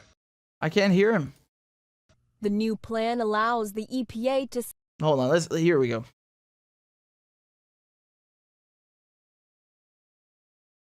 China and Ukraine and here you go. He's confusing countries again. Largest grain producers in the world, China and Ukraine and Russia are not doing what they usually do, so everything's going up. We saw today's inflation data. 70% of the increase in prices in March came from Putin's price hike in gasoline. What the fuck? You sanctioned Russian energy imports, you dumb motherfucker. You lying. Even this bird shat on him. A bird literally crapped on Biden while he said that, which I think, perfectly encapsulates how I feel about this monstrosity or this ridiculous. What do you mean Putin's price hike? Dude, I was live. I was literally watching the gas prices and oil prices go up live with you guys on the channel when the Americans were saying, when they were contemplating banning Russian energy. We saw that together live, right? We were streaming for like 8 hours, something ridiculous. Highest oil prices since 2008, barrel of oil up to $135. Dutch, British gas, also at their highest since several years, since many, many years. And that was a direct result of the Americans saying we might ban Russian energy imports. And then when they did ban them, it went up even higher. Putin's price, oh my God. Man, listen, let me explain this very simply. Putin's price hike would be if the Russians said, you have to pay double for gas. They're not doing that. They're not. They're being paid more because you sanctioned Russian energy imports. Yes, but that's not Russia. If Russia wanted to be, really vindictive, they could just turn off the gas. And yes, they would lose revenue in the short term. But again, where the Europeans don't have alternatives, the Russians do in Asia. So you can't deny that. They have places to take their gas, people that are willing to do business with them to the east, to the south. Europe doesn't have an alternative to Russian gas, at least not now. And I think this is very disgusting because, they've been printing money like you would not believe, right? Trillions. And then they want to blame all of this on Russia. Man, this is so disgusting, really. It's typical capitalism. They have this, they've engineered this system that relies on, having the working class face the full brunt of their recklessness every couple of years. And I don't think most people have recovered from the crash in 2008, right? But just generally speaking, they act so recklessly, whether it was, in 2008 or right now with this insane money printing. They impose sanctions on Europe's, top energy importer, one of their most important partners. Again, Russia is one of the top suppliers of fertilizer, in addition to gas and oil, and wheat. So what do you expect? You're basically trying to isolate this country from the world economy. Of course prices are going to go up, you idiot. Russia didn't raise the prices. A price hike is when you purposely, try to, basically make people pay through the nose, right? And fork up extra cash for no reason. That's not what happened. There's blowback right now, and because they're too proud to admit this, they can't admit that we caused this, we meaning the liberals in the EU and the United States. They have to come up with this ridiculous line, Putin's price hike. What garbage. What garbage. Someone should give that bird a prize for doing us all a favor. And I like this phrase. He says, they're not doing what they usually do. What does that mean? They're not doing what they usually do. They're not doing it as they're told. I don't even know what that means. As far as I'm aware, no one has cut back production unless, of course, it's a result of the war, but purposely no one in terms of wheat. What a clown. And this is, of course, something that you've been seeing a lot. You know, Jem Psaki, the White House spokesperson, she was also talking about this. Do you remember this clip? You may have noticed this week that your gas prices have gone up. I want to talk to you a little bit about why. A lot of it has to do with Vladimir Putin. The reality is that Russia is one of the 3 largest oil producers in the world. And the fact that they have started this conflict, invaded a foreign country, and they are such a big producer of oil in the world is the reason why the global oil markets are disturbed right now and why your gas prices are going up. The president's going to do everything he can to bring down the price of gas for the American people. But there are a few facts you should be aware of. U.S. production of oil and gas is rising. In fact, in the first year of the Biden presidency, there was more oil and gas produced in the United States than the first year of the Trump presidency. And there's opportunities to produce more from here. But part of this is on the oil companies. Right now, there are 9,000 approved unused permits that oil and gas companies could tap into now to ramp up production. So what the president is doing is ensuring we're taking steps here to get more oil out into the global marketplace. That includes the release of 40 million barrels from the Strategic Petroleum Reserve back in the fall, and he just announced their planned release of an additional 30 million barrels. The only way to protect the United States over the long term is to become energy independent. That's why the president has been so focused on investing in clean energy technologies, so that we... What? You just bloody said that there's all this oil that hasn't been tapped into. And now it's saying we're going to invest in clean energy. Am I hallucinating? Did she not just contradict herself? Like, oh my God, I'm speechless. They lie so badly. It's not even well done. It's just horrible. It's just horrible. And there's opportunities. They're proud that they're producing more oil than Trump. Hold on a second. I thought Democrats are supposed to be like the people that are believers in science. Like unlike those Republicans who don't believe in climate change. Do you remember this whole nonsense that they keep coming up with? Oh, we care about the environment. We believe in science. We're going to act on climate change. Yeah, what? Doing what? What exactly? Please explain that to me. Did Obama and of course Biden with him, did they not crack down on protesters?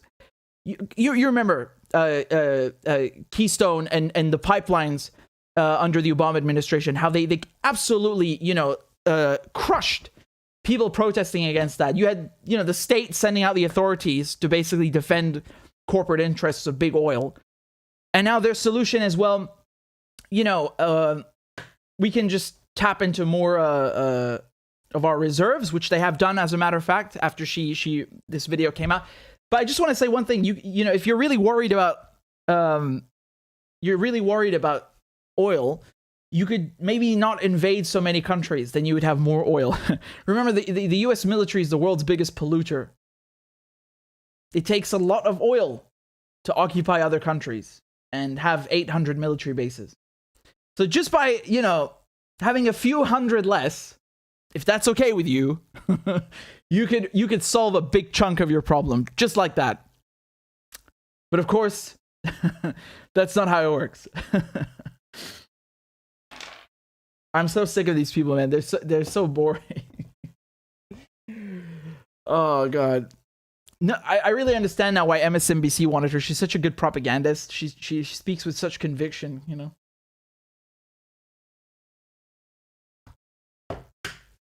Thank you, Ron, for subscribing and for hitting the bell notification. I appreciate that very much.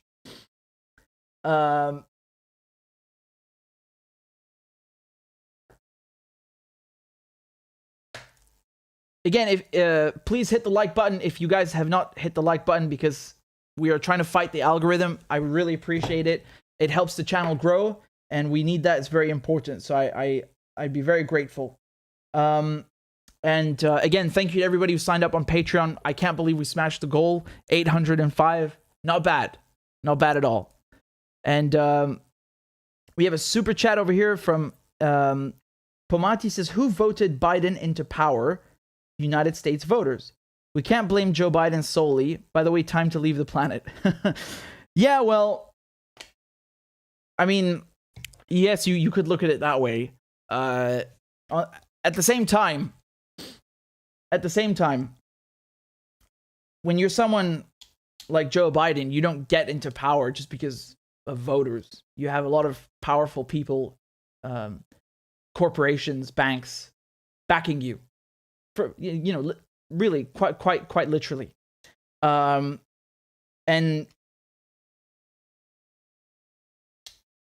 yeah, I know people like to think, oh, it's a democracy and people have free will. I don't really believe in that, man. I think if you get to some place like the White House, it's because, it's not because people went to a ballot. It's because people in Wall Street, banks, corporations want you to be there. They put you there, right? And the rest is just decorum. It's just a show. I know that's a lot. It's tough for people to hear that because they're indoctrinated into thinking from since birth, the U.S. is a democracy and you have free will and you choose your leader. That's bullshit. Even when you do, like, let's say you do choose it, they give you the choice between diarrhea and shit. It's still shit.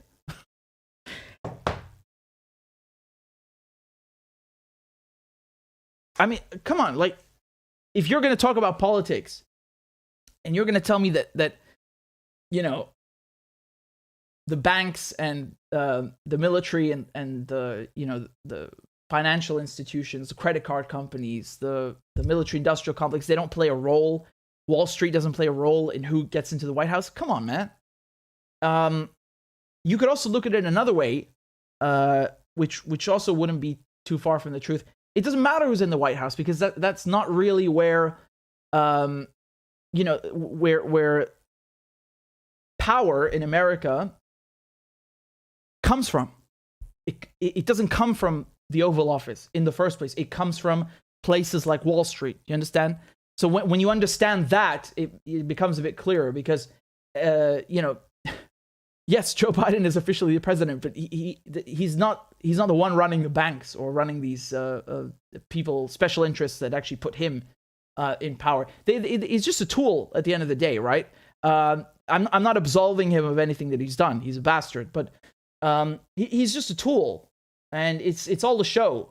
I think if you look at, and again, I want to be very clear. I'm not talking only about the U.S. This is very true of the U.K. as well, and many countries actually. But my point is that given that the U.S. is kind of, well, we say a hyperpower. That's how I was taught that the U.S. is a hyperpower because, in the Cold War, you had two superpowers, the Soviets and the Americans. And then after the Soviet Union ceased to exist, you had only one superpower. And so the U.S. became de facto a hyperpower. Although my education was in French, so I don't know if that's a term in English. I think it makes sense. And my point is that because the U.S. is the world's hyperpower, that's why we talk about it. In particular, if we were living in the 19th century, we'd talk about the UK, right? So you don't get to that kind of that office without those people behind you.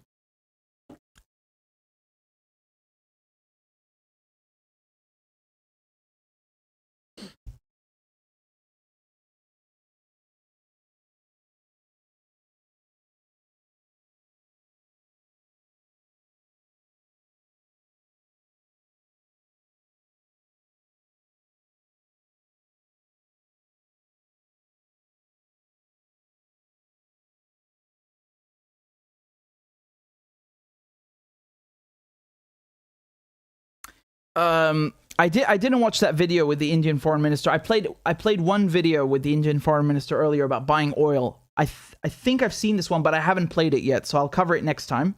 And thank you for reminding me.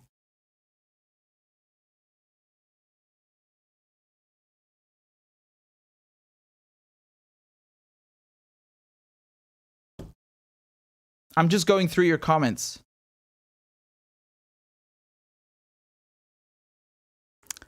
Malcolm says it's a monopolized two-party system in the USA. Both operate in the same way with the same exact warmongering policies, and our media is monopolized too by the military-industrial complex. Very, very aptly and succinctly put. Yep.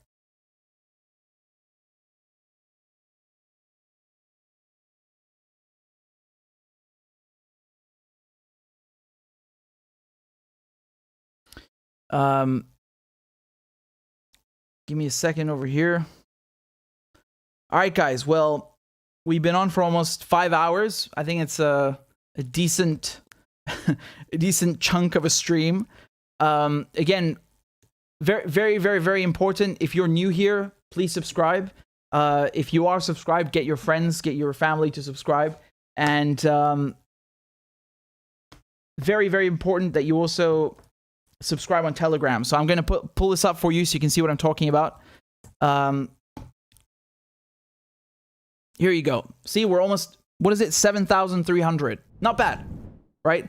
So we've got 7,000, almost 7,300 people on Telegram. So whenever I go live, I'll send you a notification. You'll never miss a live stream. And if you prefer email instead of Telegram, that's also no problem, because I'm on Substack. You just put in your email and hit subscribe, and that's it. You'll get an email whenever I go live. So that's richardmedhurst.substack.com.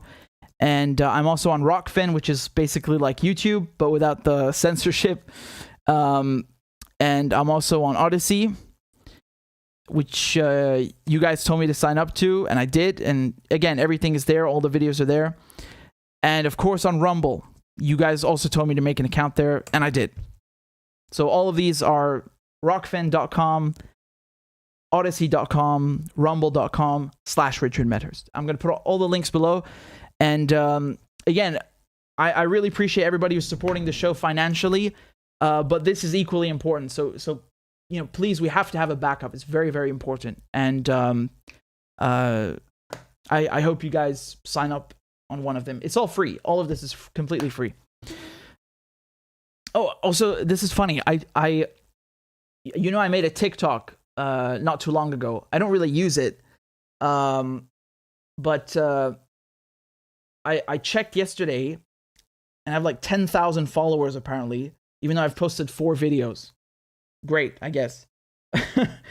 I saw people were like stealing my shit and my videos from here, and I'm not kidding. Like that stuff was like going viral. People were saying like, "Oh, you went viral on TikTok." It's like, what do you mean? I don't have a TikTok. And I don't know. You basically had people posting my videos and like literally millions of views. So I was like, you know what? I made it. I should make an account, and I did. So yeah. Anyway. This is all your fault. This is all your fault, guys.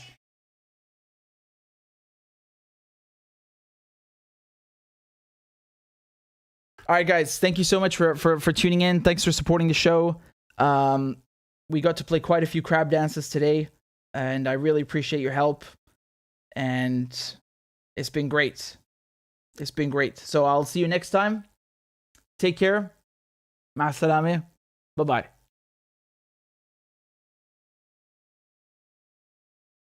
I am once again asking for your financial support. A is for All men and women created by go. You know the thing. B is for I'm beginning to see why your wife left you. C is for Corn Pop was a bad dude, and he ran a bunch of bad boys. D is for Don't worry, I'm so serious. Children, I love to hear them. E is for Excuse to walk by the dealer and say, no, I'm not going to be a mule. I got something to do. I got to go do boom, boom, boom.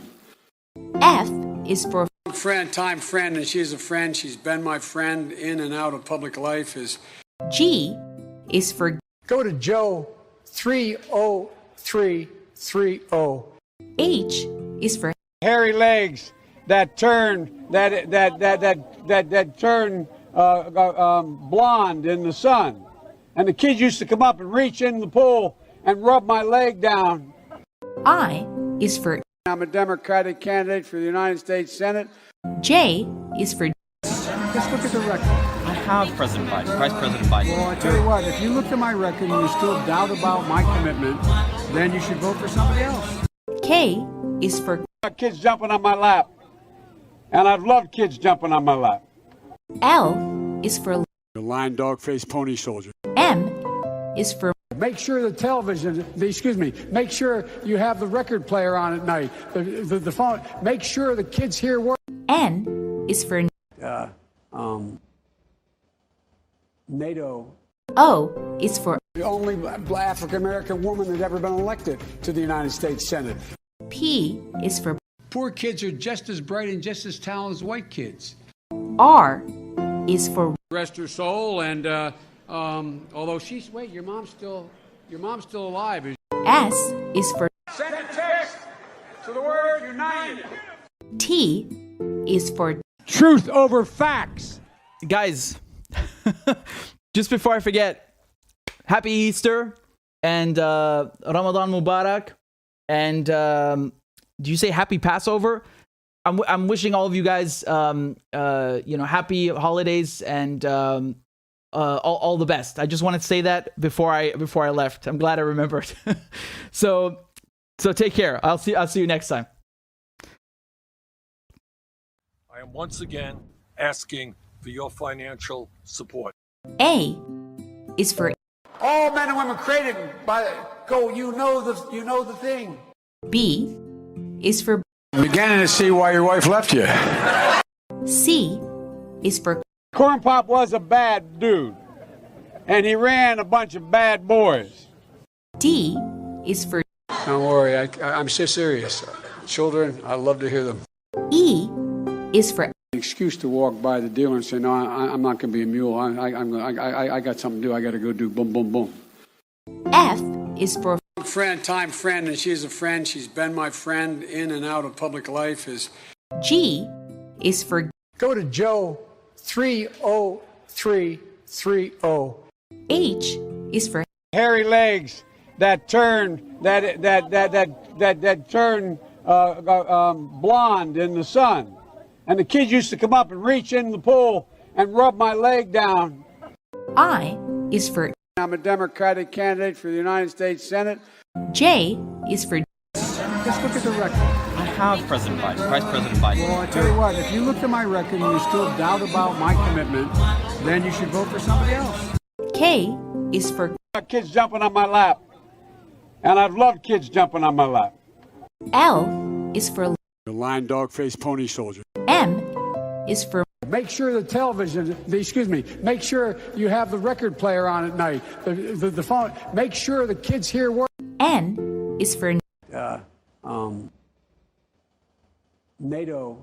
O is for The only African American woman that's ever been elected to the United States Senate. P is for Poor kids are just as bright and just as talented as white kids. R is for Rest her soul, and although she's your mom's still alive. S is for Send a text to the word united. T is for Truth over facts. U is for Union workers, the UAW took incredible cuts in their future. V is for Don't vote for somebody else. All right, thanks so much. W is for Wait, you're getting nervous, man. Calm down. It's okay. X is for Xi Jinping. Y is for